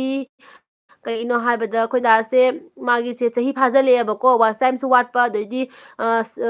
ꯁꯥꯞꯁꯨ ꯌꯥꯝ ꯋꯥꯠꯂꯦꯕꯀꯣ ꯑꯗꯨꯗꯨꯒꯤ ꯃꯥꯅꯁꯨ ꯚꯤꯗꯤꯑꯣ ꯊꯥꯒꯠꯄ ꯉꯝꯗꯕꯒ ꯃꯥꯁꯦ ꯌꯥꯝꯅ ꯀꯩꯅꯣ ꯇꯧ ꯗꯥꯎꯟꯗ ꯂꯩꯈ꯭ꯔꯦꯕꯀꯣ ꯑꯗꯨꯅ ꯃꯌꯥꯝ ꯄ꯭ꯂꯤꯖ ꯁꯞꯄꯣꯔꯠ ꯇꯧꯁꯤꯟꯕꯤꯌꯨꯀꯣ ꯊꯣꯏꯕꯤꯁꯅꯥꯅ ꯑꯌꯥ ꯀꯞꯄ ꯃꯇꯥꯡꯗꯨ ꯌꯦꯡꯕꯗꯩ ꯌꯦꯡꯕ ꯉꯝꯗꯅ ꯐꯨꯜ ꯌꯦꯡꯗ꯭ꯔꯤ ꯂꯥꯁꯇ ꯅꯣꯛꯄ꯭ꯔꯥ ꯍꯥꯏꯁꯦ ꯃꯤꯕꯨ ꯑꯗꯨꯛ ꯊꯋꯥꯏ ꯅꯨꯡꯉꯥꯏꯍꯟꯗ꯭ꯔꯒ ꯗꯥꯕꯨꯡꯅ ꯊꯣꯝꯃꯛꯑꯒꯦ ꯑꯗꯣ ꯍꯟꯗꯛꯀꯤ ꯀꯞꯄꯁꯨ ꯌꯥꯎꯕ꯭ꯔꯣ ꯑꯅꯧꯕ ꯑꯃ ꯌꯥꯎꯕꯅꯤ ꯊꯋꯥꯏ ꯅꯨꯡꯉꯥꯏꯇꯅ ꯀꯞꯄ ꯍꯟꯗꯛ ꯑꯅꯧꯕꯒꯤ ꯊꯋꯥꯏ ꯅꯨꯡꯉꯥꯏꯇꯅ ꯀꯞꯄꯗꯣ ꯅꯠꯇꯕꯗ ꯍꯥꯟꯅꯒꯤ ꯀꯞꯄ ꯑꯃ ꯌꯥꯎꯕꯅꯦꯕ ꯑꯗꯨꯗꯣ ꯑꯝꯇ ꯌꯦꯡꯉꯨ ꯍꯥꯟꯅꯒꯤ ꯚꯤꯗꯤꯑꯣꯗ ꯅꯣꯛꯅꯤꯡꯕꯅ ꯂꯣꯏꯕꯅꯤꯀꯣ ꯂꯥꯁꯇ ꯅꯥꯎꯇꯣꯟꯅ ꯀꯩꯕ ꯁꯞꯄꯣꯔꯠ ꯇꯧꯁꯟꯗꯨꯅ ꯃꯌꯥꯝ ꯑꯩ ꯁꯣꯔꯁ ꯁꯞꯄꯣꯔꯠ ꯍꯥꯏꯗ ꯀꯩ ꯍꯥꯏꯅꯣ ꯈꯪꯗ꯭ꯔꯦ ꯁꯞꯄꯣꯔꯠ ꯇꯧꯁꯟꯕꯤꯌꯣ ꯃꯌꯥꯝ ꯑꯩ ꯁꯔꯁ ꯁꯞꯄꯣꯔꯠ ꯈꯪꯗ꯭ꯔꯦ ꯈꯪꯗ꯭ꯔꯦꯅꯦ ꯅꯥꯎꯇꯣꯟ ꯅꯪꯅ ꯏꯔꯛꯏꯁꯦ ꯄꯥꯕꯗ ꯈꯇꯪ ꯈꯣꯟꯊꯣꯛꯁꯦ ꯊꯣꯛꯇ꯭ꯔꯦꯀꯣ ꯑꯝꯇꯪꯒ ꯍꯟꯅ ꯏꯔꯣ ꯀꯥꯁꯤꯅ ꯇꯧꯔꯛꯀꯦ ꯇꯦꯜꯍꯩꯕ ꯍꯥꯏ ꯃꯌꯥꯝ ꯄ꯭ꯂꯤꯖ ꯂꯥꯏꯛ ꯇꯧꯁꯟꯕꯤꯌꯣꯀꯣ ꯂꯥꯏꯛ ꯇꯧꯗꯕ ꯌꯥꯎꯔꯒꯗꯤ ꯀꯥꯁꯤꯠ ꯂꯥꯏꯛ ꯇꯧꯈ꯭ꯔꯕꯣ ꯂꯥꯏꯛ ꯇꯧꯁꯟꯕꯤꯌꯣ ꯀꯅꯥ ꯂꯥꯏꯛ ꯇꯧꯗꯕ ꯌꯥꯎꯔꯤꯒꯦ ꯄ꯭ꯂꯤꯖ ꯂꯥꯏꯛ ꯇꯧꯁꯟꯕꯤꯌꯨꯀꯣ ꯑꯗꯒꯤꯗꯤ ꯀꯩꯅꯣꯅ ꯀꯥꯁꯤꯠꯅ ꯇꯧꯔꯛꯀꯦ ꯇꯦꯜꯍꯩꯕ ꯍꯥꯏꯌꯦ ꯑꯗꯒꯤ ꯊꯣꯏꯕꯤꯁꯅꯥꯅ ꯑꯅꯧꯕꯅ ꯀꯔꯝꯕ ꯑꯔꯤꯕꯅ ꯀꯔꯝꯕ ꯍꯥꯏ ꯑꯗꯒꯤ ꯅꯥꯎꯇꯣꯟꯅ ꯅꯣꯛꯈꯔꯦ ꯑꯗꯒꯤꯗꯤ ꯇꯤꯅꯥ ꯕꯤꯁꯋꯥꯁꯅ ꯍꯥꯏ कैसे हो हाय अच्छी हूँ टीना आप कैसे हो आप कहाँ से हो ꯑꯗꯒꯤ ꯇꯦꯜꯍꯩꯕꯅ ꯀꯥꯁꯤꯠꯇ ꯐꯨꯜ ꯋꯥꯁ ꯇꯧꯕꯤꯌꯨ ꯍꯥꯏꯌꯦ ꯃꯥꯒꯤ ꯚꯤꯗꯤꯑꯣꯗꯣ ꯑꯩ ꯁꯥꯡꯉꯗꯤ ꯄꯥꯔꯔꯣꯏꯒꯦ ꯇꯦꯂꯩꯕ ꯑꯩ ꯅꯪꯉꯣꯟꯗ ꯀꯩꯅꯣ ꯍꯥꯏꯒꯦ ꯅꯪ ꯅꯁꯥꯒꯤ ꯀꯟꯇꯦꯟ ꯄꯨꯊꯣꯛꯑꯣ ꯃꯤꯒꯤ ꯚꯤꯗꯤꯑꯣ ꯌꯥꯝ ꯊꯥꯡꯒꯠꯂꯒ ꯍꯌꯦꯡ ꯅꯪ ꯐꯔꯛ ꯇꯥꯖꯔꯛꯀꯅꯤꯀꯣ ꯅꯪ ꯃꯤ ꯑꯇꯣꯞꯄꯒꯤ ꯚꯤꯗꯤꯑꯣ ꯌꯥꯝ ꯊꯥꯡꯒꯠꯀꯅꯣ ꯌꯥꯗꯕꯅꯤ ꯅꯪꯅ ꯈꯨꯃꯟꯅ ꯁꯨꯃꯥꯏꯅ ꯇꯧꯔꯦꯁꯦ ꯈꯨꯃꯟꯅ ꯁꯨꯃꯥꯏꯅ ꯇꯧꯔꯦꯕ ꯃꯌꯥꯝꯗ ꯑꯩꯉꯣꯟꯗꯔ ꯃꯌꯥꯝꯗꯔ ꯈꯪꯗꯦ अदगी टीनाना सिल्चर से हूँ है ओ हम लोग सोनाई से है विश्वास सोनाई से है अदगी नातोना अहनबदा सापोन हाइदेदा हाइदे दुगा सपोर्ट हाइबा आई ओ सपोर्ट तौबियु हाइबको नातोना नोखरे अदगी सुस्मिताना काका असी जॉइन अमा तौबियो आई हयेंग काउदना हलके है अदगी टीनाना आप है हाँ हाँ हम दोनों सोनाई से है अदगी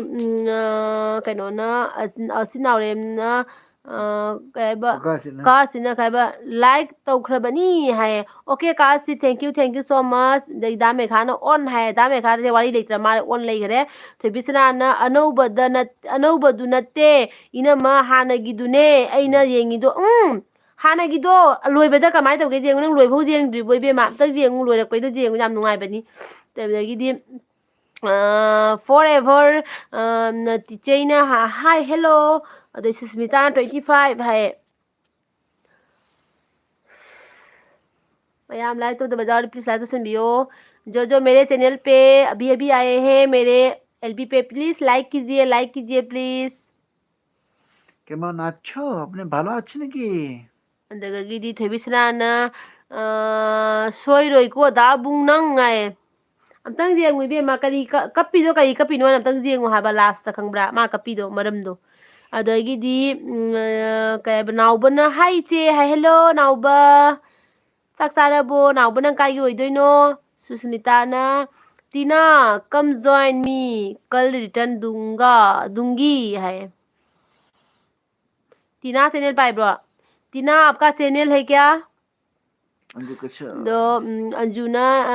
चीबा कई हिंजांग चागे ऐसु लागले है वेलकम अंजू वेलकम अखोय ngasiदी केनो चाय खिचड़ी चाय नंगदी कइनांग चारके अदुगीदी नातोना निने ऐदी कमेंट तौबदा लान मंदना इरकपा इकाइरे है ए कइसु काइदे अदो अखोयना चुमथोपा ngमरिसु चुमथोका पारकनिको इबदा मयेक से हाइदीने नंगना पीगे तौबदा एन थोखिबगुम अदुमाय तौबा याम यावबनिको नंगना लानगे हाना लानबा नतबा कासिना सुस्मिता तौरके है दोइथबिसराना कैदौ कवाइदनो ब्रो एंड सिस्टर बू है थोइसना ओके अखोय कसारगिने थोइसना थोइबिसना मपीगा चदुम ताबगे कप अदुगा ओ करी ओइरे है अदुने आई हाइरोइगे नोदुजी हाइदुदी नंग जेंगनिंगोय हाइबा अदुना जेंगु हाबा अमतंग हयेंगमु अदगी संध्या रानी ना हाय फ्रॉम मणिपुर है हेलो संध्या रानी कमाई तौरीगे मणिपुर कवाइगिनो कमाई इरांग कमाई तौरीगे मणिपुर की अदगिदी सूरज मनाउना हाहा अदगिदी तेलैबना कय हाइनो तौबिरमो हाय मागी सिदी मागी सपोर्ट तौबिरमो हाय टीना विश्वासना हादी माया पुना मा तेलैबना सपोर्ट ममदा बिबिरमु मेरी चैनल को नाम है टीना विश्वास है दी है ओके टीना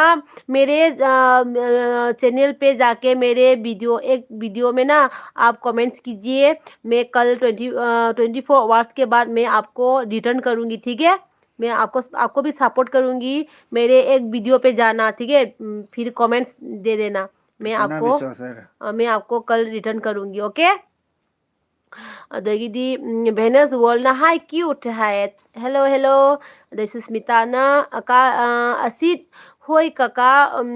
तौबिरो आई हयेंग तौरके है अदगिदी अथोइबना हाय हेलो दा मेघाना ओझा बुंगसी अखोय खुरातोन माले खुरातोन माले है जिने ओइमा अदगिदी सुस्मिताना टीना आप पहले मुझे करो मैं रिटर्न दूंगी ओके है तो बिसनाना एलबी ꯍꯦꯛ ꯂꯣꯏꯕꯒ ꯌꯦꯡꯉꯨꯗꯣꯏꯅꯤ ꯍꯥꯏ ꯌꯦꯡꯉꯨ ꯑꯁꯦꯡꯃꯛꯀꯤ ꯌꯦꯡꯉꯨ ꯌꯥꯝ ꯅꯨꯡꯉꯥꯏꯕꯅꯤ ꯍꯥꯏꯕ ꯑꯗꯒꯤꯗꯤ ꯃꯦꯔꯤꯠꯅ ꯍꯥꯏ ꯍꯦꯜꯂꯣ ꯑꯗꯒꯤꯗꯤ ꯃꯉꯥꯡꯅ ꯍꯥꯏꯕ ꯃꯅꯤꯄꯨꯔ ꯅꯨꯡꯉꯥꯏꯔꯦ ꯀꯩꯅꯣ ꯅꯨꯡꯇꯤꯒꯤ ꯀꯥꯞꯅꯩ ꯍꯥꯏ ꯑꯗꯨꯅꯦ ꯑꯩꯈꯣꯏꯁꯨ ꯌꯦꯡꯉꯦ ꯑꯩꯈꯣꯏꯁꯨ ꯅ꯭ꯌꯨꯁꯇꯁꯨ ꯌꯦꯡꯉꯦꯕꯀꯣ ꯑꯗꯨꯅꯦ ꯌꯥꯝꯅ ꯊꯨꯅ ꯌꯥꯡꯅ ꯏꯪ ꯇꯞꯄ ꯏꯃꯥ ꯂꯩꯕꯥꯛ ꯃꯅꯤꯄꯨꯔꯁꯦ ꯑꯣꯏꯕ ꯍꯥꯏꯅ ꯑꯩꯈꯣꯏꯁꯨ ꯂꯥꯏ ꯈꯨꯔꯝꯃꯤꯅꯤꯀꯣ ꯑꯗꯒꯤꯗꯤ ꯁꯅꯥꯇꯣꯝꯕꯤꯅ ꯀꯩ ꯍꯥꯏꯕ ꯍꯥꯏ ꯃꯦꯝ ꯍꯥꯏ ꯃꯃꯥ ꯍꯥꯏ ꯍꯦꯜꯂꯣ ꯁꯅꯥꯇꯣꯝꯕꯤ ꯆꯥꯛ ꯆꯥꯔꯕꯣ ꯀꯩ ꯏꯟꯖꯥꯡ ꯆꯥꯔꯛꯀꯦ ꯊꯣꯏꯁꯅꯥꯅ ꯀꯁꯥꯔꯒꯤ ꯏꯆꯤꯟ ꯏꯅꯥꯎꯁꯤꯡꯁꯦ ꯌꯥꯝ ꯅꯨꯡꯁꯤ ꯌꯥꯝ ꯂꯥꯛꯅꯤꯡꯉꯦ ꯍꯥꯏ ꯊꯣꯏꯁꯅꯥ ꯂꯥꯛꯑꯣ ꯀꯁꯥꯔꯗꯁꯨ ꯀꯣꯏꯔꯛꯑꯣꯀꯣ ꯑꯗꯣ ꯌꯥꯝ ꯅꯨꯡꯁꯤ ꯑꯩꯈꯣꯏꯁꯦ ꯃꯅꯤꯄꯨꯔ ꯏꯆꯤꯟ ꯏꯅꯥꯎꯁꯤꯡꯁꯦ ꯍꯦꯛ ꯄꯣꯛꯃꯤꯟꯅꯖꯕ ꯑꯩꯒꯤ ꯏꯃꯨꯡ ꯃꯅꯨꯡꯒꯤ ꯏꯆꯤꯟ ꯏꯅꯥꯎꯁꯤꯡ ꯑꯗꯨꯃꯥꯏꯅ ꯑꯩꯈꯣꯏ ꯈꯟꯖꯔꯤꯅꯦ ꯌꯥꯝ ꯅꯨꯡꯁꯤꯀꯣ ꯑꯗꯩꯗꯤ ꯁꯨꯁꯃꯤꯇꯥꯅ ꯊꯣꯏꯕꯤꯁꯅꯥ ꯋꯦꯜꯀꯝ ꯍꯥꯏ ꯑꯗꯒꯤꯗꯤ ꯇꯤꯅꯥ ꯕꯤꯁꯋꯥꯁꯅ ꯑꯣके दी थैंक यू सो मच दी है टीना वेलकम शायद आप नया नया खुला हुआ जो मतलब चैनल खुला नया है खुला इसलिए बहुत कम है अब शुरुआत है ना बहुत की भी आप शुरू कीजिए हम लोग आपके साथ हाँ सपोर्ट करेंगे सपोर्ट हम भी करेंगे ठीक है अदगीदी प्रियाओना कई हाइबा हिंदी याम हइये कमाई तौइनो इचे है काइदिनोदा दुम खजी खराकनिदा यामना हइबगा जानाते अखोइसे तौरी मिसु मानबा अदगी सुरजा मनावना मणिपुरी इम्फाल है ओके इम्फाल कदाइगी ओइदोइनो अदगीदी कासिना हाइबा बुंग अनु नोय अनि कइबो लंग अमुबा किसल्लु है कइगिया कईगिनो कासी लंगमुबा किसल्लु हाइदी अदुगीदी नावबना हाय इचे हाय हेलो हेलो नावबा चाक चारबो कइनांग चारगे अदगी भेनस वॉलना इचे कयानो अदुगा मखा ताखिद्रो हाय ओ इचा कयानो अदुगा मखा ताखिद्रो ओ इचा अनीने भेनस इचानी सुजरे दो अतैदी प्लानिंग लेट्रेको इचानी दी लेजरे आइगी दoi थोइबना काइबा चेनु आई खंब्रो हाय थोइबसेना आई खंगमगनी दुन मा खंब्रो हंगाइसे थोइबा आई खंग्रे कमाई खंगदोइनो हुजिक्ति नंग ता हाइरो नंग कदाइगिनो आई खंब्रा हानादै खंब्रा कनानो करिनो हाइरो अदगिदी सुस्मिताना थोइसना कसारदा चिंगनदना कोइबिरओ हाय अदुने मयाम कोइबिरओ कसादा लाओ तक्सा खंगनसे मयामसे forever I am from Kerala thank you so much forever thank you so much मेरे एलबी पे आने के लिए थैंक यू अदगी नातोना काका से कई थबक तौगे है काका से टॉक टॉक सुइए सना साए तोइबिसनाना कईगी वेलकम नो हौजिकीदो कनानो इनमा उहौद्रे है हाँ कइनो हाइसिबो वेलकम वेलकम उधर ओ तिनाना दी आप थोइबा दा को जानते हो क्या नहीं नहीं मैं नहीं जानता उसको वो कौन है मुझे नहीं पता शायद वो मुझे पहचानता है शायद सुस्मिताना चे सपोर्ट हाइबदा चे होइगी हेंजांग कई चागे है ओ अखोइ ngasi खेची चाए सुस्मिता नंदी कइजांग चारके लेदा मेघाना ओझा बुंगी वीडियो मीट लंगथोकपदो अइदी याम किजै अखोइ दाना पुंगलोंदा ममिट लंगथोकपदुरो दामेघा अस अइसु नोकपदा हाइबा अदु उरुबदगिने खंब्रा ममिटतो किजद्रा अइसु याम किजैबो दे सुजा बनावना युमलेमबम हाय दे चनबी चनु लाए अई लाग युमलेमबम हाय काइदनो मणिपुरी अदे चनबी चनुना अई लागे चे हाय वेलकम नाउ नुंसीबी वेलकम चाक चारबो तुम याद्रबो कइनांग चारके चनबी सुस्मिताना थोइबिसना काइबा आई बुरो हाय दे सना तोबिना मम्मा चाक चारबो करी मथेन चारगे हाय सना तोबी ngasiदी खेची ओइना चारे नंदी कइनांग चारके थोइबिसनाना होय माने हाय दगिदी जितन कइनो जितानंदा नावबो कसार इचे न्यू सब्सक्राइबर ने मणिपुरदगी है चारे इचे न्यू सब्सक्राइबर ने मणिपुरदगी ने हाय थैंक यू रावबा थैंक यू सो मच अदगिदी कइनो मनंता हाय मारेको हेलो हाय हाय लेका सिना मिनु चंगदनबा ꯑꯗꯨꯕꯨ ꯈꯪꯗ꯭ꯔꯣ ꯍꯥꯏ ꯀꯩꯒꯤ ꯃꯤꯅꯨ ꯆꯪꯗꯣꯏꯅꯣ ꯗ ꯏꯆꯤꯟ ꯏꯅꯥꯎ ꯃꯌꯥꯝꯅ ꯁꯨꯡꯆꯥꯡ ꯅꯨꯡꯁꯤꯅ ꯑꯩꯈꯣꯏꯅ ꯌꯦꯡꯕꯤꯔꯤꯁꯤꯕꯨ ꯀꯩꯒꯤ ꯃꯤꯅꯨ ꯆꯪꯗꯣꯏꯅꯣ ꯀꯥꯁꯤꯠ ꯀꯩꯁꯨ ꯃꯤꯅꯨ ꯆꯪꯉꯣꯏ ꯁꯨꯡꯆꯥꯡ ꯅꯨꯡꯁꯤꯅ ꯑꯩꯈꯣꯏꯗ ꯍꯥꯏꯕꯤꯔꯛꯏꯕ ꯁꯨꯡꯆꯥꯡ ꯅꯨꯡꯁꯤꯅ ꯑꯩꯈꯣꯏꯗ ꯋꯥꯔꯤ ꯁꯥꯟꯅꯔꯤꯁꯤꯕꯨ ꯀꯅꯥꯒꯤ ꯃꯤꯅꯨ ꯆꯪꯗꯣꯏꯅꯣ ꯑꯝꯇ ꯆꯪꯉꯣꯏꯀꯣ ꯑꯗꯣ ꯁꯨꯁꯃꯤꯇꯥꯅ ꯆꯟꯕꯤ ꯆꯅꯨ ꯍꯥꯏ ꯑꯗꯨꯗꯒꯤꯗꯤ ꯃꯅꯥꯟꯇꯅ ꯍꯥꯏ ꯑꯥꯏ ꯑꯦꯝ ꯑꯁꯥꯃꯤꯁ ꯍꯥꯏ ꯑꯣꯀꯦ ꯊꯦꯡꯛ ꯌꯨ ꯕ꯭ꯔꯣ ꯑꯗꯨꯗꯒꯤꯗꯤ ꯁꯨꯁꯃꯤꯇꯥꯅ ꯆꯟꯕꯤ ꯆꯅꯨ ꯑꯩ ꯖꯣꯏꯟ ꯇꯧꯔꯛꯀꯦ ꯍꯥꯏꯅ ꯍꯥꯏꯈ꯭ꯔꯦ ꯑꯗꯨꯗꯒꯤꯗꯤ ꯁꯅꯥꯇꯣꯝꯕꯤꯅ ꯃꯃꯥ ꯆꯥꯛ ꯆꯥꯔꯕꯣ ꯀꯔꯤ ꯃꯊꯦꯜ ꯆꯥꯔꯒꯦ ꯍꯥꯏ ꯁꯅꯥꯇꯣꯝꯕꯤ ꯑꯩ ꯈꯦꯆꯤ ꯆꯥꯏꯌꯦ ꯑꯗꯒꯤꯗꯤ ꯃꯦꯔꯤꯠꯅ ꯆꯦ ꯑꯅꯨꯒꯤ ꯑꯉꯥꯡ ꯃꯃꯤꯡ ꯀꯩ ꯀꯧꯒꯦ ꯍꯥꯏꯌꯦ ꯃꯦꯔꯤꯠ ꯑꯩꯒꯤ ꯏꯆꯥꯅꯨꯄꯥꯒꯤ ꯃꯤꯡꯅ ꯑꯗꯤꯇ꯭ꯌ ꯀꯧꯋꯦ ꯑꯗꯩ ꯏꯆꯥꯅꯨꯄꯤꯒꯤꯅ ꯑꯌꯨꯁꯤ ꯀꯧꯏꯀꯣ ꯊꯣꯏꯕꯅ ꯑꯩꯅ ꯍꯥꯏꯗꯨꯗꯤ ꯏꯝꯐꯥꯜꯗ ꯂꯩ ꯍꯥꯏꯅ ꯆꯦꯅꯨ ꯍꯥꯏ ꯑꯣ ꯊꯣꯏꯕ ꯅꯪ ꯏꯝꯐꯥꯜꯒꯤꯔꯣ ꯅꯪ ꯑꯝꯇ ꯍꯥꯏꯔꯛꯑꯣ ꯃꯌꯦꯛ ꯁꯦꯡꯅ ꯅꯪ ꯀꯁꯥꯔꯒꯤꯅꯤ ꯍꯥꯏꯔꯣ ꯀꯩ ꯍꯥꯏꯅꯣ ꯑꯩ ꯈꯪꯗ꯭ꯔꯦ ꯑꯩ ꯀꯣꯛ ꯂꯥꯝ ꯐꯪꯗ꯭ꯔꯦ ꯅꯪ ꯖꯤꯔꯤꯒꯤꯔ ꯀꯩꯅꯣ ꯍꯥꯏꯈꯤꯗꯥꯏ ꯖꯤꯔꯤꯒꯤ ꯏꯝꯐꯥꯜꯗ ꯂꯩꯕ ꯀꯩꯅꯣ ꯍꯥꯏꯕꯅꯤ ꯊꯣꯏꯕꯤꯁꯅꯥꯅ ꯋꯥꯔꯤ ꯁꯥꯐꯝ ꯈꯪꯗꯔꯦ ꯀꯩꯅꯣ ꯑꯩꯅ ꯇꯧꯗꯣꯔꯤꯁꯤꯕꯣ ꯍꯥꯏ ꯈꯨꯃꯟ ꯀꯧ ꯁꯨꯁꯃꯤꯇꯥꯅ ꯑꯩꯗꯤ ꯏꯔꯣꯝꯕ ꯍꯥꯏ ꯁꯨꯁꯃꯤꯇꯥꯅ ꯊꯣꯏꯕꯤꯁꯅꯥ ꯀꯋꯥꯏꯗꯒꯤꯅꯣ ꯍꯥꯏ ꯑꯗꯨ ꯊꯣꯏꯕꯤꯁꯅꯥꯅ ꯃꯅꯤꯄꯨꯔ ꯍꯥꯏ ꯆꯟꯕꯤꯅ ꯆꯥꯔꯦ ꯆꯦ ꯂꯥꯏꯚ ꯂꯣꯏꯔꯒ ꯅꯣꯏꯒꯤ ꯃꯨꯛ ꯌꯦꯡꯒꯦ ꯂꯥꯒꯤꯅꯤ ꯉꯁꯤ ꯑꯩ ꯂꯥꯏꯚ ꯌꯥꯝ ꯅꯨꯡꯉꯥꯏꯈ꯭ꯔꯦ ꯍꯥꯏ ꯑꯁꯦꯡꯃꯛꯀꯤꯔꯣ ꯅꯪ ꯌꯥꯝ ꯅꯨꯡꯉꯥꯏꯈ꯭ꯔꯕꯣ ꯂꯥꯏꯚꯇ ꯑꯗꯒꯤ ꯅꯥꯎꯇꯣꯟꯅ ꯑꯗꯨ ꯅꯪꯅ ꯉꯁꯥꯏ ꯉꯥꯡꯕꯗꯣ ꯑꯩꯅꯅꯦ ꯅꯣꯛꯄꯁꯦ ꯈꯪꯕ꯭ꯔꯥ ꯑꯗꯨꯃꯥꯏꯅ ꯈꯔ ꯉꯥꯡꯊꯠꯇꯗ ꯌꯥꯗꯦ ꯏꯕꯦꯝꯃ ꯑꯁꯦꯡꯃꯛꯀꯤꯗ ꯑꯗꯒꯤꯗꯤ ꯅꯥꯎꯇꯣꯟꯅ ꯀꯩ ꯍꯥꯏꯕ ꯁꯥꯅꯦ ꯃꯤ ꯇꯣ ꯌꯨ ꯊꯣꯏꯕꯤꯁꯅꯥ ꯀꯅꯥꯅꯣ ꯀꯩ ꯍꯥꯏꯅꯣ ꯁꯤꯕꯨ ꯅꯥꯎꯇꯣꯟ ꯅꯪ ꯍꯥꯏꯁꯦ ꯀꯩ ꯍꯥꯏꯅꯣ ꯁꯥꯅꯩ ꯃꯤꯇꯣ ꯌꯨ ꯊꯣꯏꯕꯤꯁꯅꯥ ꯈꯪꯗ꯭ꯔꯦꯅꯦ ꯅꯥꯎꯇꯣꯟ ꯑꯗꯒꯤꯗꯤ ꯁꯅꯥꯇꯣꯝꯕꯤꯅ ꯃꯃꯥ ꯑꯩꯁꯤ ꯑꯝꯇ ꯏꯁꯩ ꯑꯝꯇ ꯁꯛꯂꯛꯑꯣ ꯍꯥꯏꯕ ꯑꯣꯀꯦ ꯅꯥꯀꯣ ꯁꯛꯂꯛꯀꯦ ꯈꯪꯕ꯭ꯔꯥ ꯈꯅꯥꯎꯁꯦ ꯅꯥꯔꯦ ꯉꯁꯥꯏꯗꯩ ꯉꯥꯡꯕꯗ ꯆꯟꯕꯤꯅ ꯁꯨꯁꯃꯤꯇꯥ ꯑꯍꯣꯡꯕꯝ ꯑꯩ ꯍꯣꯏ ꯍꯌꯦꯡ ꯖꯣꯏꯟ ꯇꯧꯔꯒꯣ ꯍꯥꯏ ꯊꯣꯏꯕꯤꯁꯅꯥꯅ ꯏꯅꯝꯃ ꯁꯨ ꯁꯝ ꯀꯂꯔ ꯕ꯭ꯂꯦꯛ ꯑꯣꯏꯗ ꯕꯨꯡꯁꯨ ꯕ꯭ꯂꯦꯛ ꯐꯤ ꯌꯥꯜꯂꯤ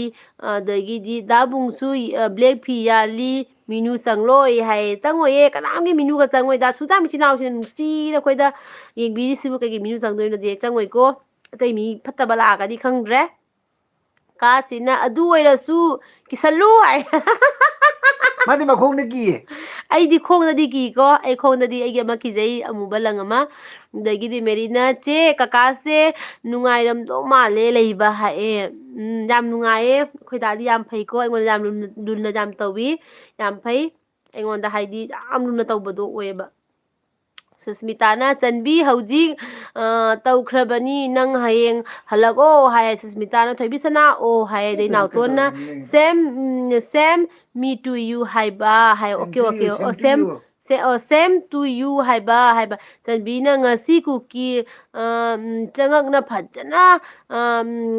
ꯀꯩ ꯍꯥꯏꯕ ꯈꯠꯅꯈ꯭ꯔꯦ ꯉꯁꯤꯗꯤ ꯑꯩ ꯃꯤ ꯌꯥꯝ ꯆꯪꯉꯦ ꯍꯥꯏ ꯑꯣ ꯃꯤ ꯌꯥꯝ ꯆꯪꯉꯝꯃꯕꯣ ꯆꯟꯕꯤ ꯅꯪ ꯋꯥ ꯀꯣꯡꯒ꯭ꯔꯦꯆꯨꯂꯦꯁꯟ ꯑꯗꯨꯗꯒꯤ ꯊꯣꯏꯕꯤꯁꯅꯥꯅ ꯏꯅꯝꯃꯅ ꯋꯥ ꯉꯥꯡꯕ ꯈꯨꯗꯤꯡꯒꯤ ꯑꯁꯦꯡꯃꯛꯀꯤꯗ ꯍꯥꯏꯕ ꯋꯥꯍꯩ ꯑꯃ ꯍꯥꯏꯕꯁꯦ ꯌꯥꯝ ꯅꯨꯡꯁꯤꯌꯦ ꯇꯥꯕꯗ ꯏꯅꯝꯃ ꯑꯆꯤꯛꯄ ꯑꯍꯤꯡ ꯁꯛꯑꯣ ꯍꯥꯏ ꯅꯪ ꯊꯥꯒꯠꯂꯒ ꯅꯪꯅ ꯅꯅꯝꯃꯗ ꯊꯥꯒꯠꯂꯒ ꯏꯁꯩ ꯁꯛꯍꯟꯕꯒꯤ ꯀꯟꯅ ꯍꯣꯠꯅꯔꯤꯕ ꯅꯠꯇ꯭ꯔꯥ ꯄꯨꯁꯄꯥꯅꯗꯤ ꯀꯞꯄꯅꯤ ꯍꯥꯏꯕ ꯑꯩꯒꯤ ꯈꯣꯟꯖꯦꯜꯁꯦ ꯇꯥꯕꯗꯤ ꯏꯕꯦꯝꯃ ꯅꯪꯕꯣ ꯑꯗꯒꯤ ꯊꯣꯏꯕꯅ ꯍꯥꯏꯕ ꯍꯣꯏ ꯖꯤꯔꯤꯒꯤ ꯑꯗꯣ ꯍꯧꯖꯤꯛꯇꯤ ꯏꯝꯐꯥꯜꯗ ꯂꯩꯕ ꯍꯥꯏ ꯍꯣꯏ ꯑꯩ ꯉꯁꯥꯏ ꯈꯪꯉꯦꯕ ꯑꯩꯈꯣꯏ ꯗꯥꯅ ꯍꯥꯏꯗꯨꯅꯤ ꯖꯤꯔꯤꯒꯤꯗꯨ ꯅꯠꯇ꯭ꯔꯣ ꯍꯥꯏꯅꯀꯣ ꯊꯣꯏꯕ ꯅꯪ ꯀꯃꯥꯏꯅ ꯇꯧꯔꯤꯒꯦ ꯑꯗꯨꯗꯒꯤꯗꯤ ꯆꯟꯕꯤꯅ ꯁꯨꯁꯃꯤꯇꯥ ꯍꯣꯏ ꯇꯧꯔꯒꯦ ꯍꯧꯖꯤꯛ ꯁꯥꯞ ꯍꯥꯏ ꯑꯗꯒꯤ ꯕꯦꯠꯁ ꯋꯥꯔꯜꯅ ꯌꯥꯝ ꯅꯨꯡꯁꯤꯅꯅ ꯂꯩꯕ ꯃꯥꯜꯂꯦ ꯏꯌꯥꯝꯕꯒ ꯏꯅꯝꯃꯒ ꯁꯦ ꯍꯥꯏ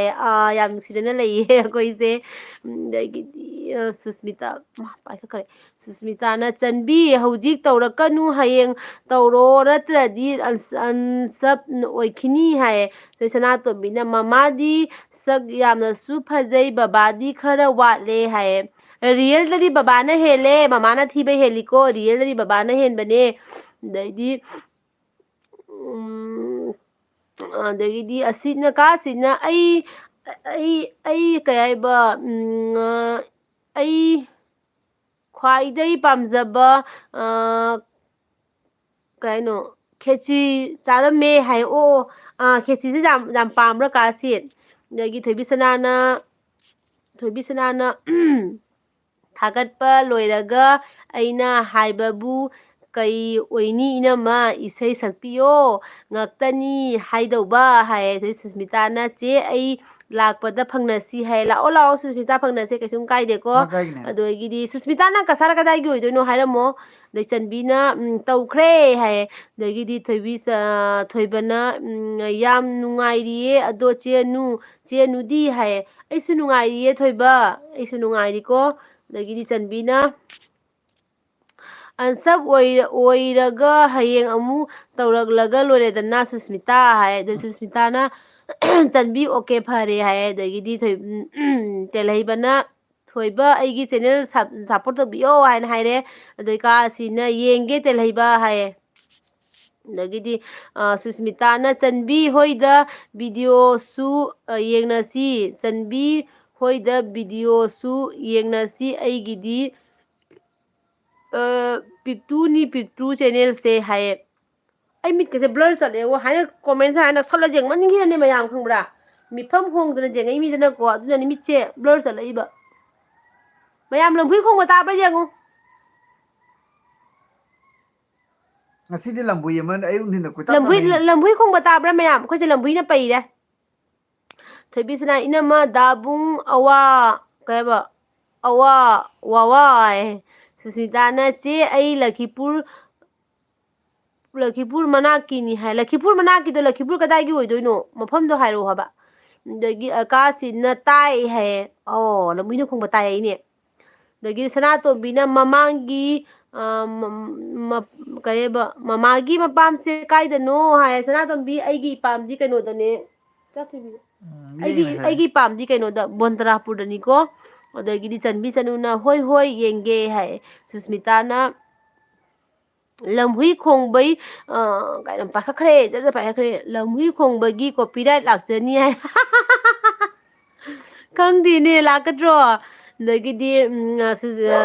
ꯁꯨꯁꯃꯤꯇꯥꯅ ꯀꯩ ꯍꯥꯏꯕ ꯆꯦ ꯑꯩ ꯀꯩ ꯃꯥꯡꯈ꯭ꯔꯦ ꯁꯨꯁꯃꯤꯇꯥꯅ ꯆꯦ ꯀꯗꯥꯏꯅꯣ ꯁꯨꯁꯃꯤꯇꯥꯒꯤ ꯆꯦ ꯀꯥꯏꯅꯣ ꯃꯥꯡꯈ꯭ꯔꯦꯅꯗ ꯅꯪꯕꯨ ꯑꯣ ꯆꯦ ꯑꯩ ꯀꯩꯅꯣ ꯍꯥꯏꯅꯤꯡꯗꯦ ꯑꯦꯜꯕꯤꯗ ꯍꯥꯏ ꯃꯥꯜꯂꯦ ꯑꯣ ꯍꯥꯏꯅꯤꯡꯗꯦ ꯍꯥꯏꯔꯣ ꯊꯣꯏꯕꯤꯁꯅꯥꯅ ꯂꯝꯍꯨꯏ ꯈꯣꯡꯕ ꯇꯥꯏꯌꯦ ꯑꯩꯗꯤ ꯀꯤꯔꯦ ꯍꯥꯏꯌꯦ ꯉꯁꯥꯏ ꯇꯥꯟꯅꯩꯅꯦ ꯑꯌꯨꯛ ꯅꯨꯡꯊꯤꯟꯗ ꯑꯩꯈꯣꯏ ꯑꯩꯅ ꯁꯤꯗ ꯂꯝꯍꯨꯏ ꯌꯥꯝ ꯊꯣꯛꯑꯦ ꯑꯗꯒꯤꯗꯤ ꯆꯟꯕꯤꯅ ꯆꯦ ꯑꯩꯈꯣই ꯁꯤꯒꯁꯨ ꯂꯝꯍꯨꯏ ꯌꯥꯝ ꯈꯣꯡꯉꯤ ꯃꯥꯟꯅꯔꯦ ꯍꯥꯏ ꯑꯩꯈꯣꯏꯁꯤꯁꯨ ꯌꯥꯝ ꯈꯣꯡꯉꯤꯅꯦ ꯊꯣꯏꯕꯅ ꯑꯗꯣ ꯉꯁꯤꯒꯤ ꯀꯔꯤ ꯃꯊꯦꯜ ꯆꯥꯔꯒꯦ ꯍꯥꯏ ꯊꯣꯏꯕ ꯉꯁꯤꯗꯤ ꯑꯩꯈꯣꯏꯅꯦ ꯈꯦꯆꯤ ꯑꯣꯏꯅ ꯆꯥꯔꯦ ꯅꯪꯗꯤ ꯀꯩꯖꯥꯡ ꯆꯥꯔꯛꯀꯦ ꯗꯥ ꯃꯦꯘꯥꯅ ꯇꯥꯏ ꯂꯝꯍꯨꯏ ꯂꯩꯕ꯭ꯔꯣ ꯆꯤꯡ ꯂꯩꯕ꯭ꯔꯣ ꯍꯥꯏ ꯆꯤꯡ ꯂꯩꯇꯦꯅꯦ ꯗꯥ ꯃꯦꯘꯥ ꯆꯤꯡꯗꯤ ꯂꯩꯇꯦꯕꯀꯣ ꯕꯣꯔꯥ ꯈꯣꯡꯕꯥꯟ ꯑꯣꯏꯕꯗꯨꯒ ꯇꯧꯔꯤꯔꯥ ꯈꯪꯗꯦꯕ ꯂꯝꯍꯨꯏꯁꯦ ꯌꯥꯝ ꯂꯩꯌꯦꯕ ꯑꯩꯈꯣꯏ ꯁꯤꯗ ꯑꯗꯒꯤꯗꯤ ꯇꯦꯜꯍꯩꯕꯅ ꯊꯣꯏꯕ ꯑꯩꯒꯤ ꯆꯦꯅꯦꯜ ꯂꯩꯕꯅꯦ ꯇꯦꯜꯍꯩꯕ ꯇꯦꯜꯍꯩꯕ ꯂꯝꯕꯨꯏ ꯁꯥꯗꯣꯛꯄꯝꯅ ꯌꯥꯝ ꯈꯣꯡꯉꯦ ꯂꯝꯕꯨꯏꯁꯤꯡꯗꯒꯤ ꯚꯣꯠ ꯈꯔ ꯅꯪꯒꯤ ꯁꯕꯁꯀ꯭राꯏꯕꯔ ꯈꯔ ꯅꯤꯍꯧꯗꯅ ꯂꯝꯕꯨꯏ ꯂꯥꯛꯏꯁꯤꯡꯁꯤꯒ ꯇꯦꯜꯍꯩꯕ ꯑꯗꯨꯒ ꯇꯥꯕꯤꯔꯣꯏ ꯑꯗꯒꯤ ꯁꯅꯥꯇꯣꯝꯕꯤꯅ ꯍꯥꯏꯕ ꯃꯃꯥꯒꯤ ꯃꯄꯥꯝꯁꯦ ꯀꯨꯀꯤ ꯇꯥꯕ꯭ꯔꯣ ꯍꯥꯏ ꯇꯥꯗꯤꯌꯦ ꯑꯩꯈꯣꯏ ꯁꯤꯗ ꯀꯨꯀꯤꯒ ꯂꯩꯇꯦꯗ ꯑꯗꯒꯤꯗꯤ ꯉꯥꯉꯣꯝꯅ ꯊꯥꯡꯃꯩꯕꯟ ꯀꯃꯥꯏꯅ ꯇꯧꯔꯦ ꯑꯗꯣ ꯀꯩꯅꯣ ꯇꯧꯋꯤ ꯁꯅꯥꯇꯣꯝꯕꯤ ꯑꯩꯈꯣꯏ ꯁꯤꯗꯅꯦ ꯀꯨꯀꯤ ꯂꯥꯞꯄꯦꯕ ꯂꯩꯇꯦꯕꯀꯣ ꯅꯦꯅꯦ ꯑꯩꯈꯣꯏ ꯗꯗꯥꯅ ꯗꯗꯥꯅ ꯍꯀꯥꯝ ꯆꯟꯕꯒꯤ ꯃꯈꯣꯟꯗꯣ ꯍꯨꯏꯅꯥꯎ ꯀꯞꯄ ꯃꯥꯟꯖꯥꯠꯅꯤ ꯂꯩꯕꯅꯦ ꯃꯑꯣꯡ ꯀꯩꯅꯣ ꯇꯧꯕ ꯂꯩꯕꯅꯤꯀꯣ ꯊꯣꯏꯕꯤꯁꯅꯥ ꯏꯅꯝꯃ ꯂꯝꯍꯨꯏꯒꯤ ꯋꯥꯔꯤ ꯑꯃ ꯇꯧꯕꯗꯩ ꯀꯤꯕ ꯍꯜꯂꯦꯕꯣ ꯋꯥꯔꯤꯗꯣ ꯑꯁꯨꯛꯀꯤ ꯃꯇꯤꯛꯁꯨ ꯐꯖꯩꯕꯣ ꯍꯥꯏꯌꯦ ꯑꯣꯀꯦ ꯊꯣꯏꯕꯅ ꯉꯥ ꯆꯥꯔꯦꯗ ꯉꯁꯤꯗꯤ ꯍꯥꯏ ꯑꯣꯀꯦ ꯑꯣꯀꯦ ꯑꯗꯒꯤ ꯇꯦꯜꯍꯩꯕꯅ ꯗꯥꯕꯨꯡꯁꯦ ꯌꯣ ꯌꯥꯝ ꯇꯥꯔꯝꯃꯦ ꯍꯥꯏꯌꯦ ꯑꯗꯒꯤꯗꯤ ꯁꯨꯁꯃꯤꯇꯥꯅ ꯑꯣ ꯁꯅꯥꯇꯣꯝꯕꯤ ꯀꯁꯥꯔꯗ ꯀꯨꯀꯤꯒ ꯂꯩꯇꯦ ꯍꯥꯏꯌꯦ ꯑꯗꯨꯗꯒꯤꯗꯤ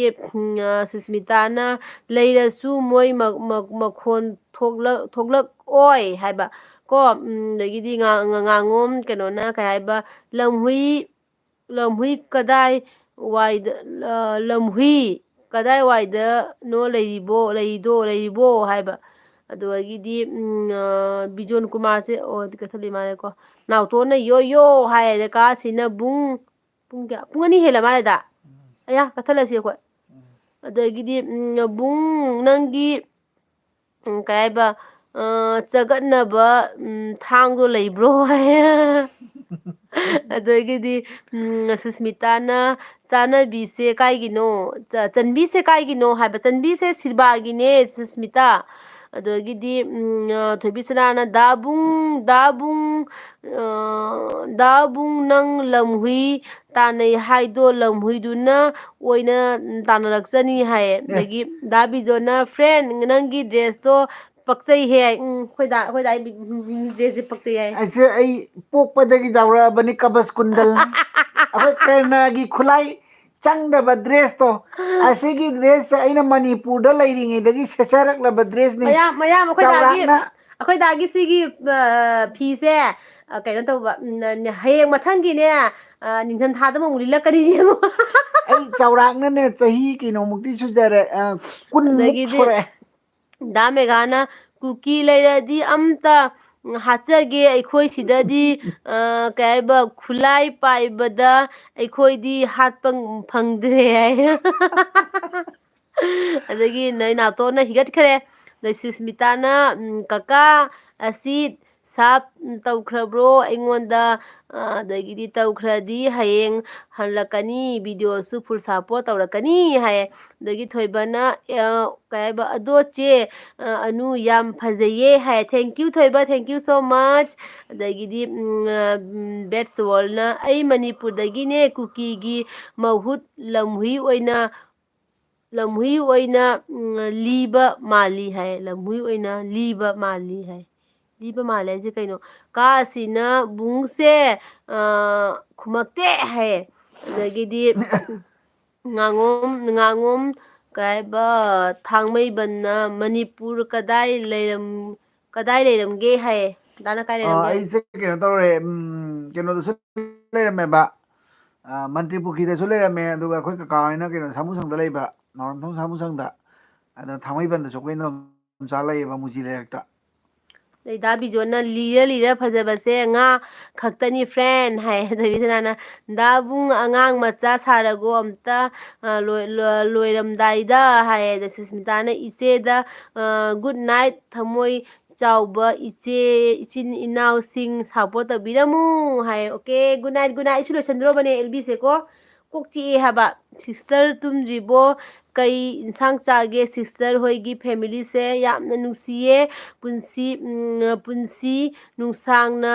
ꯑꯅꯥ ꯑꯌꯦꯛ ꯌꯥꯎꯗꯕ ꯑꯣꯏꯌꯣ ꯍꯥꯏ ꯊꯦꯡꯀ꯭ꯌꯨ ꯋꯥꯔꯠ ꯅꯣꯌꯤꯡ ꯊꯦꯡꯀ꯭ꯌꯨ ꯁꯣ ꯃꯆ ꯅꯪꯗꯤ ꯍꯥꯟꯅꯗꯒꯤꯁꯦ ꯑꯩꯉꯣꯟꯗ ꯁꯞꯄꯣꯔꯠ ꯇꯧꯔꯒ ꯂꯥꯛꯄꯅꯦ ꯑꯩ ꯈꯪꯉꯤꯀꯣ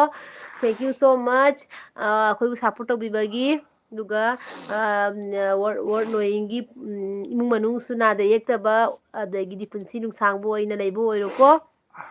ꯁꯅꯥꯇꯣꯝꯕꯤꯅ ꯃꯃꯥꯒꯤ ꯏꯆꯥ ꯀꯌꯥ ꯁꯨꯔꯒꯦ ꯆꯍꯤ ꯀꯌꯥꯅꯣ ꯍꯥꯏꯌꯦ ꯑꯩꯒꯤ ꯃꯉꯥ ꯏꯆꯥ 2 ꯁꯨꯔꯦ ꯑꯩ ꯏꯆꯥꯅꯨꯄꯥ ꯏꯆꯥ ꯅꯨꯄꯥ ꯑꯍꯟꯅꯤ ꯏꯆꯥꯅꯨꯄꯥ ꯑꯍꯟꯅ ꯆꯍꯤ 13 ꯅꯪ ꯆꯠꯂꯤꯀꯣ 13 ꯀꯥꯏ ꯃꯤ 9ꯁꯨ ꯐꯥꯔꯤꯗꯨꯕ ꯆꯍꯤ 13 ꯆꯠꯂꯤꯑꯕꯀꯣ ꯑꯗꯣ ꯏꯆꯥꯅꯨꯄꯤꯅ ꯆꯍꯤ 9 ꯀꯝꯄ꯭ꯂꯤꯠ ꯑꯣꯏꯈ꯭ꯔꯦ ꯍꯧꯖꯤꯛ 9 ꯆꯠꯂꯤꯌꯦ ꯑꯗꯨꯒ ꯏꯃꯥ ꯏꯄꯥ ꯍꯦꯄꯤ ꯐꯦꯃꯤꯂꯤ ꯍꯥꯏ ꯇꯣꯝꯕꯅ ꯊꯦꯡꯀ꯭ꯌꯨ ꯏꯃꯥ ꯏꯄꯥ ꯑꯗꯒꯤꯗꯤ ꯃꯟꯅꯧꯕ ꯌꯥꯏꯅꯦ ꯑꯟꯖꯨꯅ ꯁꯨꯅꯤꯇꯥ ꯅꯥꯏꯈꯣꯗꯥ ꯍꯥꯏꯌꯦ ꯑꯗꯒꯤꯗꯤ ꯀꯥꯁꯤꯅ ꯂꯥꯏꯐꯇꯒꯤ ꯊꯣꯛꯄꯒ ꯇꯧꯔꯛꯀꯦ ꯁꯨꯁꯃꯤꯇꯥ ꯍꯥꯏ ꯑꯣꯀꯦ ꯃꯌꯥꯝ ꯒꯨꯗ ꯅꯥꯏꯠ ꯑꯣꯏꯔꯁꯤꯔꯣ ꯃꯌꯥꯝ ꯕꯕꯥꯏ ꯑꯣꯏꯔꯁꯤꯔꯣ ꯆꯥꯇꯣꯝꯕꯤꯁꯟꯅ ꯅꯪ ꯍꯌꯦꯡ ꯑꯩꯉꯣꯟꯗ ꯀꯔꯤ ꯄꯤꯅꯥꯌꯨ ꯃꯌꯥꯝ ꯇꯪ ꯕꯥꯏ ꯍꯥꯏꯔꯝꯃꯣ ꯄ꯭ꯂꯤꯖ ꯕꯥꯏ ꯍꯥꯏꯕꯤꯔꯝꯃꯣ ꯃꯌꯥꯝ ꯗꯥꯒꯤ ꯅꯪꯒꯤ ꯐꯣꯟꯗꯨꯗꯤ ꯑꯩ ꯐꯣꯟ ꯆꯦꯜꯂꯦ ꯗꯥ ꯑꯩ ꯀꯩꯅꯣ ꯊꯕꯛ ꯀꯩ ꯑꯩ ꯊꯕꯛ ꯁꯨꯗꯣꯏꯅꯦ ꯗꯥ ꯕꯤꯖꯣꯅ ꯀꯩꯅꯣ ꯍꯥꯏꯕꯗ ꯄꯥꯎ ꯗꯥ ꯕꯤꯖꯣꯅ ꯍꯥꯏꯔꯛꯏꯁꯦ ꯕꯤꯖꯣꯅ ꯀꯩꯕ ꯑꯣꯀꯦ ꯐ꯭ꯔꯦꯟ ꯃꯇꯧ ꯑꯁꯨꯝꯅ ꯏꯇꯩꯃꯒ ꯍꯔꯥꯎꯅ ꯅꯥꯕ ꯌꯦꯛꯄ ꯌꯥꯎꯗꯅ ꯅꯨꯡꯉꯥꯏꯅ ꯂꯩꯕ ꯑꯣꯏꯌꯨꯀꯣ good night friend good night good night ꯄꯥꯔꯣ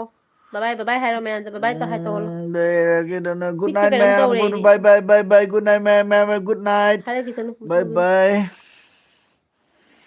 ꯒꯨꯗ ꯅꯥꯏꯠ ꯒꯨꯗ ꯅꯥꯏꯠ ꯃꯃꯥꯒꯤ ꯏꯆꯥꯅꯨꯄꯥ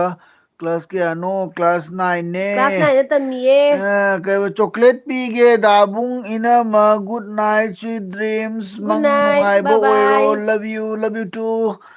ꯃꯌꯥꯝ ꯊꯕꯤꯁꯅ ꯕꯥꯏ ꯕꯥꯏ ꯒꯨꯗ ꯅꯥꯏꯠ ꯑꯣꯜ ꯍꯌꯦꯡ ꯑꯣꯐ ꯌꯨ ꯎꯅꯔꯁꯦ ꯍꯌꯦꯡ ꯎꯅꯔꯁꯦ ꯃꯌꯥꯝ ꯍꯌꯦꯡ ꯃꯪ ꯐꯔꯁꯦ ꯃꯪ ꯐꯔꯁꯦꯀꯣ ꯔꯦꯅꯤ ꯗꯦꯕꯤ ꯆꯦꯅꯨ good night good night good night ꯍꯌꯦꯡ ꯑꯃꯨꯛ ꯃꯌꯥꯝ ꯎꯅꯔꯁꯦ ꯄꯨꯝꯅꯃꯛ ꯃꯪ ꯐꯕ ꯕꯥꯏ ꯑꯣꯏꯔꯁꯦ ꯕꯥꯏ ꯃꯌꯥꯝ ꯄꯨꯝꯅꯃꯛ ꯃꯪꯗ ꯃꯪꯒ꯭ꯔꯥ ꯇꯥꯜꯂꯣ ꯑꯩꯁꯨ ꯇꯥꯜꯂꯨꯈꯤꯒꯦ ꯃꯌꯥꯝ ꯍꯌꯦꯡ ꯕ꯭ꯔꯦꯛꯐꯥꯁ ꯇꯧꯅꯕ ꯀꯔꯤꯝ ꯂꯩꯇꯦ ꯃꯌꯥꯝ ꯃꯪꯗ ꯊꯣꯏꯕꯅ ꯃꯪꯒ꯭ꯔꯥ ꯒꯨꯗ ꯅꯥꯏꯠ ꯕꯥꯏ ꯇꯥꯜꯂꯨꯈꯤꯒꯦ ꯕꯥꯏ ꯍꯥꯏꯌꯦ ꯒꯨꯗ ꯅꯥꯏꯠ ꯕꯥꯏ ꯕꯥꯏ ꯊꯣꯏꯕ ꯒꯨꯗ ꯅꯥꯏꯠ ꯒꯨꯗ ꯃꯌꯥꯝ ꯅꯥꯏꯠ ꯒꯣꯖꯤꯂꯥ ꯒꯣꯖꯤꯂꯥ ꯒꯣꯖꯤꯂꯥ ꯏꯆꯦ ꯀꯥꯅꯣꯟ ꯕꯂꯥꯅ ꯕꯕꯥꯏ ꯍꯥꯏꯔꯦ ꯕꯕꯥꯏ ꯏꯆꯦ ꯀꯥꯅꯣꯟ ꯃꯥ ꯏꯃꯥ ꯉꯁꯥꯏ ꯂꯨꯝꯃꯒ ꯇꯥꯔꯤꯅꯤꯀꯣ ꯕꯕꯥꯏ ꯏꯆꯦ ꯀꯥꯅꯣꯟ ꯀꯅꯥꯅꯣ ꯕꯕꯥꯏ ꯀꯣꯅꯨꯡ ꯃꯂꯥ ꯍꯥꯏꯁꯦ ꯍꯌꯦꯡ ꯑꯃꯨꯛ ꯃꯌꯥꯝ ꯂꯥꯛꯄꯤꯌꯨꯀꯣ ꯕꯥꯏ ꯕꯥꯏ ꯕꯕꯥꯏ ꯃꯌꯥꯝ ꯒꯣꯖꯤꯂꯥ